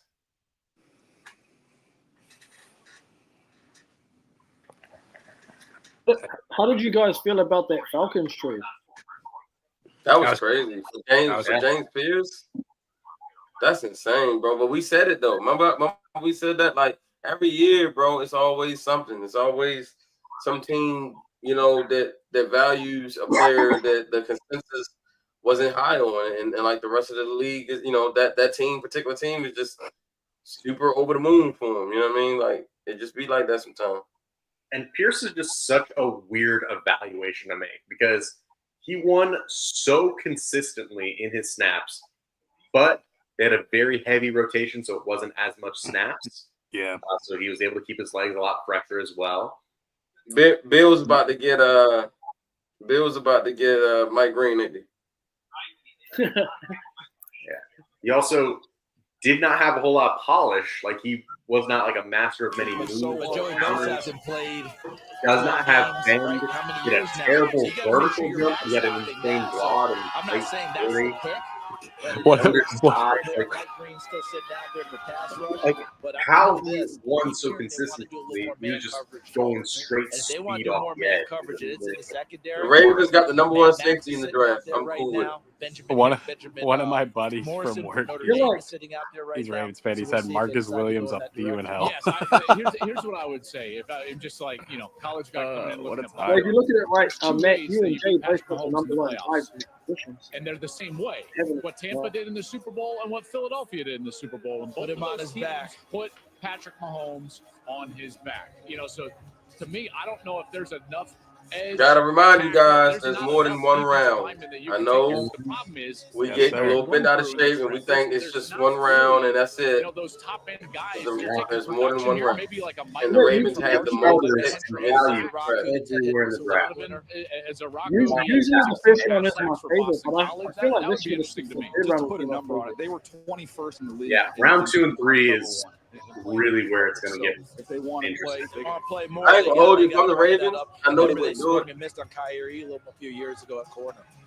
Well, to be exact, Daniel, there's been one I would cornerback trade taken in this draft who this year's also second hasn't played and wide next year's receiver at second the and same move time. up and get Mike We're Green. talking about Jahdae I would Barron, do who went 20th overall to the Take Denver Mike Green Broncos, and Malachi paired up with Scott and move the on. reigning defensive See player. you in of the round year. 3. Can I make one request? Okay. Travis Hunter at the press conference. Do me a favor. Come out as a wide receiver and do a press He conference. said, Matt, Change this on you. outfits, come out as a corner and do another. I would take this year's So here second. comes the commissioner I with would the do Bills Lamar pick Jackson in trade. another. I would take this year's second, next year's second, and move up to get Green if he's there. Buffalo might be getting ready to take him. Who knows? Or they might be taking Nick and Man War right here. Who do you think Buffalo takes here quickly? Probably a Man War ready. But if they take Mike Green, Yeah. I mean, I get it. But I can if see Mike that go. Green is still, if Mike Green is there with the Chiefs, I'm giving up this year's second and next year's second. I'm going to go get Green. What, like you're trading up with the Chiefs? Yeah, why not? Hey, let him get hyped. Hey, we've traded with them before. Much to many chagrin. Yeah, because I wouldn't have done it as the Ravens. I wouldn't have given Orlando Brown to the Chiefs, but I'm saying the Chiefs want pick, so I give them 59 in next year's second. Go up, get Mike Green, and then we call it that. I see you in round 3. See you round 3, baby. The Eagles just traded with the Chiefs. They're gonna get Mike Green. That's weird. Ooh. You don't see Super Bowl teams trading with each other very often. You want to know why? Because they want to make sure that nobody gets ahead of them. Oh, Maxwell Harrison. Wow. They want to the Eagles want to make sure nobody jumped them from the second round to get Mike Green. They're about to take Mike Green, bro. We about to literally see Mike Green on the same defense with Jalen Carter. It's crazy. Fucking madness, yo. Like, how the Eagles keep getting away with this is I don't understand, bro. How did they get Quignon and DeJean last year? And I love Malachi Starks, but like, yo, a pass rusher is crazy. But again, Mike Green, though, he had the issues. I wasn't taking I wasn't going to take Azaraku over Starks, though. I wasn't doing that. You know what's crazy? I just didn't. He's just not the Ravens type, bro. He's too much like Yannick Ngakoue. And I try to tell Ravens fans this, and they just don't understand. Like, bro, you got to understand player profiles, bro. Certain profiles don't fit certain teams. Azaraku is not a Raven type pass rusher. They like big, jumbo-sized edge rushers. They got heavy hands. They can set the edge. That's not Azaraku. Told people that. Yeah, Azaraku doesn't set the edge. He more so tries to get around blockers and like be a backside run stopper rather than like. My comp for him is Yannick Ngakoue, bro. He's the same type of player. Like hail on fire when he's rushing the passer, but when he's running, he's trying to stop the run or set the edge. That's not his forte. He just doesn't have the power to really hold up at the blocking point, like when he's going up against the run. He does have a lot of length, a lot of speed, insane bend, and he's got a great bag. Hey, Quan, I'm not saying I agree or don't agree. I'm just telling you what the fact of the matter is. This is what they are, and I feel like as Raiders fans, man, y'all got to stop. I mean, not stop. They got to start acknowledging what it is. This is what it is. Yeah, like I would have taken Izaraku for the Ravens, but I also know it's not exactly what they go for. So yeah. You gotta understand the profile, bro. He doesn't fit the profile. He's an undersized pass rusher. That's what he is. He's an undersized pass rusher. That's not what they're looking for. You gotta remember the Ravens also didn't lose any of their edge rushers in free agency. So if they're gonna draft that position, you gotta be elite. And Mike Green is elite, but Mike Green has problems. He has off the field issues. Ravens want to go and touch that, especially right now, I guess, with Justin Tucker having his situation. Hey Matt, They you know how we wanna talk go about Matt, how we talk about the players always falling to the Ravens, right? Yeah. But who's the other team that players always fall to? Eagles. The Chiefs. The Eagles. You're telling me the Eagles can get Will Johnson or Mike Green? Bro. Oh, that's crazy. Yeah, Will Johnson is still on the board. Yeah, you know what's wild. You know it's something. You know what else? Something that depresses me. What? Josh Simmons going to be there right for the Chiefs. Yep. God damn it. You're right. Burden is there too. Damn. Yep. Josh Simmons is going to go to the Chiefs. So all they gave up was a 5th-round pick. Yeah. You want to secure your guy. What is it? Will Johnson? Mike Green? Well, I think it's Will Johnson. Who is it? Who's this pick? Let me unmute. Let's see who Howie Roseman then stole again. When we come back. Oh, commercial. Never mind. Nah, it's good. Who is your guys' final pick? I'm gonna say you ain't trading up for Will Johnson. You take him. Well, I don't know. No, hold on. I don't know because is Jahad Campbell out of the equation? No, they do need linebacker. Yeah, that's a good one too. And he can also play edge rusher as well in a pinch too. And they like versatility, like Zach Bond. That would be an insane linebacker duo right there with Bond and Jihad. But with the labrum tear, he also has his own questions. Though at least with a labrum, it's not too much of a nagging stuff that could like take away his explosiveness. Jay, I agree with you. I reckon it'll be that linebacker. It'll be at Alabama. It'll be Jihad. Personally, Mike. Remember Zach Johnson, but there's that case, Jihad. But I think he's the number one linebacker prototype. He's the number one prototypical linebacker, I believe, in the draft. Yeah. And then he also has experience playing the edge, right? He was an edge rusher. So he could blitz. He would have been the Colts pick potentially if Loveland and Warren were off the board at 14. He was the favorite to be that. Hell, even if Loveland was on the board, some people were saying Campbell over. Jordan. It's still a good value no matter what way they go. Jordan, you're right. Yeah. You're right. Jihad I don't know. Going to the Eagles. Oh, okay. I thought you were talking about the Chiefs thing still. no, Jihad Campbell was going to the Eagles. I like that pick, bro. Just the fit. They traded up to get Jihad Campbell. Not the top player available on the board, but not that far off. So let's say Josh Simmons go to the Chiefs, bro. Donovan Azaruku and Mike Green just fell out in the first round. And Will Johnson. And Shador Sanders. And Luther Burden. And Luther Burden. Second round would be crazy. Yo, second round basically like another first round. Yeah. But they gonna all go super early tomorrow. Yeah, I was gonna say, but all before us. And Nika Manwari, there's Siobhan Ravel. Like, there's still gonna be a lot of talented guys available in round 2. Amos, yeah. Darian Porter Jr. if you want to really go for that athletic freak as well.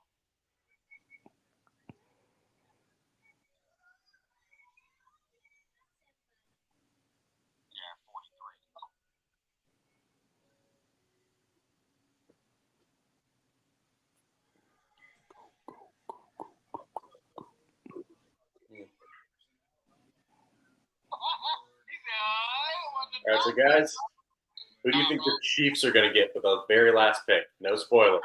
I think it's gonna be Josh Simmons. I'm gonna be depressed. From South Carolina? Yup. Yeah, he's nasty. That dude, his RAS score is 10.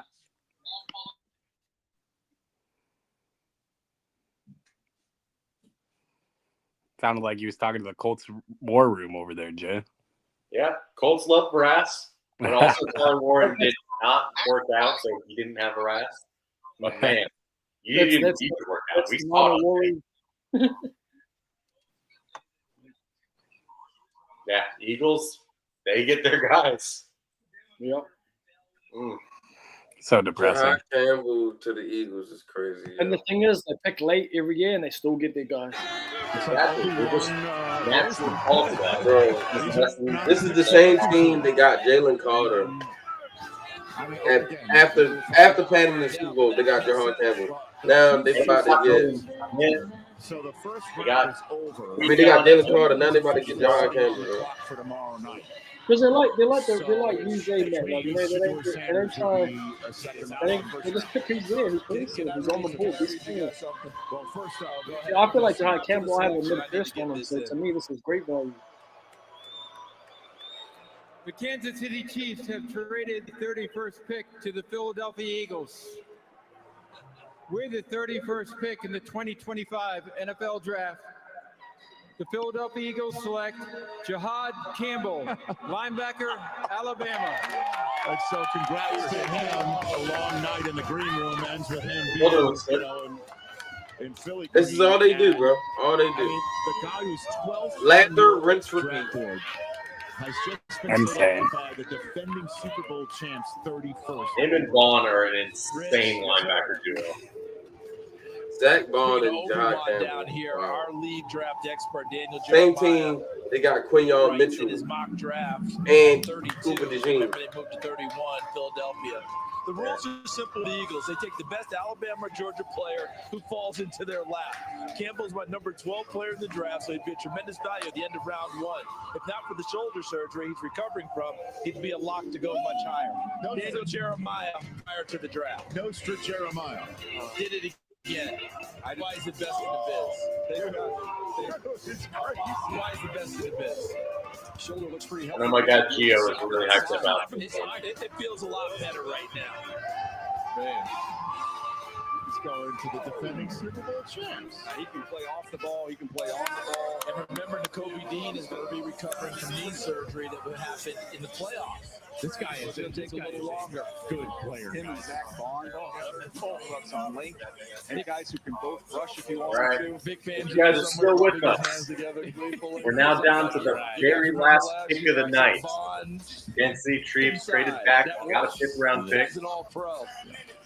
And they are going to be rounding this out. The Eagles, what they've won. Well, Edgerrin Cooper, In you this saw what draft. he did last year with these Green Bay Packers, with that speed and Yeah. range that he Campbell had, going as to the well as Eagles, someone who same. can rush the quarterback. Jahad Very Campbell was an versatile edge guy. rusher in high school. who Chiefs, moved they off still the get ball some because they extra had two draft first-round capital edge and rushers off the edge and can Turner get and like Campbell. some They just had to value get him here. off the field. But this guy, when he hits the go Insane. button, he Mike can fly. Green, You see Josh here on a little delayed blitz. Simmons, Here he is coming off Peter of the Durden, edge. Now look, he's going to need to add some more Will polish as a Johnson, if rusher, they wanted but to with get his him. athleticism and speed and his ability to bend, I think there's tremendous upside Yeah, with him there's there. And again, a that's that lot high of school value on the background. board So a for lot this of and then versatility to he start brings to in the round table, 2. and joining an incredibly young, talented front seven for the Philadelphia No, Eagles. you should trade back again. Modern day defense, Like, guys, you've got to have versatile a hybrid team players, that wants you to know, jump and the Cleveland how Browns for many Drew edge Sanders players are if we anyone talking wants about? to. It started with that. Yeah, that's true. He's got an off-the-ball Like, background. He's got an on-the-ball. They could trade him background. to These guys the need to Raiders be if able the to Raiders do really everything wanted because him. offenses Or are going to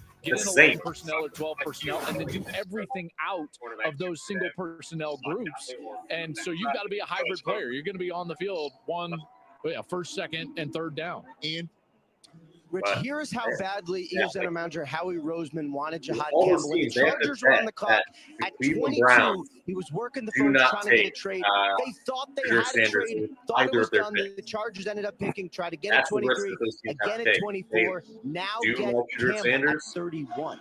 So he was I think targeting they're him, going and to be then they calling just KC, it's going to be a longer time until until give draft. a 5th-round pickup, Selected, and I'd say. Kansas City didn't have a 5th-round still pick. get Now they more do. value and still They're be able about to to make get their pick right here. any And one of these very, we're very about valuable to players meet at the end of Jahad the round. Campbell on the stage Who with will likely our be friend the top round two. Jamie Earl. Jamie.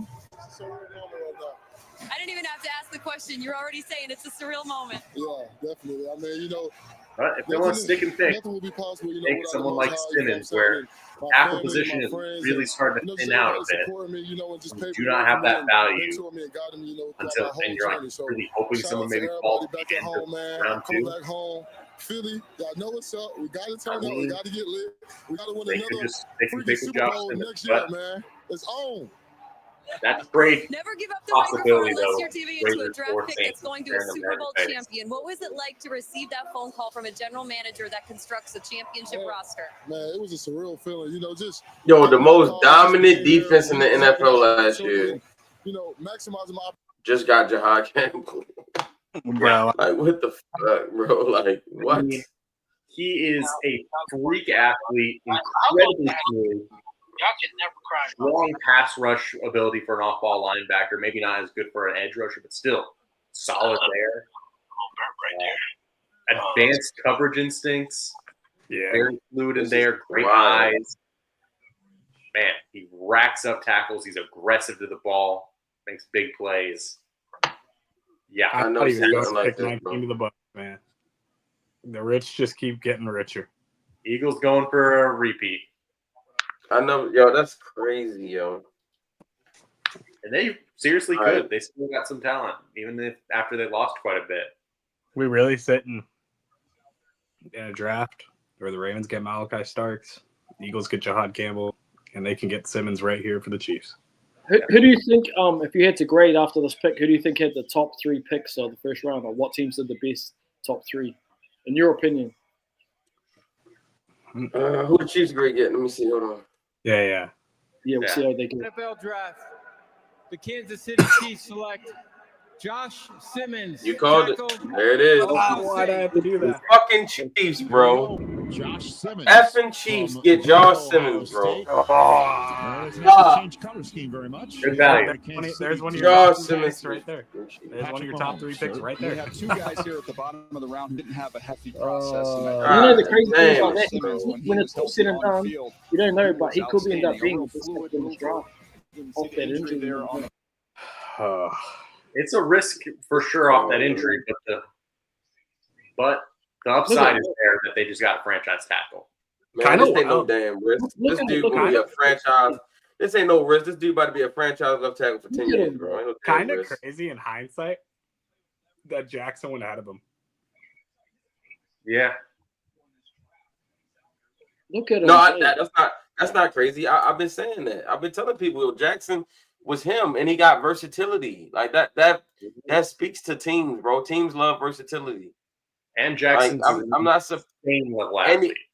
And he's healthy. Like Jackson's healthy. Like he's I know healthy there's and a he plays 2 group of positions. Colts fans who's hoping Jackson was going to fall to 45. I'm like, it's very unlikely.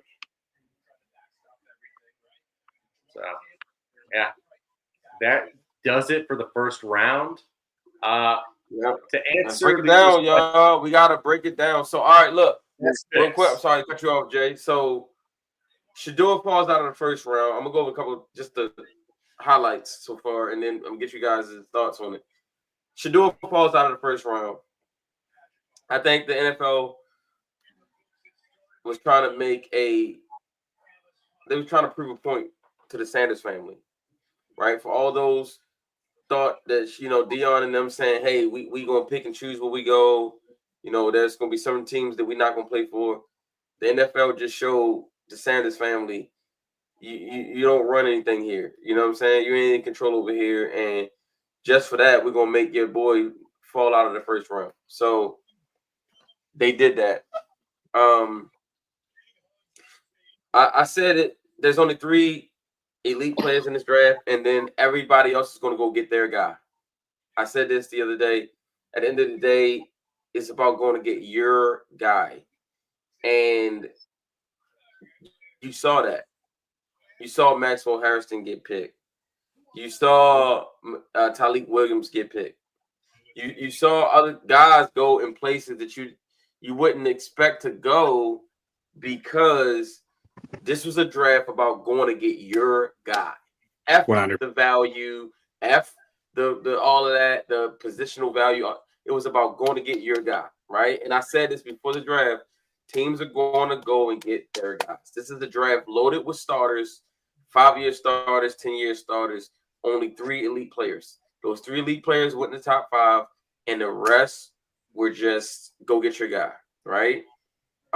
Again, Maxwell Harrison going. They went and got their guy. You saw Talik Williams go in the first round. That's insane. But that, one, I think he was their guy. 2, I think that was a byproduct of Derek Harmon and Kenneth what's his Grant. name? Kenneth Grant, and what's the other guy from Walter Nolan? Yeah, that's all of those guys went, and so they was probably scared that, hey, by the time we get y'all pick in the second round, we're not gonna get the interior D lineman that we want. So they wanted to go get another guy that they felt like, hey, this is our guy. So that happened. Jackson Dart getting drafted to the Giants over Shedeur. That's something I think the Giants are going to regret. I think Shedeur is going to go to a pretty decent team tomorrow, and I think Shedeur is going to have a much better career than Jackson Dart. But it is what it is, right? I applaud Jacksonville for being aggressive and going to get an elite player, a difference maker, a face of the franchise, and a guy that's flat out going to sell tickets, because Jacksonville, they suffering out there, man. That franchise is like this close to just moving to London all together. So they need something to keep that base excited, and a guy like Travis Hunter will do that for you.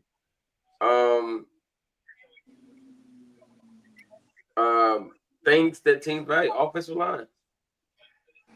Offensive line, defensive line. We told you guys, offensive line, defensive line. That was where the strength went, and you saw it in this draft. So, Jay, I'm gonna go with you first. Let's start with Shedeur.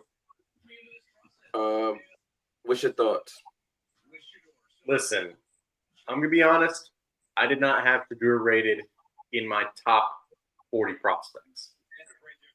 That being said, I am also going off of when there's a quarterback who is listed in the top 50 of prospects, 8 out of 10 times, 9 out of 10 times, they still go in the first round just because of how valuable quarterbacks are.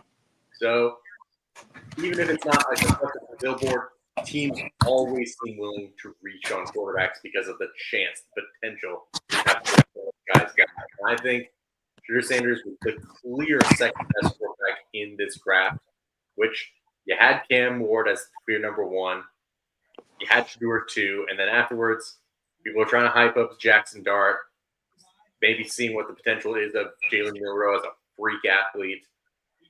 Shedeur gave a lot of safety, a lot of smart plays on the field. I think it could be partially, like you were saying, a message to the Sanders family. You're not picking where you're going.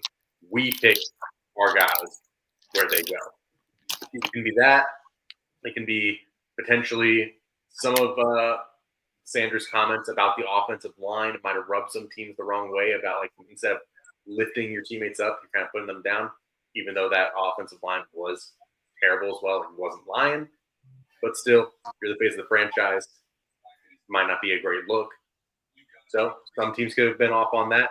And then some teams might have just been off on pretty much all quarterbacks completely in this draft and are willing to wait a little bit for a better draft class down the line.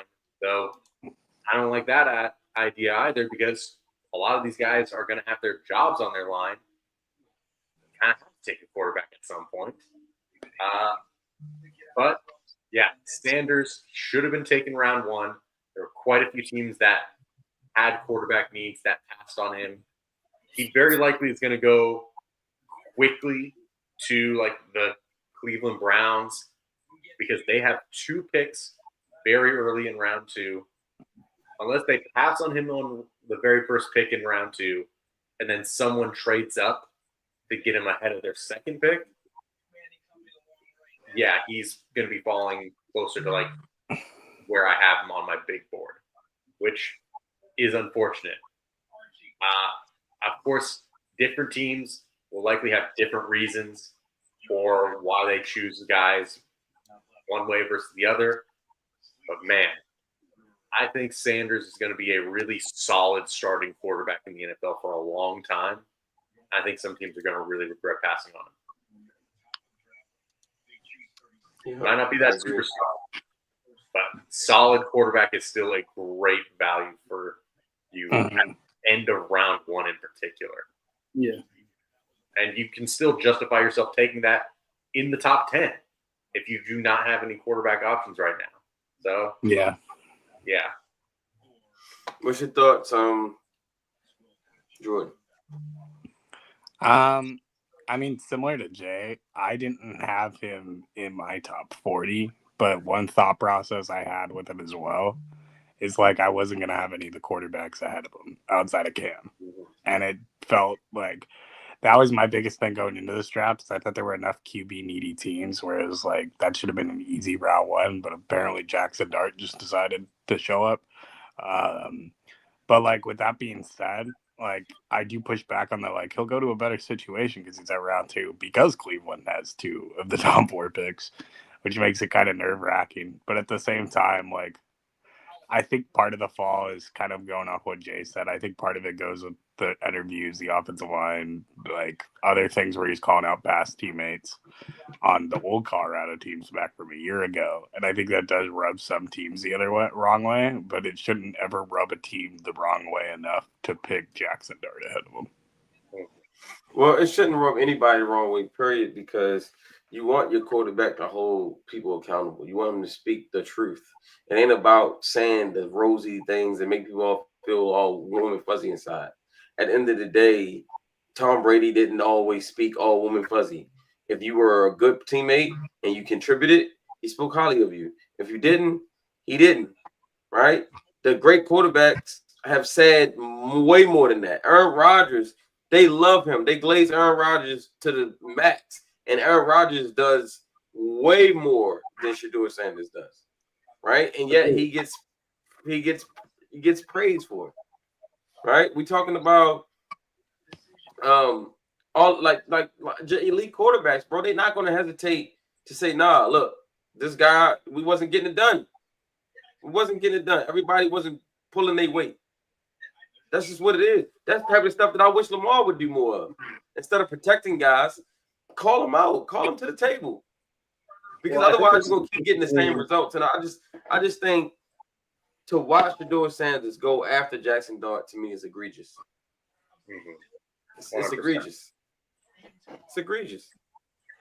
And I like Jackson Dart, but that's egregious. If you watch both of their college careers, it's not even close. It's not even close. I don't like Jackson Dart, but I agree. And like it's no this is no different than Josh Rosen and Sam Darnold getting drafted ahead of Lamar Jackson. Same thing. It's egregious, bro. There's a difference though between like holding people accountable and calling them out in public to the media, because you can hold a lot of these guys accountable behind closed doors, not like give like the media like meat to really go after like individual players or anything and make things even worse. I don't think he ever said anyone's name. I don't think that's one-on-one, face-to-face. You can still hold these guys accountable without having to create a like media firestorm of like throwing guys under the bus potentially. I don't think he said anyone's name though. He mentioned teammates, but he didn't say who. Like he didn't say this guy or that guy. Like he didn't speak anyone's name though. That's the thing. He didn't speak anyone's name. You know?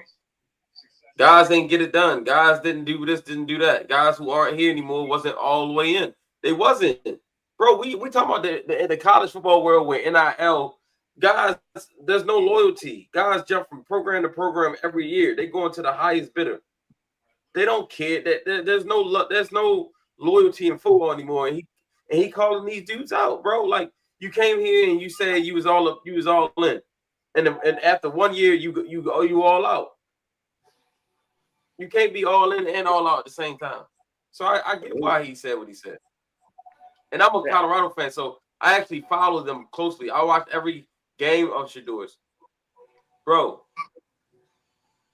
there's no way Jackson Dart should have been drafted ahead of Shador Sanders. Oh, 100%. There's no way Shador Sanders should even still be on this board right now. But that's fine because he's going to get drafted somewhere and he's going to cook. And the Giants going to look like idiots after drafting Jackson Dart, basically drafted Daniel Jones all over again.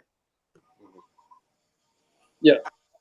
Just on this topic, man, I just want to say that, like, I agree with practically everything Jordan and Jay said. You know, I didn't have him ranked as a top 20 or 30 prospect in the draft, but if you're a quarterback needy team, I thought he should definitely be the second quarterback taken. You know, when the Giants moved up, I thought it was Shador. I didn't think it was Jackson Dart just because of the talent. I think one's obviously more talented than the other guy, and he showed that in college. But the thing is, I actually sort of like this for Shador, you know, because this is going to build a fire under him that's going to make him, I think, try and prove to everyone even more so that he is an NFL quarterback in this league. You know what I mean? Like, if he'd just been picked early, I think he's going to be angry now. I think he's going to come out, you know, this season coming up and really show people, like, you know, what he is. And you know, so yeah, I like it. I mean, it's going to put a chip on his shoulder for real, and he need that. He needs the chip. And you look at guys like Drew Brees, sorry. You look at, you know, the Tom Brady's, Aaron Rodgers. They all fell in the draft where they shouldn't have, you know, and they all got the glory at the end of the day. So I'm not saying he's going to get a Super Bowl, but I think this is going to light that fire, give that chip on his shoulder, and actually help him. But I just hope that tomorrow he lands in a place that actually wants him, you know, that values him, because that's the key thing with a quarterback, right? Going to a team that values you and gives you that opportunity to play. Like, if he ends up just going to the Browns because they have the picks, I don't really know if the Browns – see, let's say they take him with that second. I don't know if they value him. Like, if that's the guy, that future pick, right, Jay? They traded. So they still got options. You know, you got the Saints there in Las Vegas. I'm sort of leaning towards – I hope he actually gets to Vegas or New Orleans. I just want him to go to a place where, yeah, they value him and they think he's actually that guy. I don't want him to go to – and I hope tomorrow the Saints come get him, the Steelers come get him, or the Giants. I mean, or the Giants ain't gonna come get him. I mean, the Steelers or the Saints come get him. And I just hope that a good team that needs a quarterback comes get him. You know, goes to get him. Steelers would be like the best case scenario for him, though. Everything we've been hearing, LA Rams as high on compared to some of these other quarterbacks, though. But yeah, I mean, Browns, they are the ones who will really determine Shador Sanders' future right now, just because they have the capital immediately, literally first pick in the second round to get him if they want him. And then they still have another pick. Everybody, 3 picks thank you later. for joining us. We'd like to introduce the newest Raven, Malachi Starks. Recording in progress. Malachi, congratulations on joining the Ravens. We have an eager bunch of media members here who would like to ask you a few questions. So we will start it off with, let's go with Garrett Downing. Hey, Malachi, congratulations. I know the Ravens have been linked to you throughout this process. Did you feel like this was the place that you could land, and did you get a good feel for the team and the organization throughout this process? Yeah. I feel like it was a really good place for me to be, just with the type of organization that they run and, you know, the history they have there as well. Just the things that they've been doing the last few years. I think it's a great fit for me. Just to come in and learn from a guy like Kyle Hamilton and a lot of vets in the room like Marlon Humphrey. I mean, I think it's amazing, and I think I fit the culture very well. And I should mention for the media members joining us, if you can use the raise hand function, please, I will call on you accordingly. Why don't we jump to Brian Wacker of the Baltimore Sun for the time being?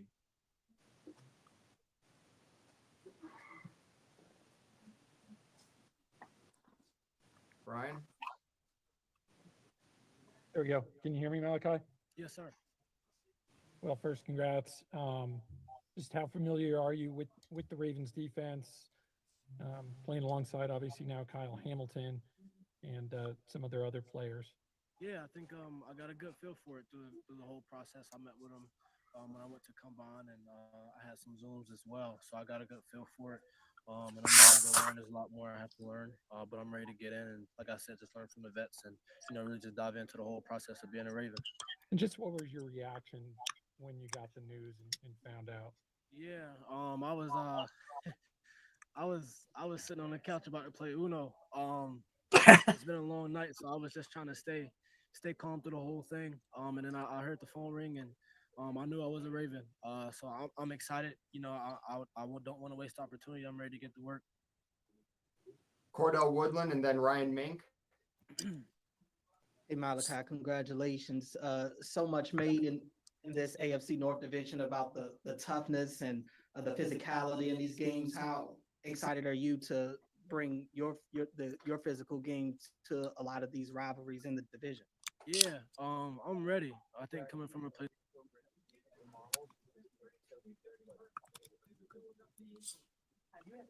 Malachi, your Zoom has been muted.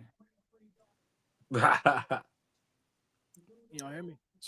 Now he's relatable. Yeah, we got you now. Go ahead. I was just saying, coming from a place like the University of Georgia with that physicality that we play in the SEC, it gets you prepared to go in the league and keep that physicality, but also learn how to be more physical. So I'm excited just to get there and learn.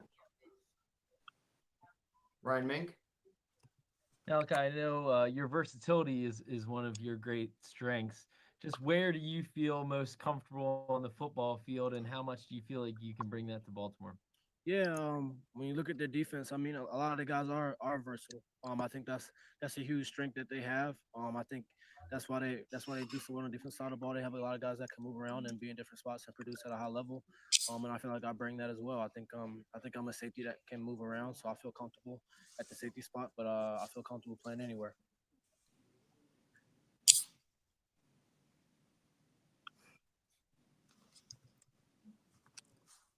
Clifton Brown, please.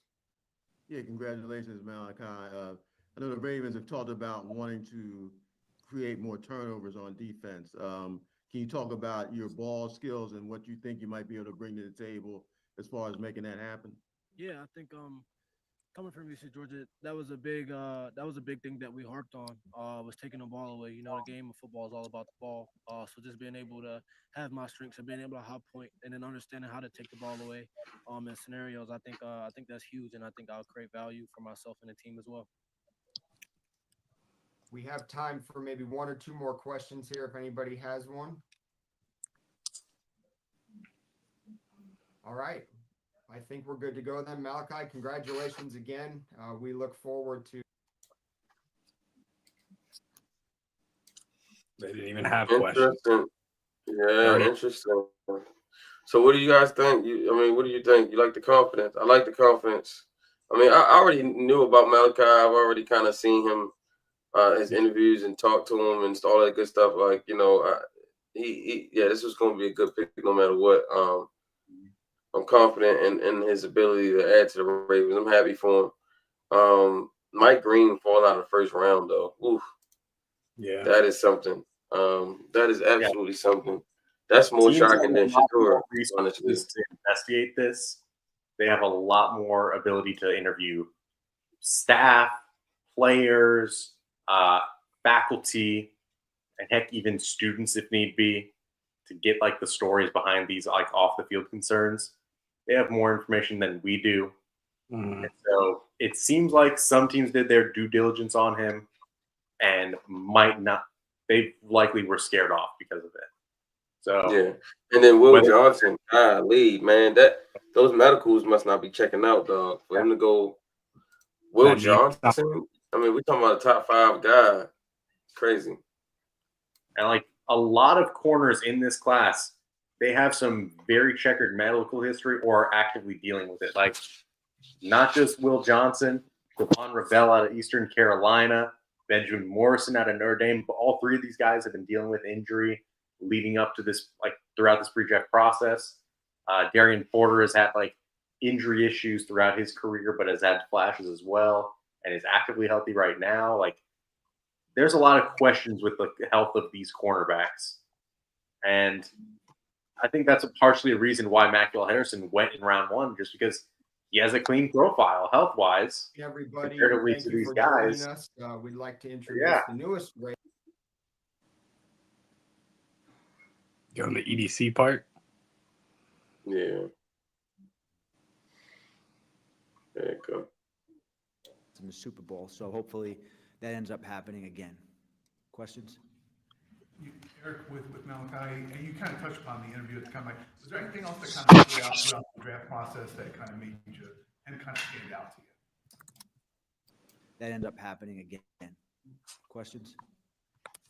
Eric, with Malachi, and you kind of touched upon the interview at the combine. Was there anything else that kind of stood out throughout the draft process that kind of made you and kind of stand out to you? You know, I just think that as we go back and look at our very best players, they're just wired a certain way. They play a certain way consistently. And throughout the process, Malachi was a guy that just really passed every single test. We have, you know, as far as football GPA, very, very high. Production as a player, durability, ability, everything really. It just made a lot of sense for us to take him.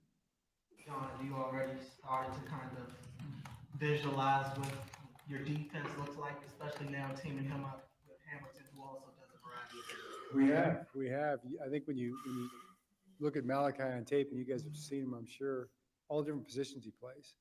He plays both safeties, he plays nickel, he plays the dime linebacker spot, which is what Kyle does, which is what Adarius does, and then Marlon plays inside and outside. So the ability to move.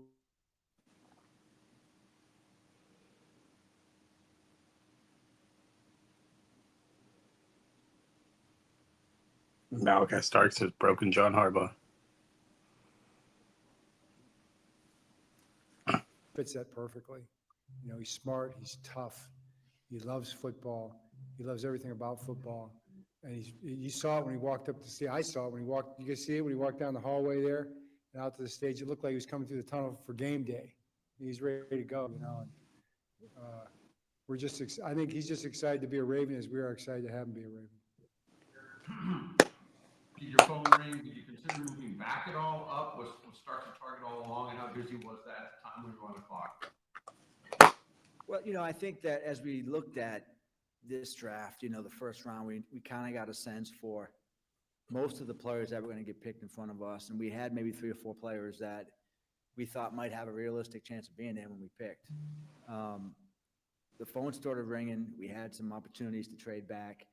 In the end, you have to look at, the excitement of actually getting some additional picks, which we do love, versus, what kind of player you're going to get potentially. And, for me, maybe I'm getting older and just, a little bit more conservative than I used to be. But, I think looking at the quality of player that we had with Starks versus what we might have to get, it didn't make enough sense for me. This was a guy that really checked every single box for us in a lot of different ways. There were some other players that we coveted as well. But in the end, he was by far the best guy available for us when we made the pick. Were you surprised at how things kind of happened with so many guys that were linked to you or you thought could be a good fit here in Baltimore? I really wasn't surprised by the way this draft kind of unfolded. In fact, I think that in a lot of cases, I kind of knew which players were going to get picked, generally speaking. And that was one of the reasons why, for me, that I was nervous this year in the first round. I was kind of nervous that we weren't going to get a chance to get a player like Malachi, just because this is what I would refer to as a flat draft. And so you have, probably 10 players that everybody puts up there, and then it really flattens out, and it stays that way. It's going to stay that way in the second and third and fourth round. So from that standpoint, it's a really good draft if you have a lot of picks because it's flat in the middle. But that being the case, there were really just a few players that we thought we might have a chance to get. And fortunately, we got one of those guys. Eric or John, I think GMs and coaches, some of them have talked about how hard it is to evaluate safeties just in general. Is there anything that you guys maybe weight more or less when you are doing that evaluation at that specific position? I don't think it's that hard to evaluate safeties. I mean, the guys running around making plays all over the field. We've done pretty well with those guys, and we've missed on guys just like everybody else. But I mean, he's a very versatile player. You know, he covers people man to man. He comes up and tackles people. He's in zone. He plays nickel zone responsibility, which is really kind of tricky. You know, he's got a good feel for that. In the deep middle, you know, he's got range. So he showed ball skills. He showed all the things. And then you kind of put on top of that the mentality that we talked about, the mindset, kind of the football character, I guess you could call it. The guy just loves to be out there and he loves to play. He can't wait to hit the grass. And to me, that's been a good recipe for success, really kind of no matter what the position is. But he looks like a safety to me. We'll see. But I bet he'll prove us right. Harris, John, you touched on this a little bit, but last year with Kyle Hamilton, you had to play him a little more split safety second half of the year. Not just getting a player that starts as talented as he is, but being able to maybe free up Hamilton to be as versatile as he can be. I mean, how important is that for you? It definitely gives us that option, you know, and it's not to say that Kyle won't be back there because he will be, but the good news is like the offense isn't going to know who's going to be back there on any given play. Not going to be able to line up and say, okay, Kyle's going to be deep, you know, or even Ardarius is going to be deep. Ardarius, all three of those guys could be on the field a lot, or Marlon. Marlon can go back and can play deep if we wanted him to, but really now it's those three guys, you know, as interchangeable parts playing any one of those four positions in there. That's pretty exciting.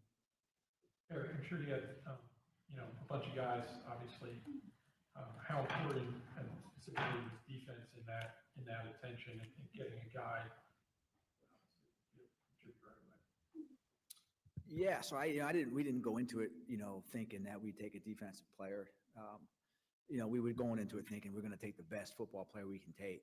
And, you know, there were some guys on the offensive side of the ball, too, that got picked. And there were a few really good players that were still there when we picked Malachi. But, you know, I think generally speaking, we want to be a balanced drafting team. You know, we want both sides of the ball to be really strong. And so, you know, we're fortunate this draft, as I said, we have a lot of opportunities in the next couple days to get some good players. And I think you'll see us fill some needs, take some really good football players, and hopefully hit on a bunch of guys. Here's a high-level starter at one of the best programs in the country for 3 years. I mean, does that always give you more confidence that a guy will step right on the field and help? I think so. I mean, you know, one thing that I've learned from Ozzie, I mean, over the years, you look at some of our best picks, and they're big school guys, SEC, you know, Big Ten, you know, Pac-10 back in the day, guys like that, experienced guys from winning programs. That's a big deal. That's important, and that's something that we definitely look for. I mean, let's face it, you know, the SEC is if not one, I mean, probably one, but one or two in terms of the best football conferences in the country. And this is a guy that's won national championships and played at a very high level. That's important. You guys keep your draft plans so close to the best. Were you, I don't know, concerned's the right word, but were you aware of just, I mean, there's so much talk that you love Starks. And, you know, ESPN said that he was your ideal pick. Did that make you at all uncomfortable during this week? You know, it did. Again, like I sort of like handicap it and model this thing out, and I figured like, okay, well, you know, if Starks gets picked, you know, there's going to be another player there. We had a few players that we really liked, and but yeah, you know, it was kind of weird to just always consistently seeing us, you know, tied to him. I mean, there were a few other players too. In the end, I think it's just it fell for us, and we're lucky that it did. But I can promise you that if somebody else had been there, the right player, that we would have taken him, and I believe he'd be a really good player for us. Because of, you know, you sound like you did like Starks. Was there any thought about possibly trading up at all? You know, I'm not really. You know, I feel like you guys ask me this question every year. I'm not a big believer in trading up. I just don't think that the data supports that, generally speaking. But you know, we always look at it potentially. And again, I think it's assessing what other teams are going to do. It's kind of the flow of the draft. As you get to, you know, we're picking 27. As you get to say 18 or 19, that's when you might consider trading up, probably. But then you look at the players that are still there, and you start looking at each pick, and every time a player gets taken outside your range or out of your sequence, you're like, okay. And you finally get to the point where we're like, okay, there's 3 or 4 guys We don't have to trade up. We're going to get 1 or 3 or 4 of these guys. We feel happy with all these guys, and we're good to go. So when that happens, you're at peace. It's a good place to be. You said it was one of the best combine interviews you've ever done or had with a player. What does that look like? And what is it that impresses you so much in that setting?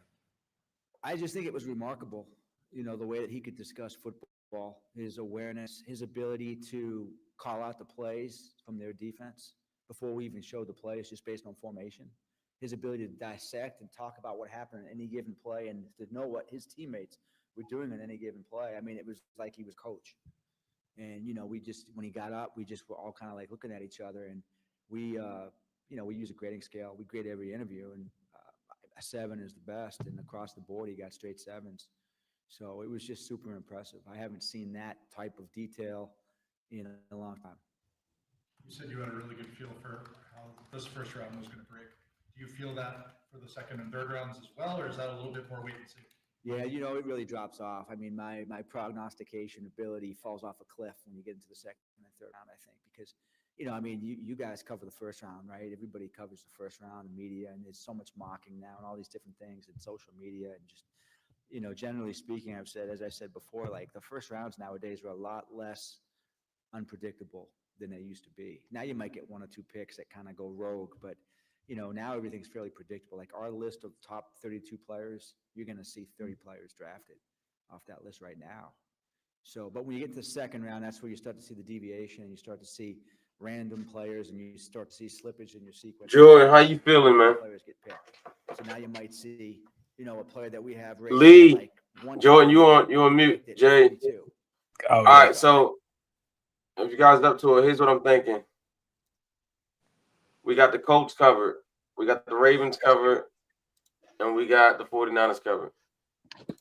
Let's jump into some film.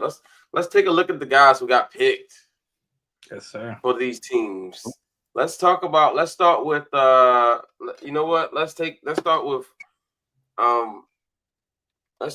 Warren, the tight end from Penn State.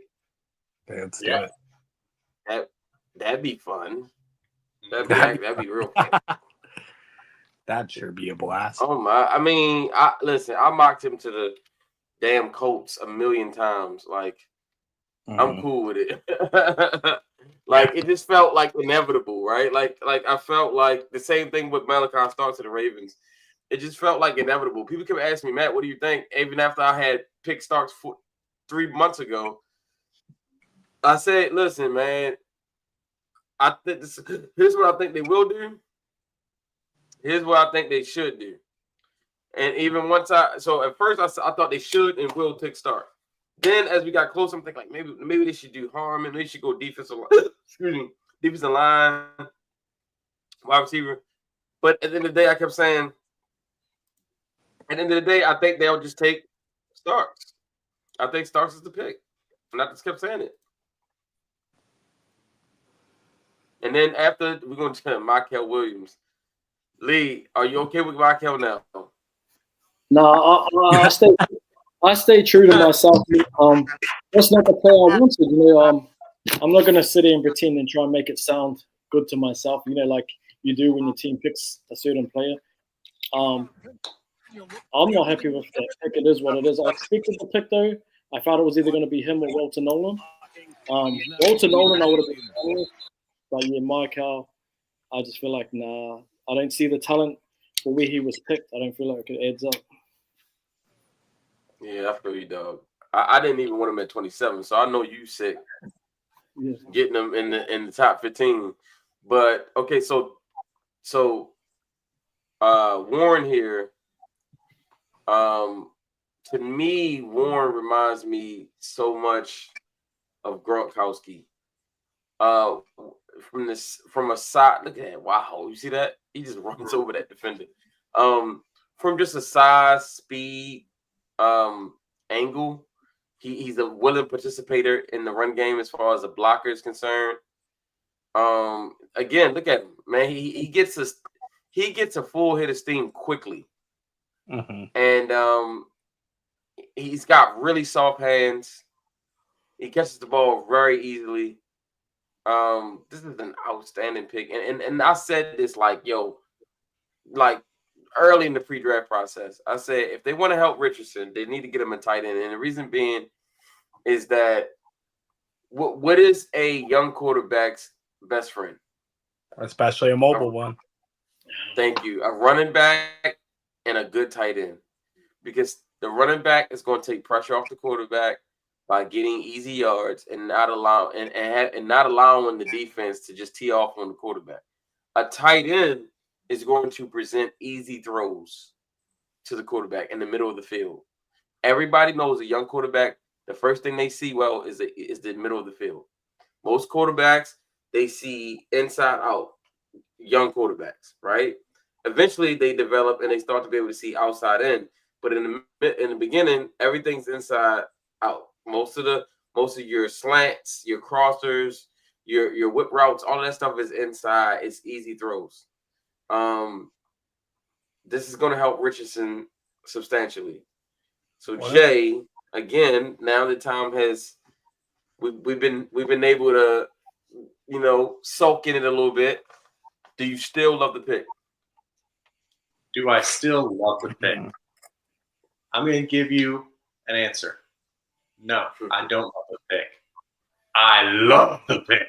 And there's a difference. But yeah, listen, I understand the Malachi Starks pick to the Colts, especially early on before free agency, made a lot of sense because they had Julian Blackmon hitting free agency. There's a big hole at free.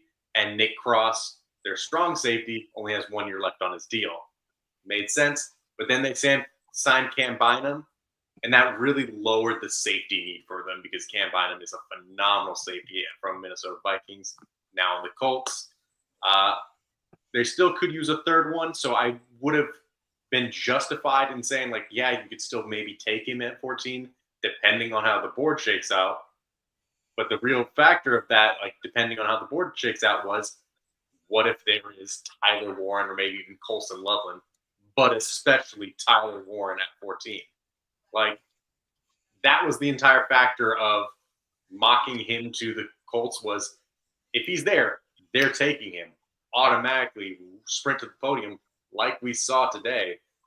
The only question was he going to be there? Because he is valued as a top 8 player in this draft class, and he might not even be 8 on quite a few teams' boards. So absolutely fits into that level of like top of the draft, and still you get the value of him at 14. Phenomenal. Of course, non-premium positions, they tend to fall like safety, like tight end in round 1.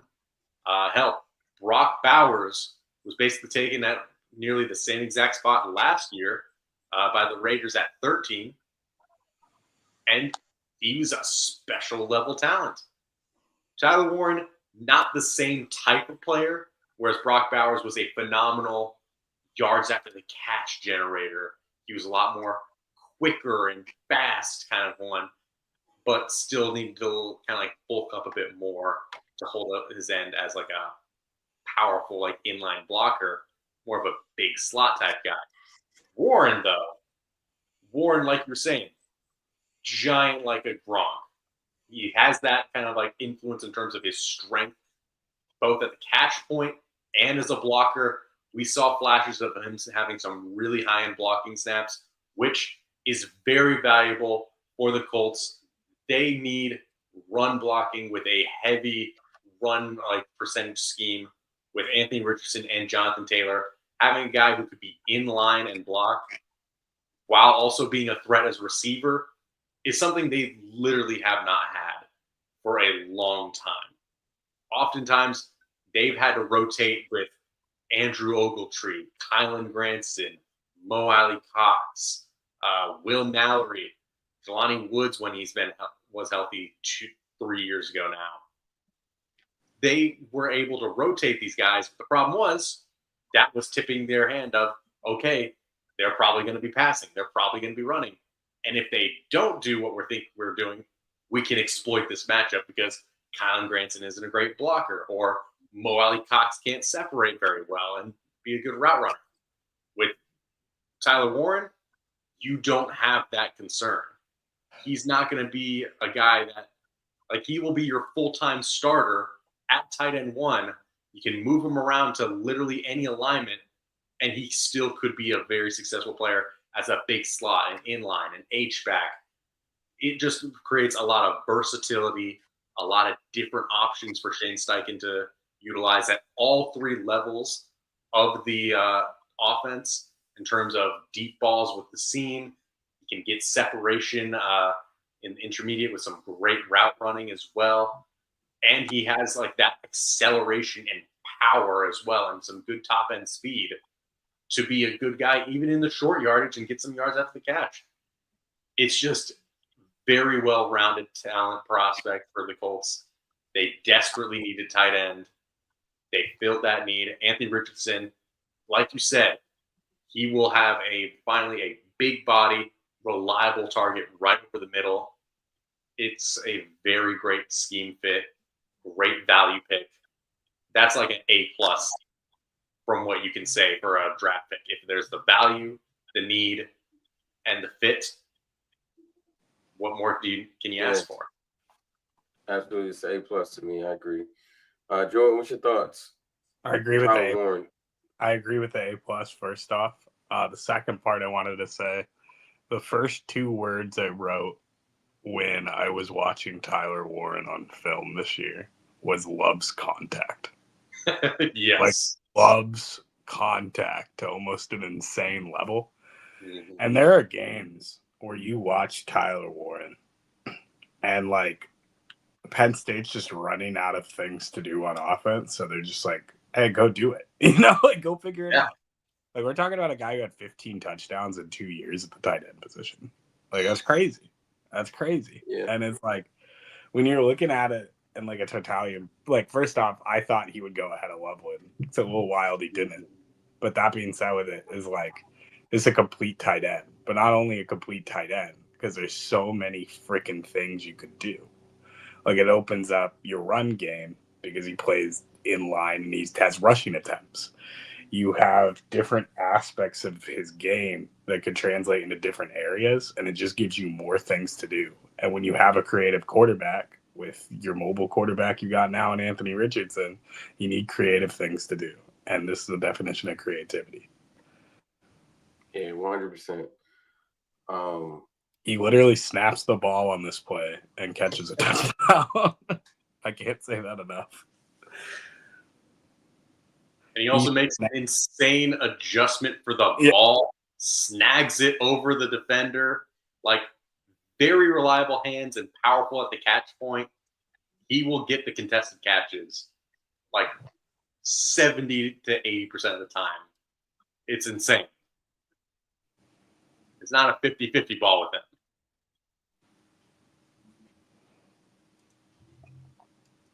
God, man, he loves contact. Mm-hmm. Just physically overpowers his matchup. Just because he's covered doesn't mean he's covered. He's still open. Exactly. And then once he has the ball with his hands, if he gets a full head of steam, good luck bringing him down. Because he has literally the same size as like a Mo Alley Cox, but he actually knows how to use it. Like, and can separate and is a better receiver. And if you know anything about Mo Alley Cox, he is a tough son of a gun to bring down. 100%. This is fun, man. Mm-hmm. Absolutely. And plus, also, so late. The vibes of 44 being a tight end for the Colts are immaculate.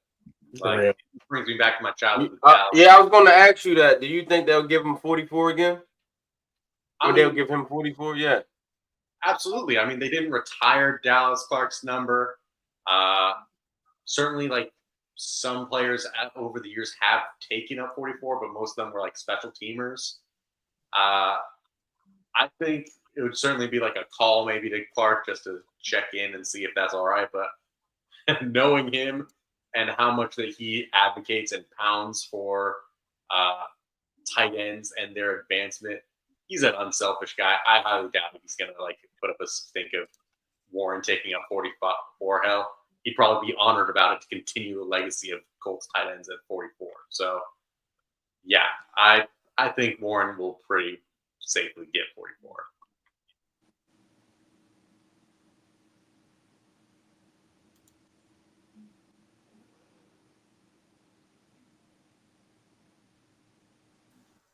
And another play where he gets this time he takes the snap and then just runs it in. Yeah, dude is ridiculous, bro. And then now you got Josh Downs. But damn.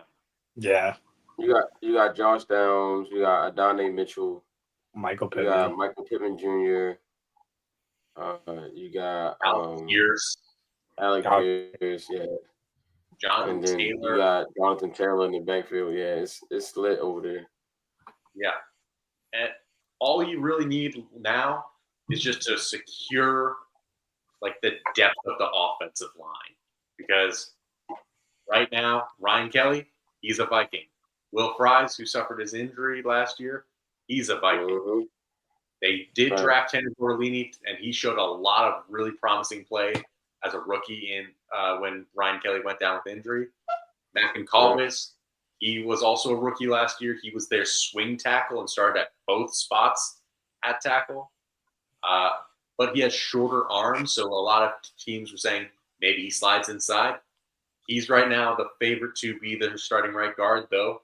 They could certainly add competition or someone else to start over him in round 2, round 3.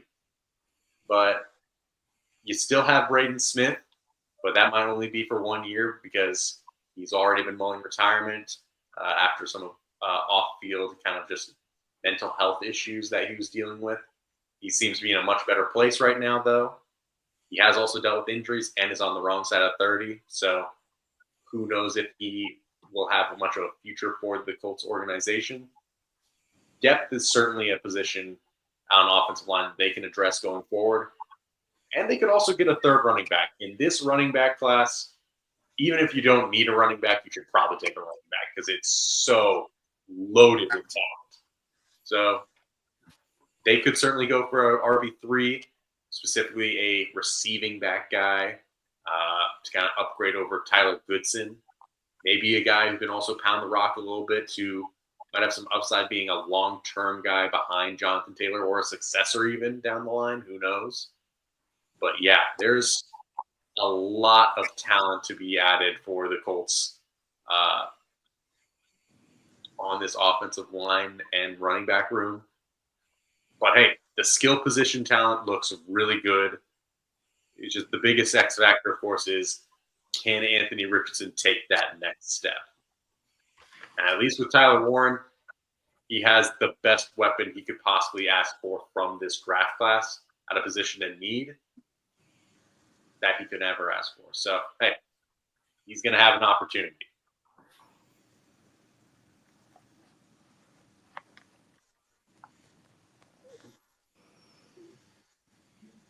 NFL nasty for that. They said picks 25 through 32. Shador still falls. He's not even in there. Crazy work. Yeah, they put it in the freaking title. Nasty work. Yeah, you know how they do, man. Lee, what's your thoughts about Warren to the Colts before we move on? Yeah, I think it's just one of the really out there, like certain teams like the Ravens. Both made good picks today on day one. Tyler Warren, he's just like they're so physically dominant on the offense for Penn State this year.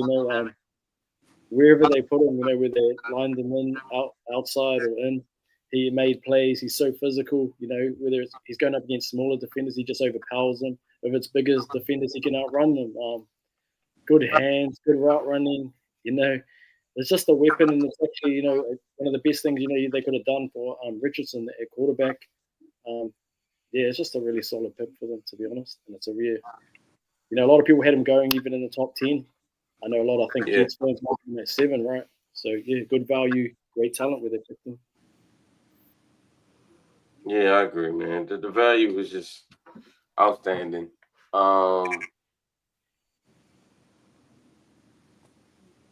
Let's talk about Michael Williams for a second here. Jordan, start off like, do you feel like it was a good pick or a bad pick? Let's start there. It's weird, right? It's kind of like I said this earlier in the draft when we were talking about it, but like I watched him again yesterday, and like there's still a lot. Like I mean, he's super young. Like that's the nice parts about it. Like you're still dealing with a blue chip prospect, and like if you're that good against the run, we'll see what you can do against the pass, if given more resources and more ability in the NFL rooms. But that being said, with it, it's like when I was watching him, I was literally like thinking there, like, this is what the 49ers would do. But I didn't think they were going to pick him at 11. My thought process was they were going to take a tackle who was already gone, and then they were going to trade back in because they had 11 picks.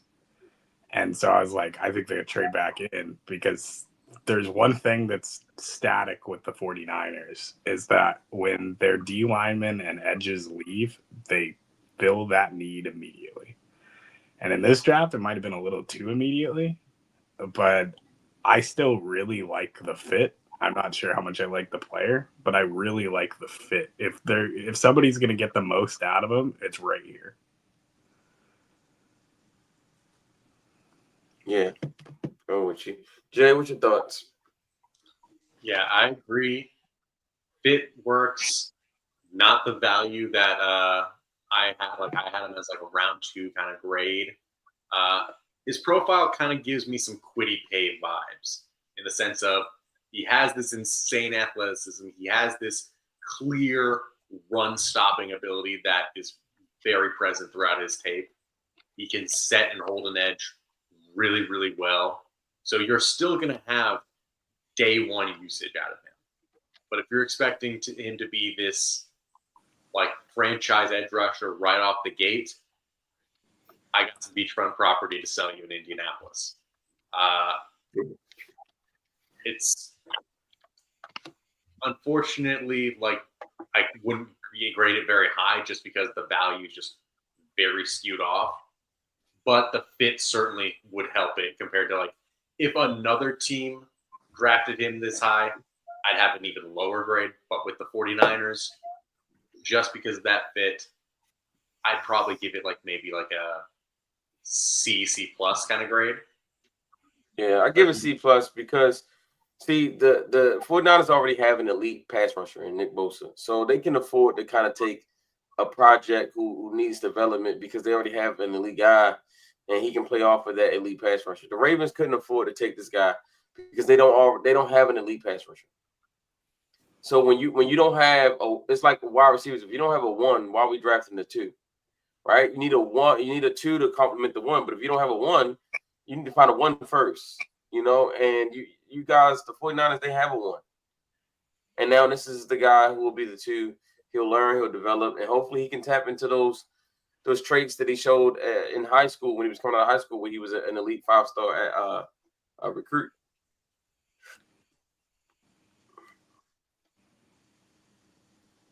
All right, then that brings us to Malachi Starks. I mean, come on, man. I mean, love the fit. I think he absolutely plays like a Raven. I kept telling people he was going to be there. I just told people, he's going to be there. He's going to be there, right? And it felt like people just didn't believe me. And I kept saying, yo, he's going to be there. And like, no way he'll be there. And I'm saying, like, yo, he plays safety. It's a non-premium position. Those positions are always available late. Brian Branch went in the 2nd round. Kyle Hamilton went pick 14.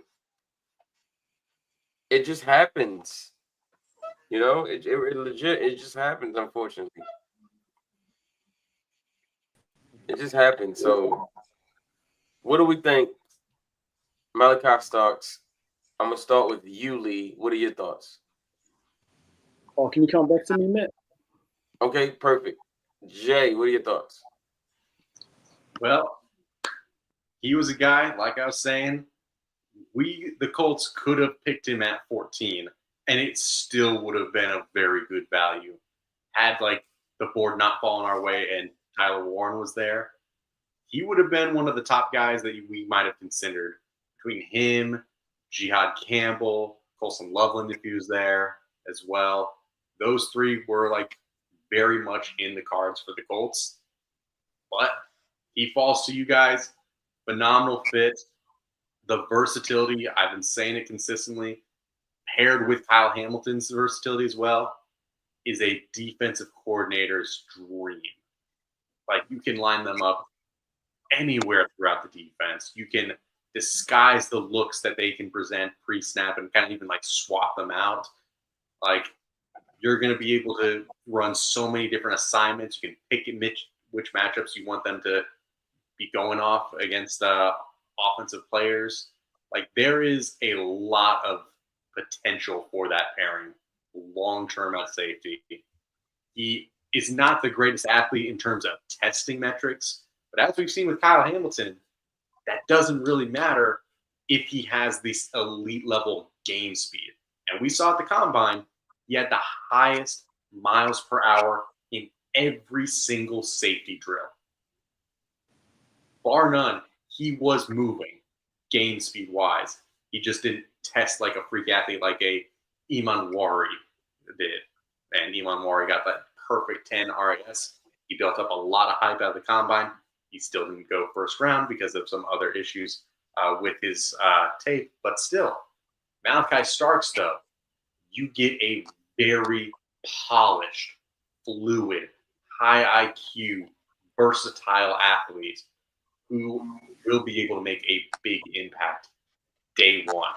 So that's an A grade. Like, I had him as a top 10 player. He was like in that top 8 tier as well. He was like right next with Tyler Warren pretty much on my board. They were neck and neck. Just like we were saying, they were non-premium positions, and that causes these guys to fall down the board, much to both of our teams' delight, because great players are great players. And if we got a need there, we better get a great player in round one. So hats off to the Ravens for getting starts late in round one. This is pretty much at like the back end of what like teams were kind of expecting him to possibly be at. And hey, what happened happened. Hats off. Lee, what's your thoughts? You ready? Lee, we can't hear you. Yeah, mute, boss. Hey, I love the pick for the Ravens. I know, Matt, you called this pick. This is one of the guys that you really wanted, probably the number one. Yeah. Malachi, yeah, he's my top safety in the draft. What I like about him, I think he complements, like Jay was saying, complements what you already have in Kyle Hamilton. You know, athleticism, fluid movement, change of direction, high football IQ, the versatility where you can play him too. You know, whether it's in the slot, you know, man-to-man cover, makes plays all over the field. He's a playmaker. Yeah, and whether it's playing man or zone, you know, I think he's going to showcase a high level of talent. Can help in the run game and also pass coverage. He makes big plays in both. I think it's just he's so smooth. Oh my god! Yeah. Look at this. Look at this back pedal, bro. Oh, this is a safety, by the way, and this is why I had posted him a couple months ago, just his pro day. Watch this back pedal and this transition. Watch it.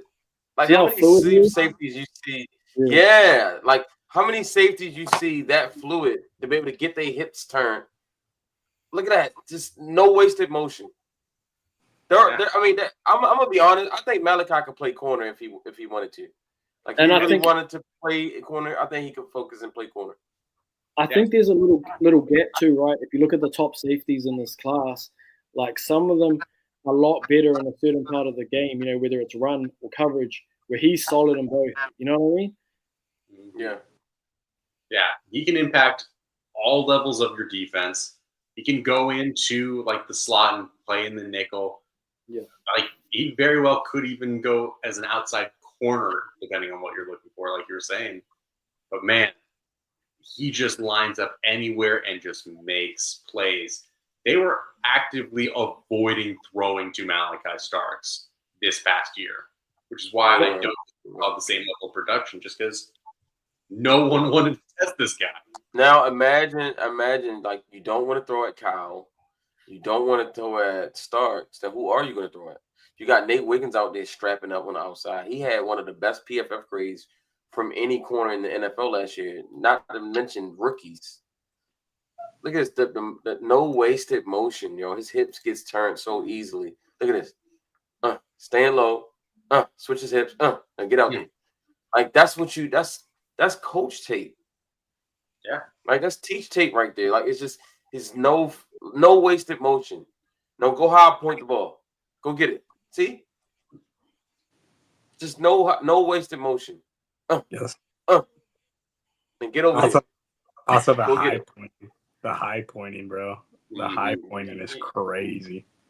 Yeah. Like he also had one of the best combine interviews the entire week. Like he had a great podium. He was very, very intelligent. It just jumped right off that this guy studies and loves football. Like, yo, you're gonna Kyle be Hamilton, very, very happy with him. the Ravens legit about to have Kyle Hamilton and Malachi Starks in the same safe.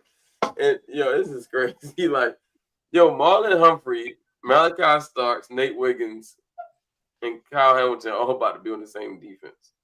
Listen, if you guys get any semblance of a pass rush on the outside, good luck to any team passing on. This is why I say I think they should trade for Thibodeau. Like, go give up a late pick for Thibodeau if you can't get an edge rusher in the second round, because I think if you can't get one in the second round, that's it. It'll be over with. That's what I was saying. That as soon as after the Michael Williams, I went into the our Niner chat, and I was like, okay, the way you make up for this pick is go get me Thibodeau with one of our thirds, you know. Well, Matt, how do you feel about like some of these guys who might be there round 3 at edge? If you were willing to like trade up a little bit there, like there could be like a Josiah Birch or Josiah Stewart maybe there. Baron Sorrell high. Baron Sorrell. You'd want them, right, Matt? But I think what Matt's thinking is that, right, you know what you have in Thibodeau. You have like a high-end talent guy. Whereas those guys you're drafting in the 6th, 3rd round, you're hoping they're going to be that, you know. Remember when you drafted our last kid? Was it you've had 2 of them now. Odejo, right, out of Michigan. Then you had Oway. One was the end of the first. Odejo was he second round or 3rd? I think it was 2nd, right? He was 2nd due to him falling because of the pro day devastating injury. Who would you say, Jay, would be your favorite edge, like late 2nd, early 3rd? Ooh. Man, I'm a really big fan of like Ashton Gillette. Jordan Birch has like a lot of juice off the edge, and he dominated at the Shrine Bowl. That was really impressive. Josiah Stewart has very, very fun tape as well. Like, I think you can have some options, even if you don't trade up for like a Mike Green. There's still plenty of edges. If he somehow is there at the end of round 2, I'm a big fan of Princely. I don't think he might not be the best fit for what you guys are looking for, but man, I'm a big fan of Princely. Princely and Josiah Stewart was 2 of the first on tape that I've seen that I like, that, you know, outside of the 1st round. Yeah. And of course, I'm a big Izaraku fan.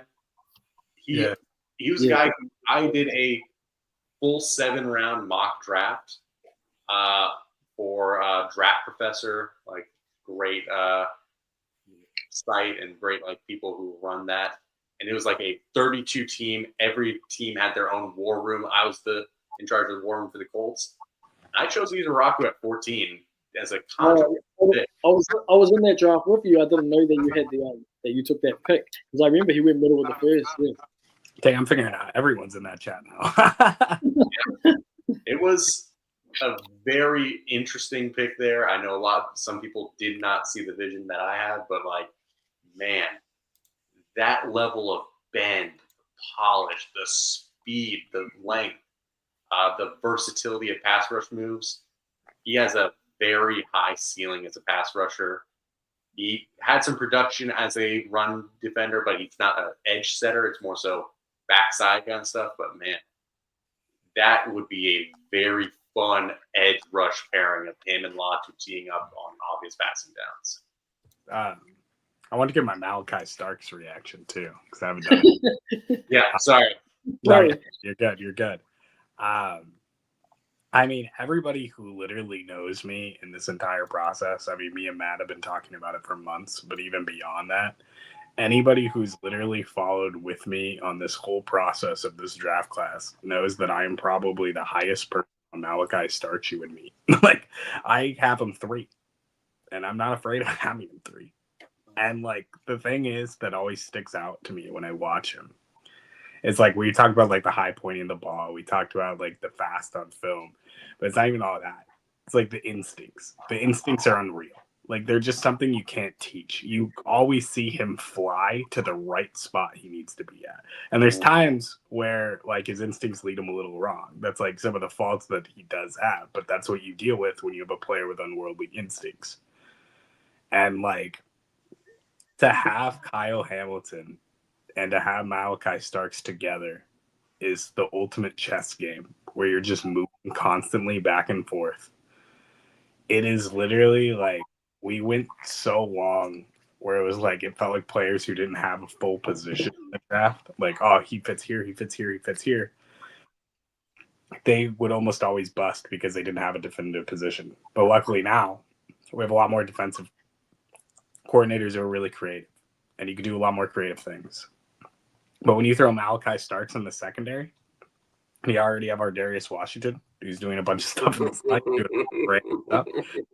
You're just throwing 3 guys where people are going to be looking at them and they're going to have no clue what they're doing. Like, there's going to be times where Kyle Hamilton, I mean, like, people forget this. Kyle Hamilton took snaps at nose over the previous 2 years. You know, like, if you see these 3 safeties, you have no clue where they're going to end up at the end of the play.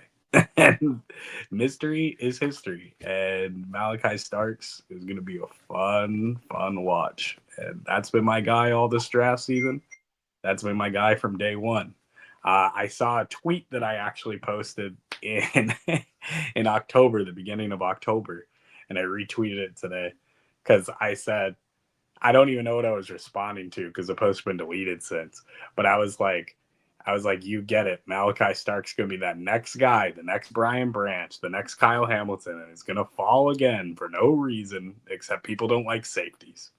And then, lo and behold, I didn't expect our team on October because, like I said, because of how high I had Malachi Starks, I didn't think he would fall to 27 up until like the last month. And now that it's a reality, everyone should be scared. You know, when you're talking about high pointing, Jordan, there's one play from this whole like scouting, like this draft, this whole time. There's this one play. Do you remember that? That stuck in my head more than any other player, like any other prospect. That intercept he did against Clemson. Yeah. That's crazy. Oh my gosh, dude. Hey Lee, how do you think the rest of the draft is going to unfold for your team? Oh, you're on mute. You're on mute. You good? For my team, well, obviously we have to fix the trenches. We have to fix defensive tackle. We have no defensive tackles. We need 2 at least. So I feel like we have to target that position either with our 2nd or 3rd pick, right? We need a corner. We need an outside cornerback. Man, we need. I don't think we'll address the receiver till late. I think we'll get a receiver, but that'll be a late pick. So I can see going defensive tackle. We might go back-to-back defensive tackle. If not, one will be probably a defensive tackle or a corner. And then, yeah, that's how I see that. Probably day 2 going. And maybe a linebacker because we lost Dre Greenlaw.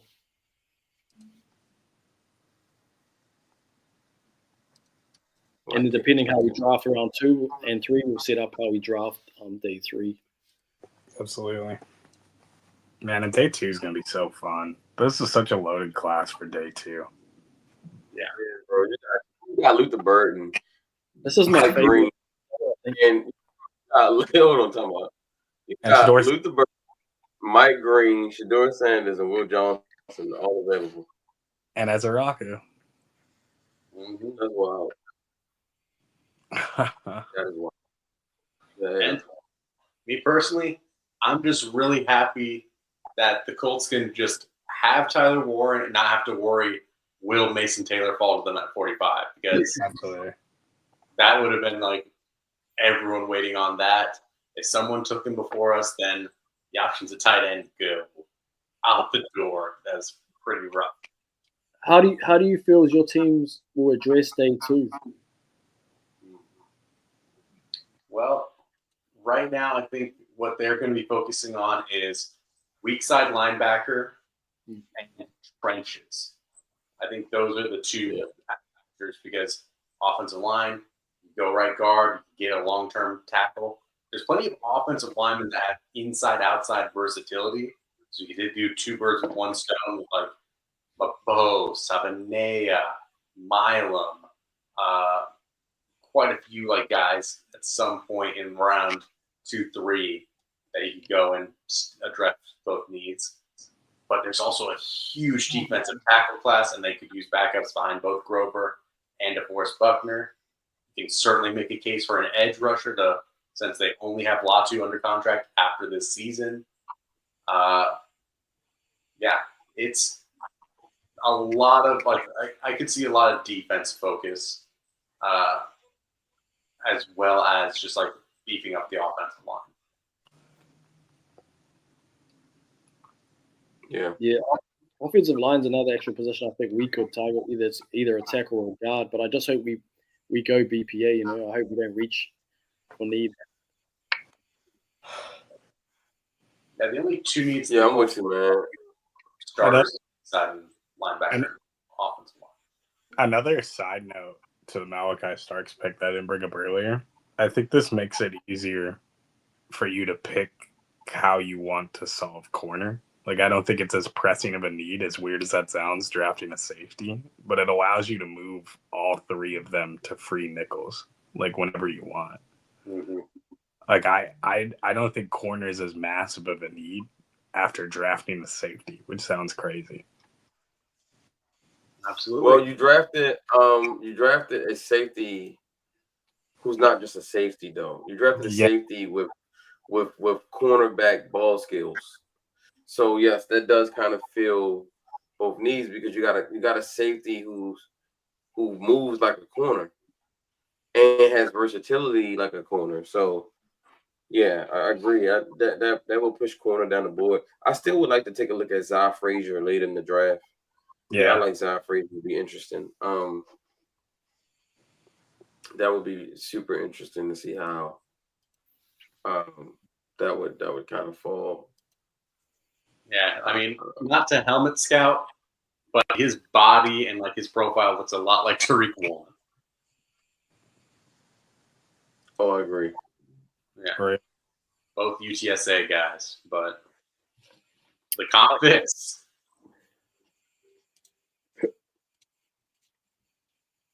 Who is the one player you'd like your team to draft tomorrow if he's available? Well, let's do this real quick. On that note, 1 second. I knew this man would be pulling out the old fashions. Let's do it. Let's predict. Let's predict round 2 mock draft. Let's do.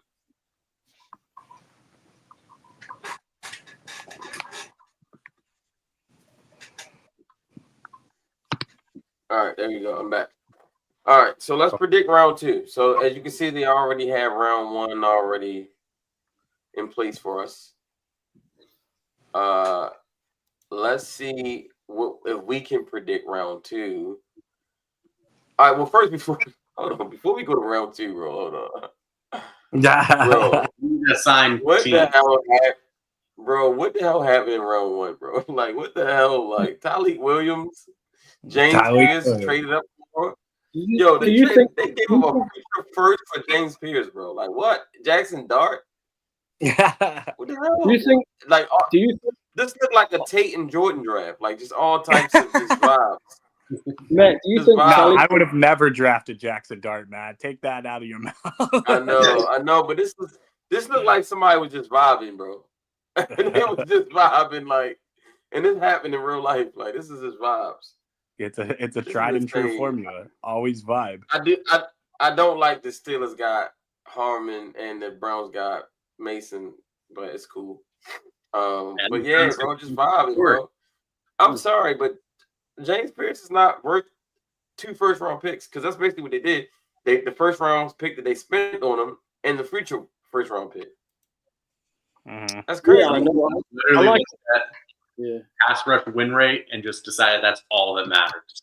Not how he gets there, not his off the field kind of like personality. Like Atlanta just doing anything. Like I don't Can I ask you a question? Let's take everything else, like off-field stuff, out of the picture, right? And just as a pure pass rusher, where do you rank him? Just straight pure pass rusher. I like him a lot more than most people do. Yeah. Just straight. I've been a fan. James is cool, bro. He needs development. I like to see him play a lot stronger than he does, but he cool. I'm not giving up 2 first-round. I'm not using 2 first-round picks on him though. That's crazy. No, exactly. Like me and Matt talked about it the other day, where there's like 6 edges that could be wrong on the number, but there are like 6 edges where they're all like, yeah, I could see you going first round. I wouldn't mind it. And like maybe like you're gonna think most of them go to early second, but he was like one of the last guys in that group, and then we saw other guys go ahead of him. Cough, cough, Bengals. Cough, cough. But like I think Shamar Stewart was also a perfect example of Shamar Stewart being so dominant at the combine that it somehow also hurt James Pierce's stock, who was seen as a combine warrior after Shamar Stewart destroyed the combine. Yeah. And like they were just completely ignoring that, like, okay, yeah, like he still has a lot to work on. He still has to learn how to finish, James Pierce a lot. But at the same time, it's like, no. He can play. There's a little difference. He actually can use his hands. You know? I don't know. I James Pierce. I would never trade another first for him, though. I would never trade 2 firsts for James Pierce. But no, never. Like what? What are we doing? Yeah, especially if the talent was still on the board, like still there at edge, right? Mm-hmm. Yeah, that's wild. I mean, you could. I don't know. Whatever. All right. So Jay, 1. Lee 2. I'll take 3. Jordan, you take 4. Okay. So that's how we're gonna do this, We're gonna do 1, 2, 3, 4, then 1, 2, 3, 4, then 1, 2, 3, 4. Though I do request once the Colts go, I take over for that. That's fine. That's fine. You can use the Colts pick. I'm down with that. All right. Let's see how this goes. All right. So who did I say was number 1? Jay. Yep. All right. You on the clock? You got the Browns. Who you taking? This is insane, by the way, that these guys are even. This is wild. Yeah. This is crazy that these guys are even available. But then Shadour's also available, which is wild too. Like, this is crazy. But it's a crazy board for second round. I ain't gonna hold you. Yeah, it is. I am gonna take Luther Burden first for them. Okay. They do got 2 second-round picks now because of that trade. Yeah. Yes, I do. Great pick. All right, 2. I think I said Lee. Texans. They haven't picked, right? Yeah, they traded. They haven't picked. They haven't picked. They traded up. What does PFF say their biggest needs are on PFF? You said what? What does it say their biggest needs are on PFF? Wide receiver and offensive line. Yeah, offensive line. I would argue wide receiver probably more than offensive line. I mean, Luther Burden. Oh, he went just before, right? Yeah, I just picked him. Sorry. I'm gonna be so mad if Luther Burden ends up in the division, bro. I'm so pissed because I want him to be a Raven, but again, I can't have Malachi Starks.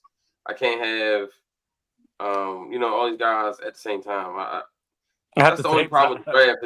That's the only problem with the draft. You only get 1 first-round pick. Like I want all of them. I want Starks. I want Derek Harmon. I want Luther Burden. I want all of them. I want all of them. Give me all of them. That's why I picked Luther Burden, because like you, I don't want him in my division. and there's two teams in my division right now that both need wide receiver. He was not making it to the next Browns pick. I had a very strong feeling on that. So, and on top of that, the Browns also need wide receiver. So I think Luther Burden, it's a very safe bet that he is going off the board really early in round 2. Bro, oh my God, the Raiders. Can you scroll down a bit? Oh, he's on his phone. You said what, bro? Can you scroll down a little bit? Yeah, he wants to see who else is available.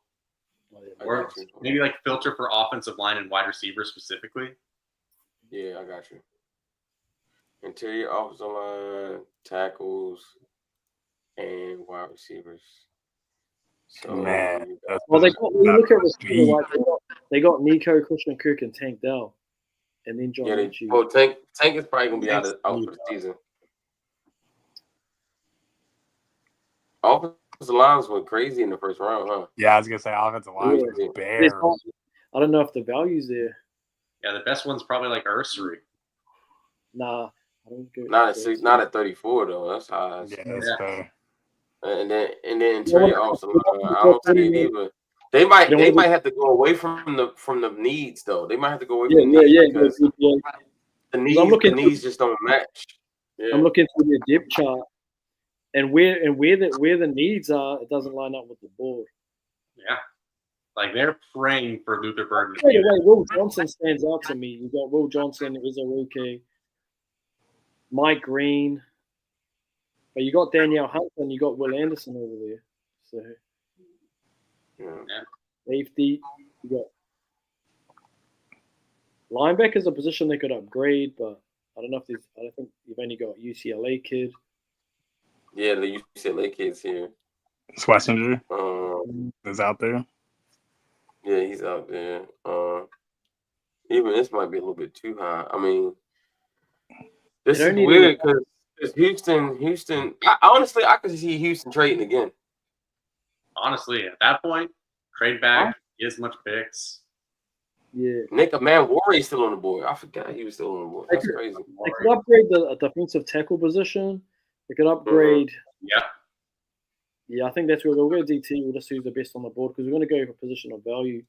Yeah, there's a good amount of DTs that you could justify taking here. Ooh, yeah. Here's mine.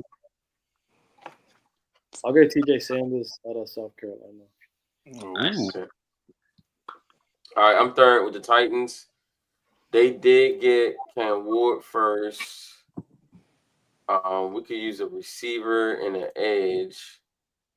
Receiver really doesn't speak to me as far as the value. And then right now, we did lose Landry, so I'm going to go Donovan Azaruku here. Damn. No, you know what? Never mind. I think I'm going to take Nick Scorton here instead. That feels like a scheme fit. Like Nick Scorton feels like a scheme fit for Tennessee. He really does. Take Scorton here. If he plays at his Purdue weight, he is a much dominant player. Texas A&M just did not know how to use him. Agreed. I mean, I don't need much time on this pick. It's Shador Sanders. Yep. That's why I picked Luther Burden, because I knew neither of those teams are going to be taking Shador, but both of them would take Luther Burden. So, God, you're a cruel man, Jay. You just had to break the Raiders' heartstrings. How do you feel like you up? I took Shador. Shador Sanders. I feel like Cleveland just what a draft so far. Mason Graham, Luther Burden, and Shador Sanders. That's crazy. That's damn good. They are cooking. Cleveland about to win this draft. I think that's exactly what they probably end up doing. Yeah. All right. So then we got the Raiders. That's you, Jay, with the Raiders. All right, and the Raiders, I kind of screwed myself by that strategy because now the Raiders are really upset that they couldn't get Shador. And I can see the Raiders jumping up to 35, though. I can see them going from 37 to 35 with the Titans and taking Shador. They try and offer something. Tennessee already has Cam Ward, right? So Titans wouldn't mind going back 2 spots, picking up some extra picks, and then the Raiders go up and get their quarterback. I can see that happening for sure. And the Raiders, they picked Ashton Jonty. Yeah. Yes, they did. Yeah. So right now, of course, wide receiver is not the value. They could go DT.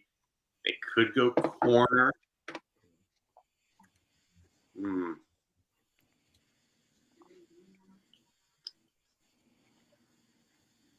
Scroll up a little bit.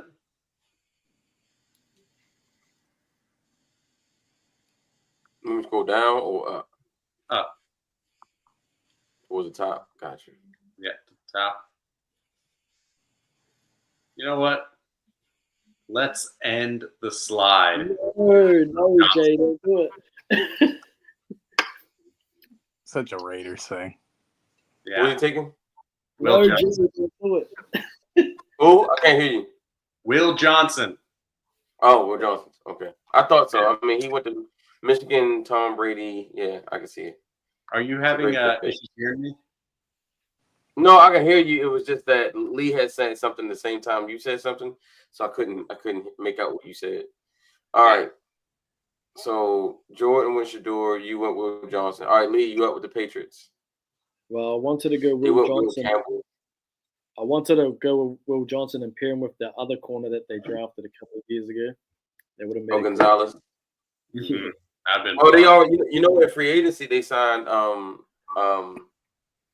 what's the dude used to play for Tampa Bay? Oh, the big Dean.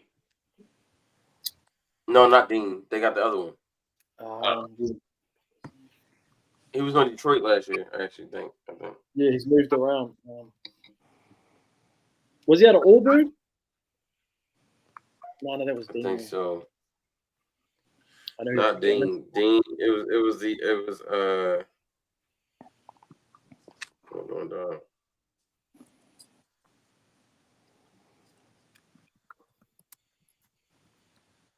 Okay, there we go. I'm just gonna check out the depth chart just to check. Yeah, it's Carlton Davis. Yeah, Carlton Yeah, Davis. Carlton. I was thinking that's Carlton. Yeah, they got Carlton Davis for sure. Okay, this is easy. I'm gonna just do what Jay did and go BPA right here. We're gonna take Mike Green. The Patriots. Wow. Okay. You know, Vrabel needs his defensive weapon. There you go. He's not my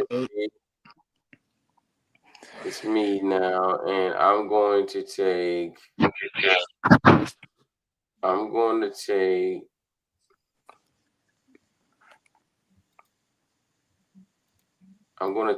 Nick Manwari. Nice. How do you think about that? That's the thing, right? Bears and the Browns are going to be able to. This might be who wins the draft. Yeah, the Bears got 2. Yeah, I think they could take the safety here, and then I think the next pick they could take Travion Henderson because they missed out on Genty. I think that's what they. Yeah. And you know what's crazy about that, Matt? They practically can walk out of the draft with 3 first-rounders because of those 2 really thick in these teams, right? Yeah, agreed. I'm looking at something really quick. Can I get out of the deal? Mm-hmm. Yeah, Saints, they could go a lot of different directions. I know, that's what I'm looking at right now. I'm looking at their contracts.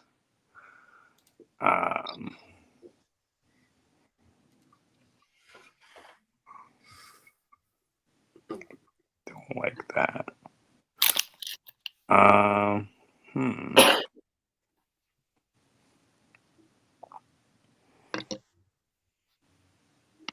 Well, give me 1 second. Check one more thing on the contract.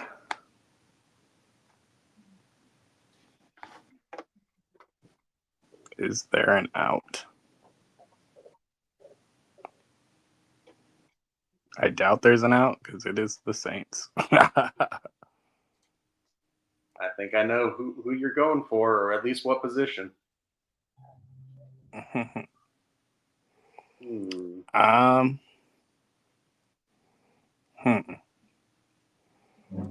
know what? I'm gonna be a little bit safer with it. I'm gonna go with Trey Amos. Originally, I was thinking something else, but the contracts won't line up for 2 years. So Trey Amos, good pick. All right, Bears. That's me. Mm-hmm. I think I'm going to take who Jordan might have been considering, or at bare minimum, the position he was considering. Let's go Travion Henderson. Good pick. Yes, sir. Great pick. I think this is actually who I think what they're going to do.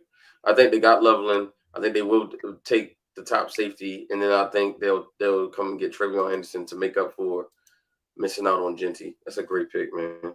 Mm-hmm. It's a great pick. JU is 1, right? So then Lee, you're 2 with the – well, Lee, you can take the 49ers. I'll take the Jets. Is that cool? Yeah, I don't mind either. I know these teams really well. Don't you want to do your team? You want to do your team, right? Yeah, okay. Jets is like my second team anyway. Yeah, either other. I know you like the Jets. Well, would you let me know what you want to do? If you want to go Jets here, I can go 49ers. No, you go Jets. You can go 49ers. All right, cool. Matt does Jets. You do 49ers, Lethal. I'll do Colts. Jordan, you can do Cowboys. Yeah. All right, so Jets. I'm gonna go. Thought about it for a second. Ooh. I know. You see, I looked. You peeped. Well, we got Membo already, so we already took care of tackle. I was looking at this pick, man, and I wasn't sure which way they would go, to be honest. I know this is interesting. I think this is too early for any of the receivers that's still on the board. Yeah. So I was looking I think they might go. They need D-line. Let's go Norman Lott here. What is with PFF in a week, man? Yeah, I'm going. And that's speed right there. Ooh. Yeah, you pair Norman Lott with Quentin Williams. That's nasty. Mm-hmm. Or Josh Allen. It's back with that.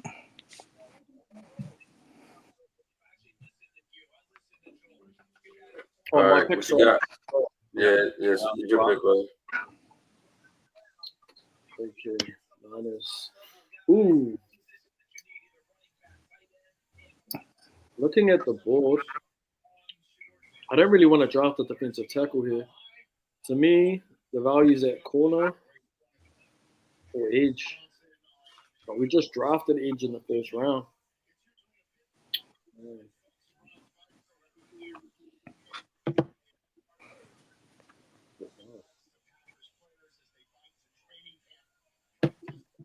I'll go.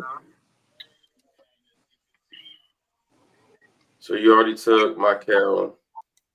Yeah. I just don't feel like a it's corner would be nice here. What about a tackle? Let's look at a tackle. I could go like nah. Interior offensive line. How about that? Nah, I don't want to. Okay. The value right there just is that edge rusher. Yeah, you already took one. I don't see y'all double dipping that edge rush. Not with the first two picks. Right? We got an edge rusher that's not really a pass rusher.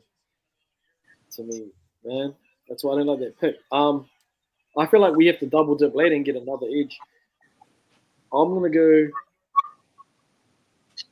Azariah Thomas, cornerback out of Florida State. Ooh. Nice. Interesting. That is interesting. I like that. Big You know physical what's going to be turnaround. interesting tonight is when that run on. I feel like there's going to be that run right on cornerbacks.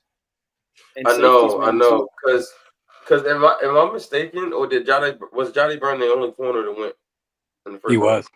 Yeah, That's crazy. That's crazy. So there's going to be a run on cornerbacks tomorrow. I just don't know when. Him and Travis Hunter and Maxwell Harrison. Oh, Maxwell Harrison. Harrison was the other one. Hate to do you like this, Jay, but I'm looking at contracts. As a Rocco is a Cowboy. That's a nice pick. I love that pick because he was going to be the Colts. Yo, putting him on the other side of Michael Parsons is crazy. Wasn't fair. I feel like Jordan in that draft we did the other day, we were just taking those BPA guys and just rolling right. So. Yeah, as a Raku and Parsons is crazy.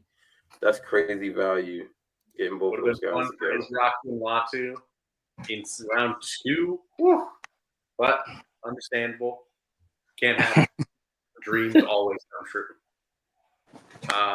So let's look at defensive tackles and edge rushers and linebackers. And also corners.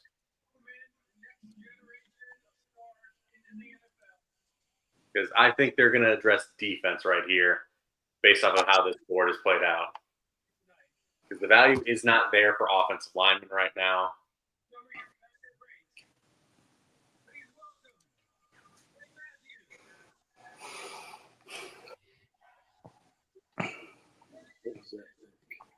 Let's give them Wessinger. Nice pick. I like that one. Good pick. Yeah. Good pick. I was actually going to tell you to go him or that corner. I mean, I was considering like Siobhan Ravel. Yes. Or like maybe Darian Porter. He fits exactly what Ballard loves in terms of physicality and like speed and athleticism at the position. But Wessinger, they need weak side linebacker, a starting caliber one who has great coverage instincts. Give me Schwetzinger. All right, who's number? You was number 1, right? Me? Jay? I'm 4. No. I was 1, but I'm happy to we can change up the order just because I took it just now. Oh yeah, I'm number 2, right? Yeah. Okay. All right. So I'm on the Rams. That's cool. So who did the Rams take? They took. Oh, they didn't take anybody. They traded out. Yeah, they got that first rounder. Yeah. Yeah. Future. I'm gonna take Mason Taylor here. Nice. All right, 3. That's Lee. Okay. Cardinals. Who did they take first? The Cardinals? Was it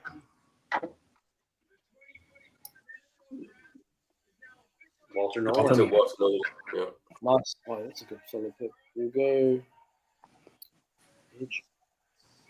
Can we look at edge or wide receiver, Matt?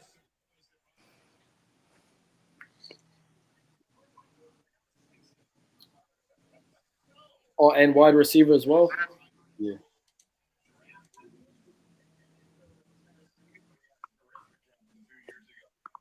No. Off at wide receiver is so real. Mm-hmm. Who Yeah, was that? once the burden goes off the board, good luck. There's going to be a weight on wide receivers potentially.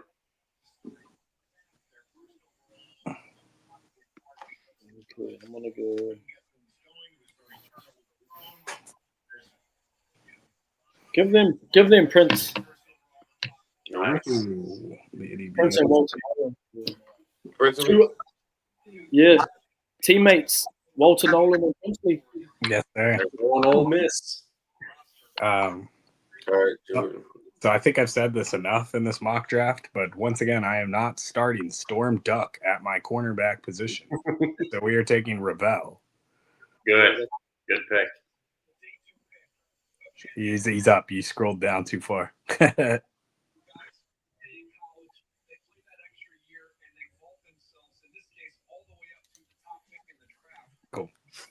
All right. So then it's after Jordan is who, Jay again? Yep.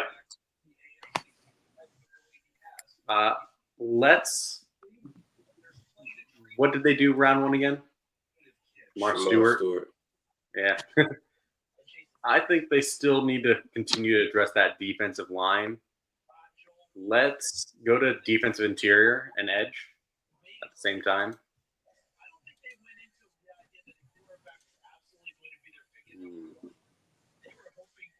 Let's give them Darius Alexander.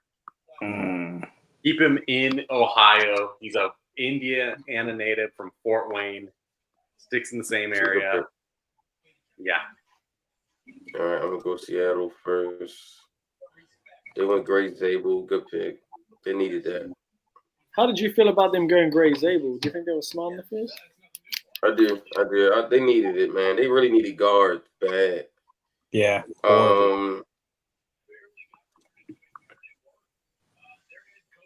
I'm going to surprise a few folks here, and I'm gonna go.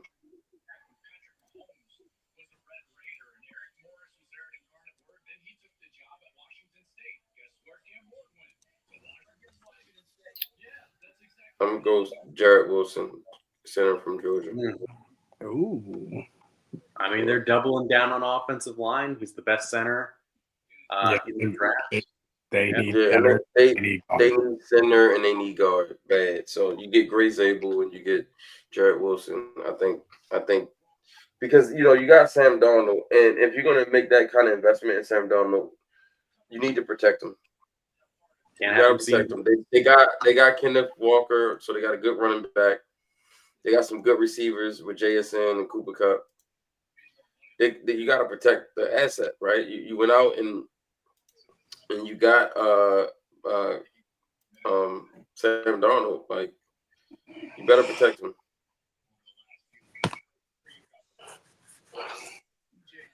Can we look at running back and wide receiver, Matt?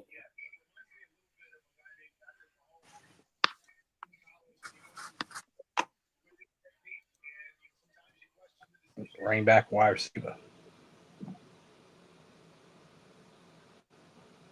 Hey, Matt, can you hear us? Yeah, okay. What'd you say? He said running back and wide receiver. Mm-hmm. Oh, sorry. You good? I was looking at something. I was reading something. Is James Pierce Jr. dating Rakia Jackson from the WNBA? Oh, I don't know. Apparently, there's his shot of him.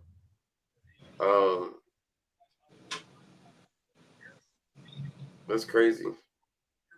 They show him getting drafted, and Rakia was sitting next to him, so that's cool. Ooh. I'm like, Maybe Rakia they're Jackson is really good friends. Oh, that makes sense. Rakia played at the University of Tennessee, and so did James. That makes sense. Mm-hmm. They both played at University of Tennessee. She played basketball. He played football. That makes sense. All right, bet. All right. Babies, if they're a couple. Yeah, straight athletic. All right, what you want to look at? You say running back and receiver, right? Yeah, he's on the phone right now. He's calling about a trade. Yeah, we're just doing a trade there. Sorry about that. Yeah, we're gonna stay put and make this pick. You took earlier. You took Johnny Byrne. Yeah, we took Johnny Byrne. So sorry about that. We just had to go over the little trade scenario, but we really need a receiver and a running back. So we are gonna take. Can you go to the top again, Matt?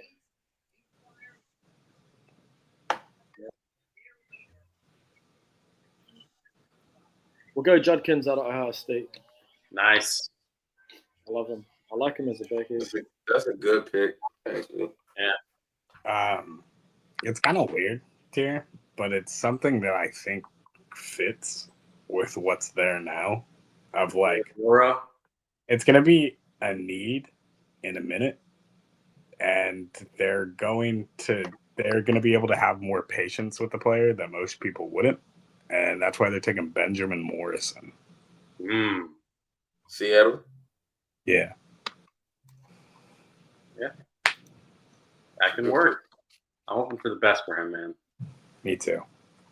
He's a dog. All right, Jay. Yeah, what did Tampa Bay do round one again? Emeka Buka. Yeah. Interesting. So, good pick. Interesting one. Let's see. They could use linebacker, edge, DB. Let's go to corner back right now. You said corner and what? Cornerback and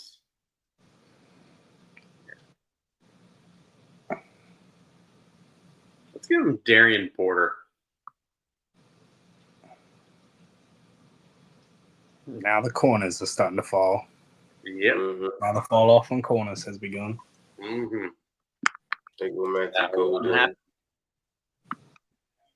This is actually one of the picks in the first round I like, the one that the Packers did, and also the Chargers.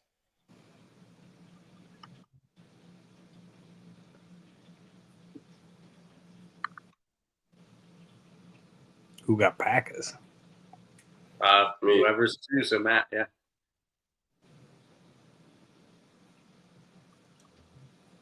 Well, they finally went wide receiver. Big surprise.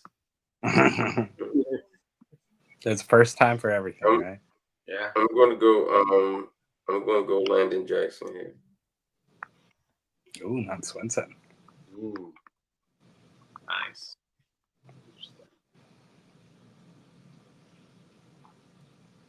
All right, Legal, you up?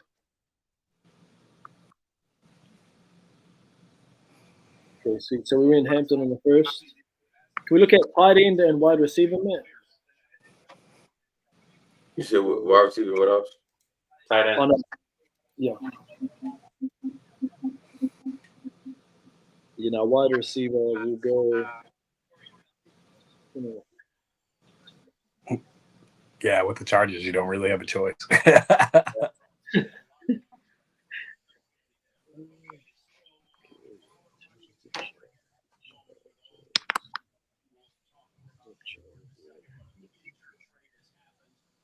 Can we go back to the top, Matt? I'm just trying to find the guy that I think complements them the most. What they already have. I'll go. I like Jalen Noel because they've already got Quentin Johnson. They got Laird McConkey. Yeah, Jalen Noel. With the 56th pick, we're going to continue to build on what we're building in this draft, which is a secondary, and we're going to take Xavier Watts. Nice. Good value. Yeah, I like that pick. I like that. Mm-hmm.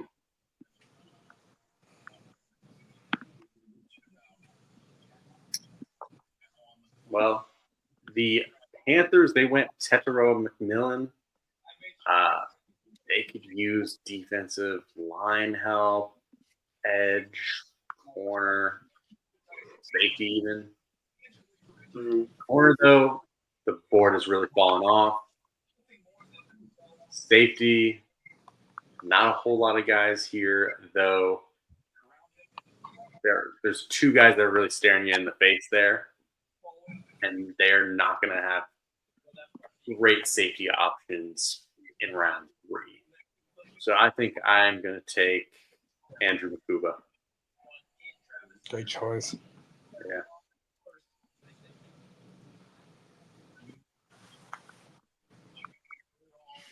My God, Andrew Makuba. All right, Lee, take the Texans because I'm gonna switch. I'm gonna take the Ravens. Yeah, no worries. Who did they taken so far? T.J. Sanders. You made that pick. Yeah. Really good. Can we bring up O-line? They need help all across the O-line, every position.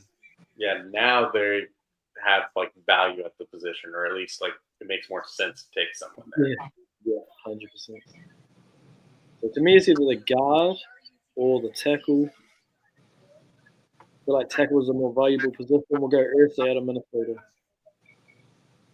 Who? Or Ursery? Yep. All right, so we got my guy Malachi Starks in the first. We got Malachi. We got some guards too. We like. Yeah, we did like Swessinger, the linebacker, but he's gone. Yeah, Cole. Couple corners that we like went off the board. You need someone to replace Gordon, Maddie. To replace who? You need a receiver. Yeah, but who do you like out of those guys? The receivers. I know you like Burden, but if he's not there, probably won't be there. You'll pick. Yeah.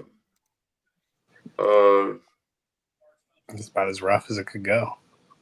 Yeah, that's like some of the opposite line.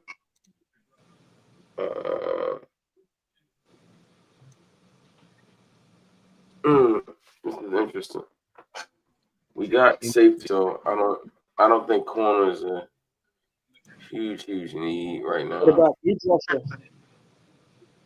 Yeah, I thought about edge, but like there's nobody that I would take right here. Barrett's Row. I like Barrett's Row. No, I'm not. I'm not taking. I also like Jordan Burke. Yeah, Birch, Gillette. Yeah, I like those guys, but do I like them at this pick? Besides Stewart, I like them, but at this pick, no. 9.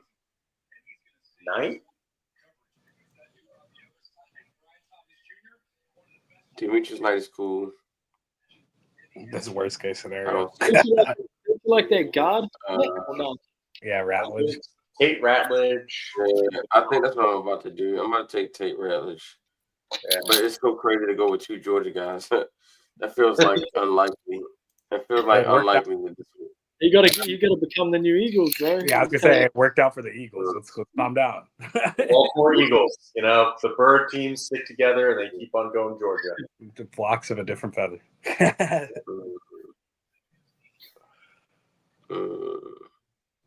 Who's your team, Jordan? I'm also Ravens fan. Your Ravens are, yeah. Mm-hmm. This is tough.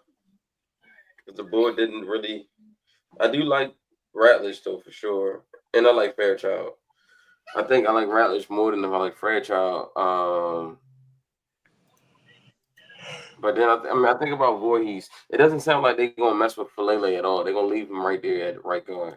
Yeah. And then I feel like I really like Voorhees, and anybody you bring in is going to end up probably being a threat to Voorhees. So, but with Voorhees, there's also the Ursery getting picked.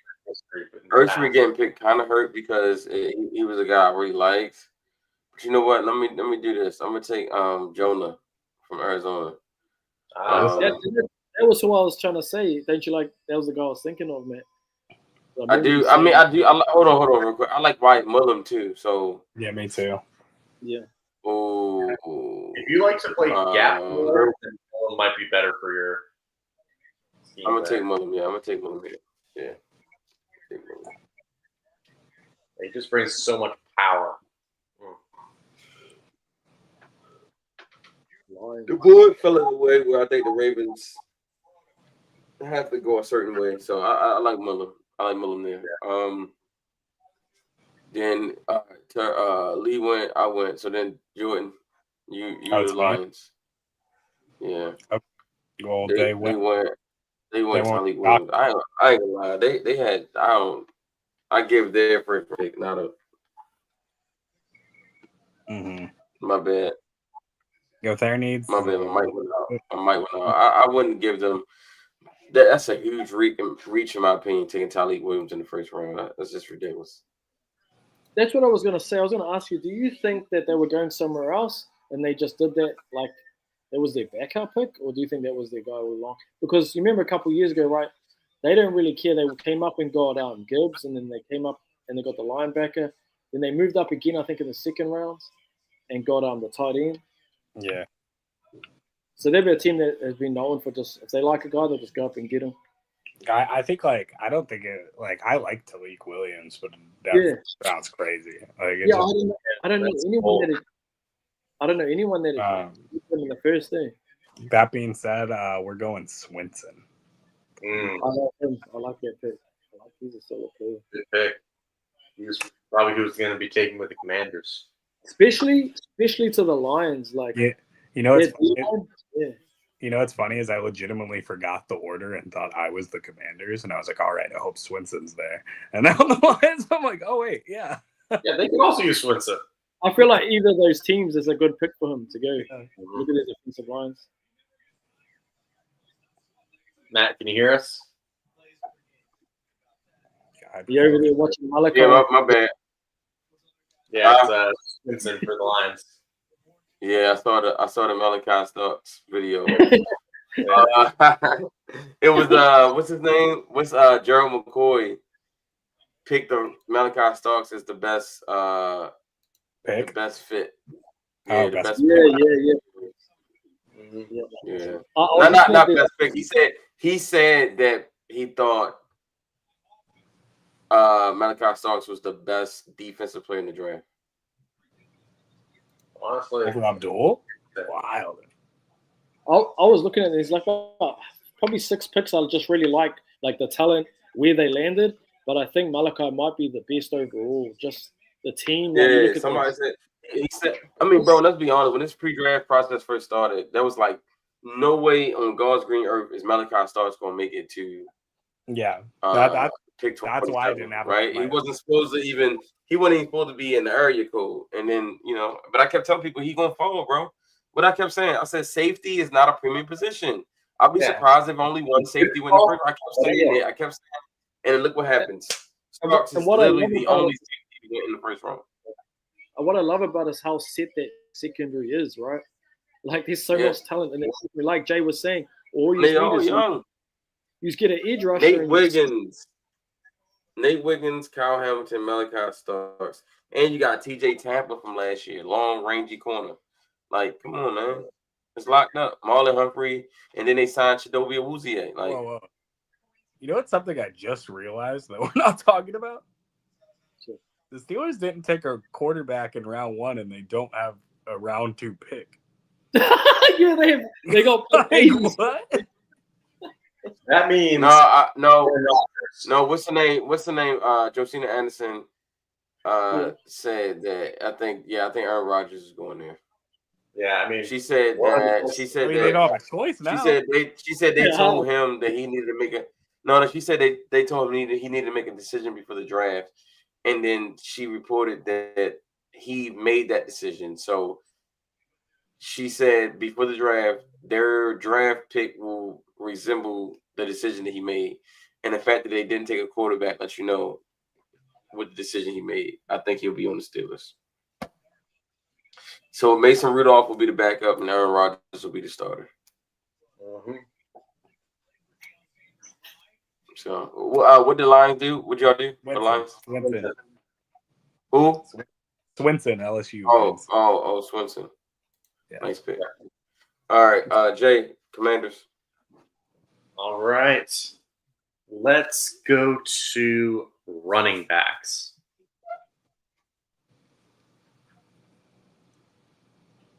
Josh Connolly, yo, that's crazy.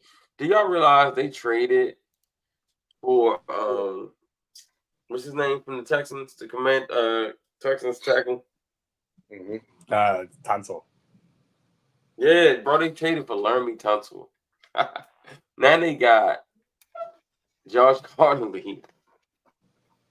They picked up some guard. Like, yo, Commanders is cooking, y'all. They got Deebo Samuel as well. Like, what? That's crazy. Anywho, what they doing with this pick, Jay? I think they're gonna go with. Let's just go pure elusiveness and go Cam Scatterbo.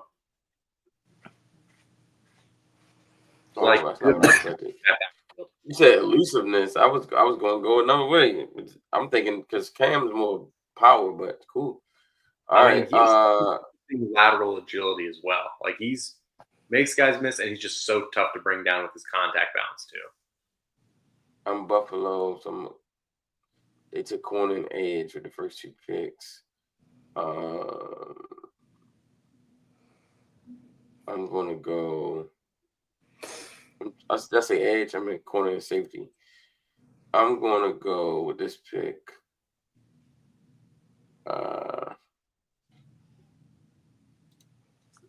They do need an edge because they got corner and safety already. But you know what? I'm going to do this. James Cook out here talking about he holding out and all that stuff. I'm going to go and get Dylan Sampson. Nice. Good pick. Yeah, I'm going to get Dylan Sampson. Chiefs. Lee, that's you. Matt, can you quickly scroll up to the picks again? From pick 40, I just want to go. Man, I kept thinking I was a Chiefs again, and I can't count. Yeah, my page, I lost it. From pick 40. Yeah, so 40, you got Amos, Henderson, Norman Lott, Thomas. Henderson. After that. Yeah. It was 42. You said who's 42? Yeah. It was Omar Norman Lott.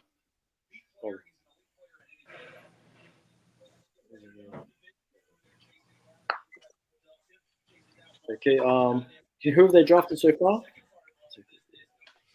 They took Josh Simmons. Josh Simmons. Oh, that's So you go guard and defensive tackle. Yeah, guard, tackle. Yeah. They already got tackle. They need guard and D-line. Yeah, guard and DT. Yeah. There's Tate. There's honestly some of those tackles can slide inside too. Go to the top. It's out of Tate Rutledge or Alfred Collins for me. I'll take Tate Rutledge. Okay. Let's protect Mahomes. All right, Eagles got Jahai Campbell. That's you, got it. Yeah, that's you, James. No, I'm sorry, it's Jordan. God, I don't even know what to do here, honest to God.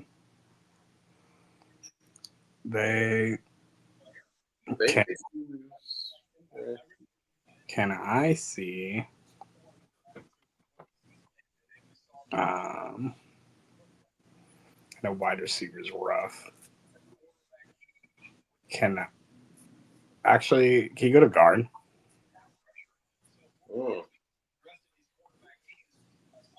They traded for a guard too. I think they traded for Zion Johnson. Yeah, that's not what I was thinking. I forgot somebody already went, and I was just thinking of a name. Go to corner. Oh my God, so beat up. Go to wide receiver, and then edge will be my last step. Wide receiver and edge.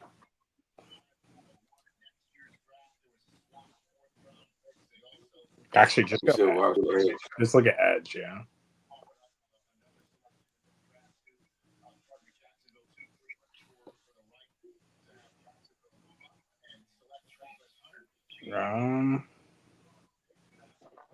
Give me. Give me JT. JT on my line. Yes, sir. I was originally thinking of Ivy there. There it is, man. The Ravens' worst case scenario. It'll be fun to look at that, have a look at our one, and then look back at what happens tomorrow. Yeah, I'm gonna save this so we can compare it. Yeah, Colts were hoping. I think it would be the only main difference. I think it would be a whole lot of trades tomorrow. Yeah. Yeah, that's gonna throw everything through a little bit of a loop potentially, but yeah, like I would be shocked though if the Browns don't go Luther Burden though, just because there's no way they're getting him like on the second pick. But there's a chance they could get like it's either between Luther or Shador. If they like Shador, they'll take him because he's a quarterback. But if they really love Luther Burden, they know there's no way he's getting past Tennessee Titans or Houston Texans. Yeah, thanks. So there's round two. I like it, man. I'm really interested in seeing what the Browns and the Bears do right with all their value in their early second. Yeah, same. Seahawks with their picks. Yeah, they got a few too right in the third round too. Man, that's 6 hours. We just hit the 6 hour mark, boys. We killed it. We did it. Did it again. We listen. This is our time, man. This is why we put in that work, man. Like, because after this, it's gonna be straight shutdown. Like, it's gonna be just, we're gonna go back in the hibernation, back to grinding film for the next class. But this is where we get to shine, man. This is why we put in those long hours and all that. But the good thing about it, y'all, we got 2 rounds tomorrow, fellas. 2 rounds. So that means your favorite team out there, your favorite team will have 2 new players. I mean, shoot, they might even have 3 new players, depending on the trades they make. So, real quick, y'all, before we get off here, I'm going to go one by one. Jay, where did Shador end up? Shador, I think he's either going to end up in Cleveland or New Orleans. Okay. Second question. Who won night 1? I would say it was Colts, Ravens. I know that's no bias amongst us. Hell, even Ravens fans, I think that would be a pretty good answer for those. Chiefs, gotta give it to them. And Eagles, they both got. The Chiefs getting Simmons at 32 is ridiculous. It's just ridiculous. Like, it's ridiculous. And not only is it talent, it's talent and need, right?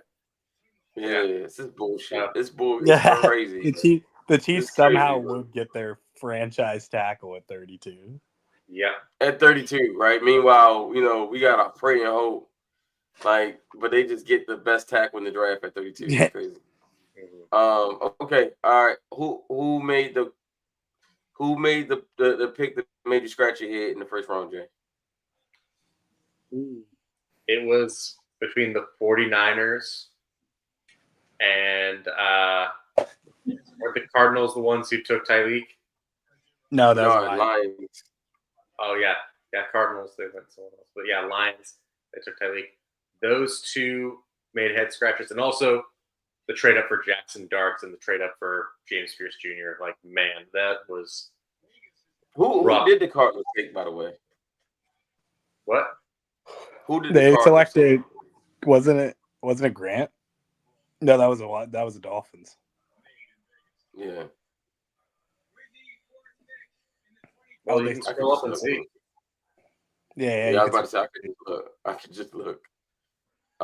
Cardinals Walter Nolan. Yeah. That was a good pick. Yeah, that's a good pick. But yeah, the surprises. Yeah. All right, so Lee, same thing. First, what did Shador land? Yeah, I'd say because of what they have, the Browns definitely a big time player for him, and because of the need and the value of picks they have in their second round. And I'd say the other team would be, to me, it's either Las Vegas or the Saints, but I think the Saints probably need him more. So I'd say, yeah, the Saints, same as you. Okay. What round does Milroe go? Second or third? Third. I'd say third round. Third. Okay. Who won the draft? Who won night 1 for you? I think the 4 teams that Jay pointed out, but I'll name a couple of others that I really like the picks and the fits. I like Jahdae Barron to the Broncos. You know, Yeah. years two in them over there, and how well they did Yeah, that last was year. crazy. That was crazy. You put PS2 and Jolly Burn on the same. You put And then another PS2 and Jolly Burn on the same defense, the same. Another one I like too, would be Omari and Hampton to the Chargers. Yeah, perfect fit. Yeah, honestly, I don't know why I didn't see that one coming. I should have saw it coming. Yeah. Okay, and who had the biggest head scratcher for you?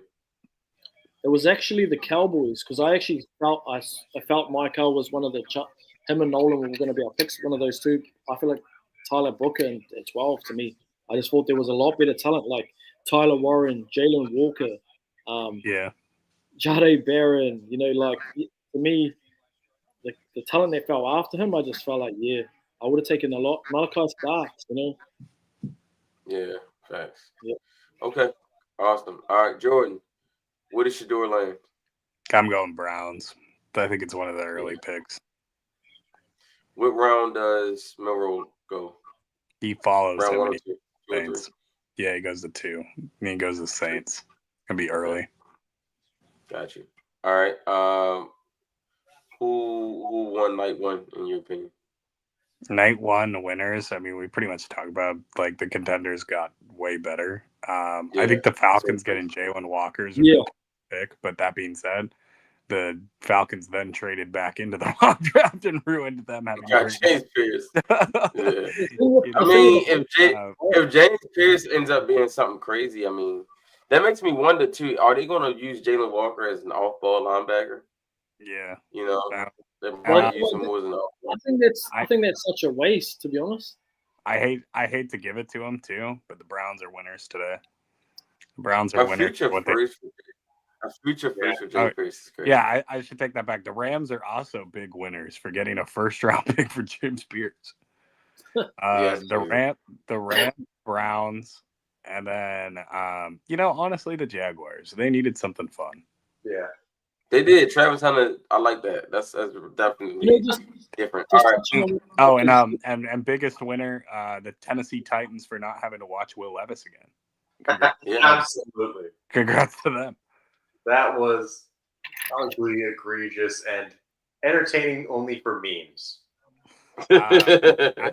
As for like, he was a generational meme. A meme every week, even. It was consistent production of memes. Got to give credit for that. The biggest head scratcher for me is you're actually at it right now. I mean, like outside the head scratchers we already talked about with the Falcons and all this other stuff. Ibuka to the Bucks was wild. I don't think we reacted enough to that. That was kind of crazy. Yeah. I think I was happy that it wasn't somebody I wanted the Ravens to get. Yeah. And so I was kind of just like, yay, it's not this guy, right? Like, it's not Starks. It's not. The fact that Will Johnson, the fact that y'all realize the Ravens was on the clock with Will Johnson, Malachi Starks, and Mike Green all available. Mm-hmm. And Josh Simmons at the time. Like, and Josh Simmons at the time. I'm like, what the hell? The Ravens, listen, I believe EDC when he said, when EDC said if Starks got picking, he would have been just fine. Like, I believe him. Because he would have he just took Mike Green, Will Johnson, or Josh Simmons, and he would have been. You know what's so funny about that, too, is like, this is the first draft I can recall where he's ever been like, yeah, like there were other guys there. That wasn't just our guy. You know? There were other guys. Yeah, like there's so many guys. Yeah, like and and here at Baltimore, we like our guys. Yeah, he did. He did say that Starks was just definitely their type of guy. Like he checked all the boxes, but and they did turn the pick in pretty quickly, kind of similar. Well, last year they turned the pick in for Nate Wiggins like immediately, like 8 seconds.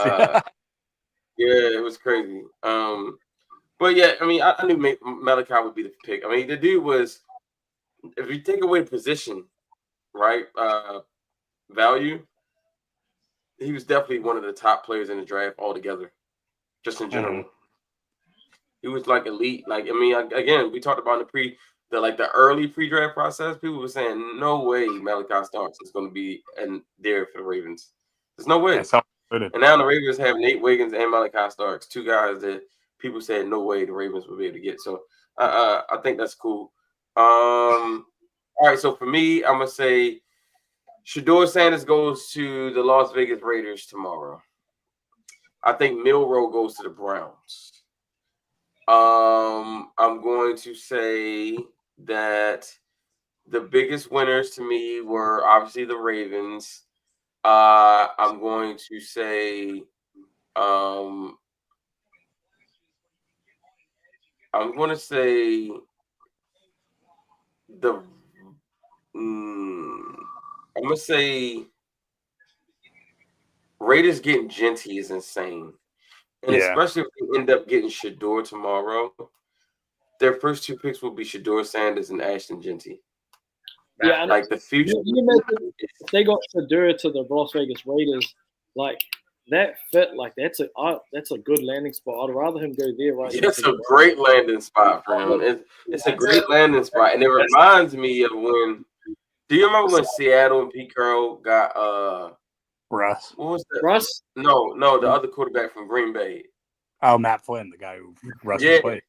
Remember when Matt Flynn, like, he signed a big free agent deal with the Seahawks, and he never played because Russ beat him out in training camp?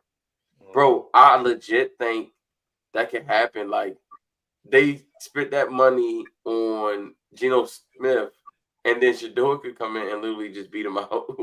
Like, I could see that. And so yeah, I mean, and then to have an offense of Shedeur Sanders, Ashton Genty, and Brock Bowers would be go crazy in Vegas. Another winner I want to say is Bryce Young is a winner today, getting Ted McMillan to go on the other side of Xavier Legette and having Adam Thielen in the slot. I think he's a winner. I think they need to do some work on the O-line. I think they need to get a running back. But I think they did. He's a winner. I want to say another pick that stood out to me was obviously Johnny Byrne. Guys, y'all mentioned that was crazy. I gotta give it to him, man. The Chiefs getting Josh Simmons is just insane, bro. Like, I've been telling everybody with ears for the last 4 or 5 months that Josh Simmons was the elite tackle in this draft, and if it wasn't for the injury, he'd be top 5. And they get him at 30 freaking 2, and also pick up extra draft capital in the process. It's just like what, like, how, Sway? And then the Eagles freaking get Jahad Campbell, like whatever. Anyway, they probably saying the same thing about the Ravens getting Malachi Starks at 27, right? Like, it's just like, goddamn. All right, the biggest losers to me, Bengals taking Shamar Stewart.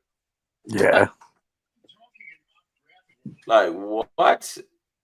The Niners taking Michael Williams. Sorry, Lee. I want to also say the Falcons giving up a future first for James Pierce is wild. That is crazy. All losers for this F group. Yeah, that's wild. And then the Giants trading back into the first to get Jackson Dart. So Giant. Like, huh? Like, huh? So yeah, those that's the hit scratches for me.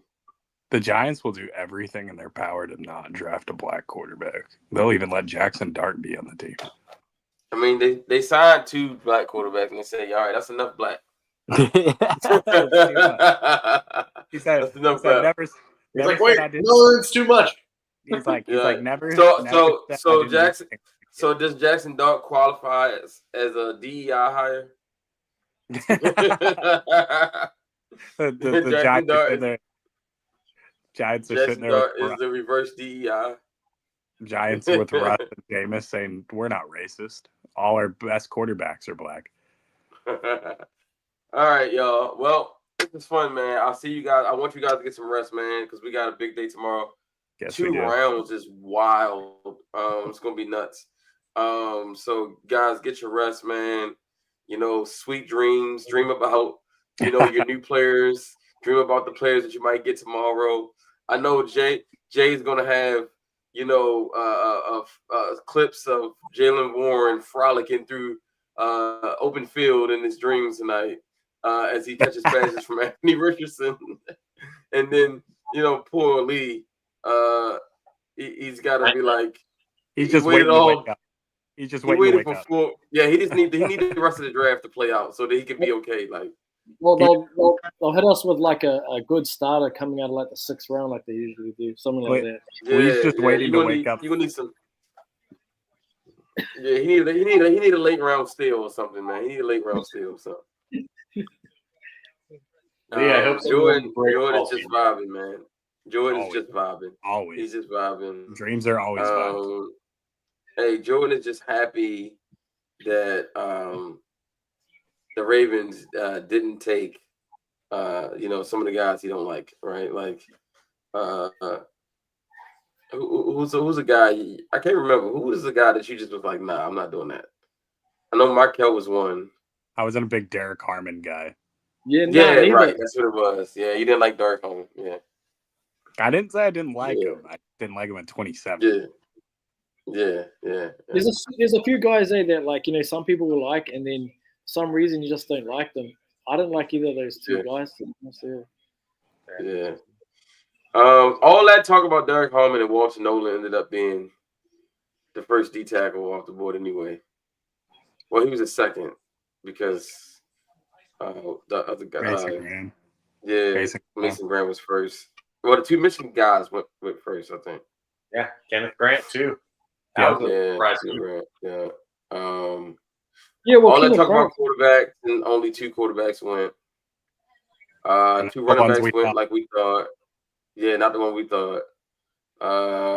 And Will Johnson. The biggest thing we'll be looking at tomorrow is Will Johnson, because what happened with his medicals, and I hope we get more reports tomorrow, because it's one thing for Will to fall to the bottom of the first. It's a whole nother thing for Will to fall completely out of the first.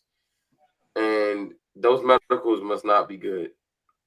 And then also, how bad is this corner class when only 1 corner goes in the first? No, 2 corners went in the first round. 3. Maxwell Hurston, Jahdae Barron, and who else? Travis Hunter.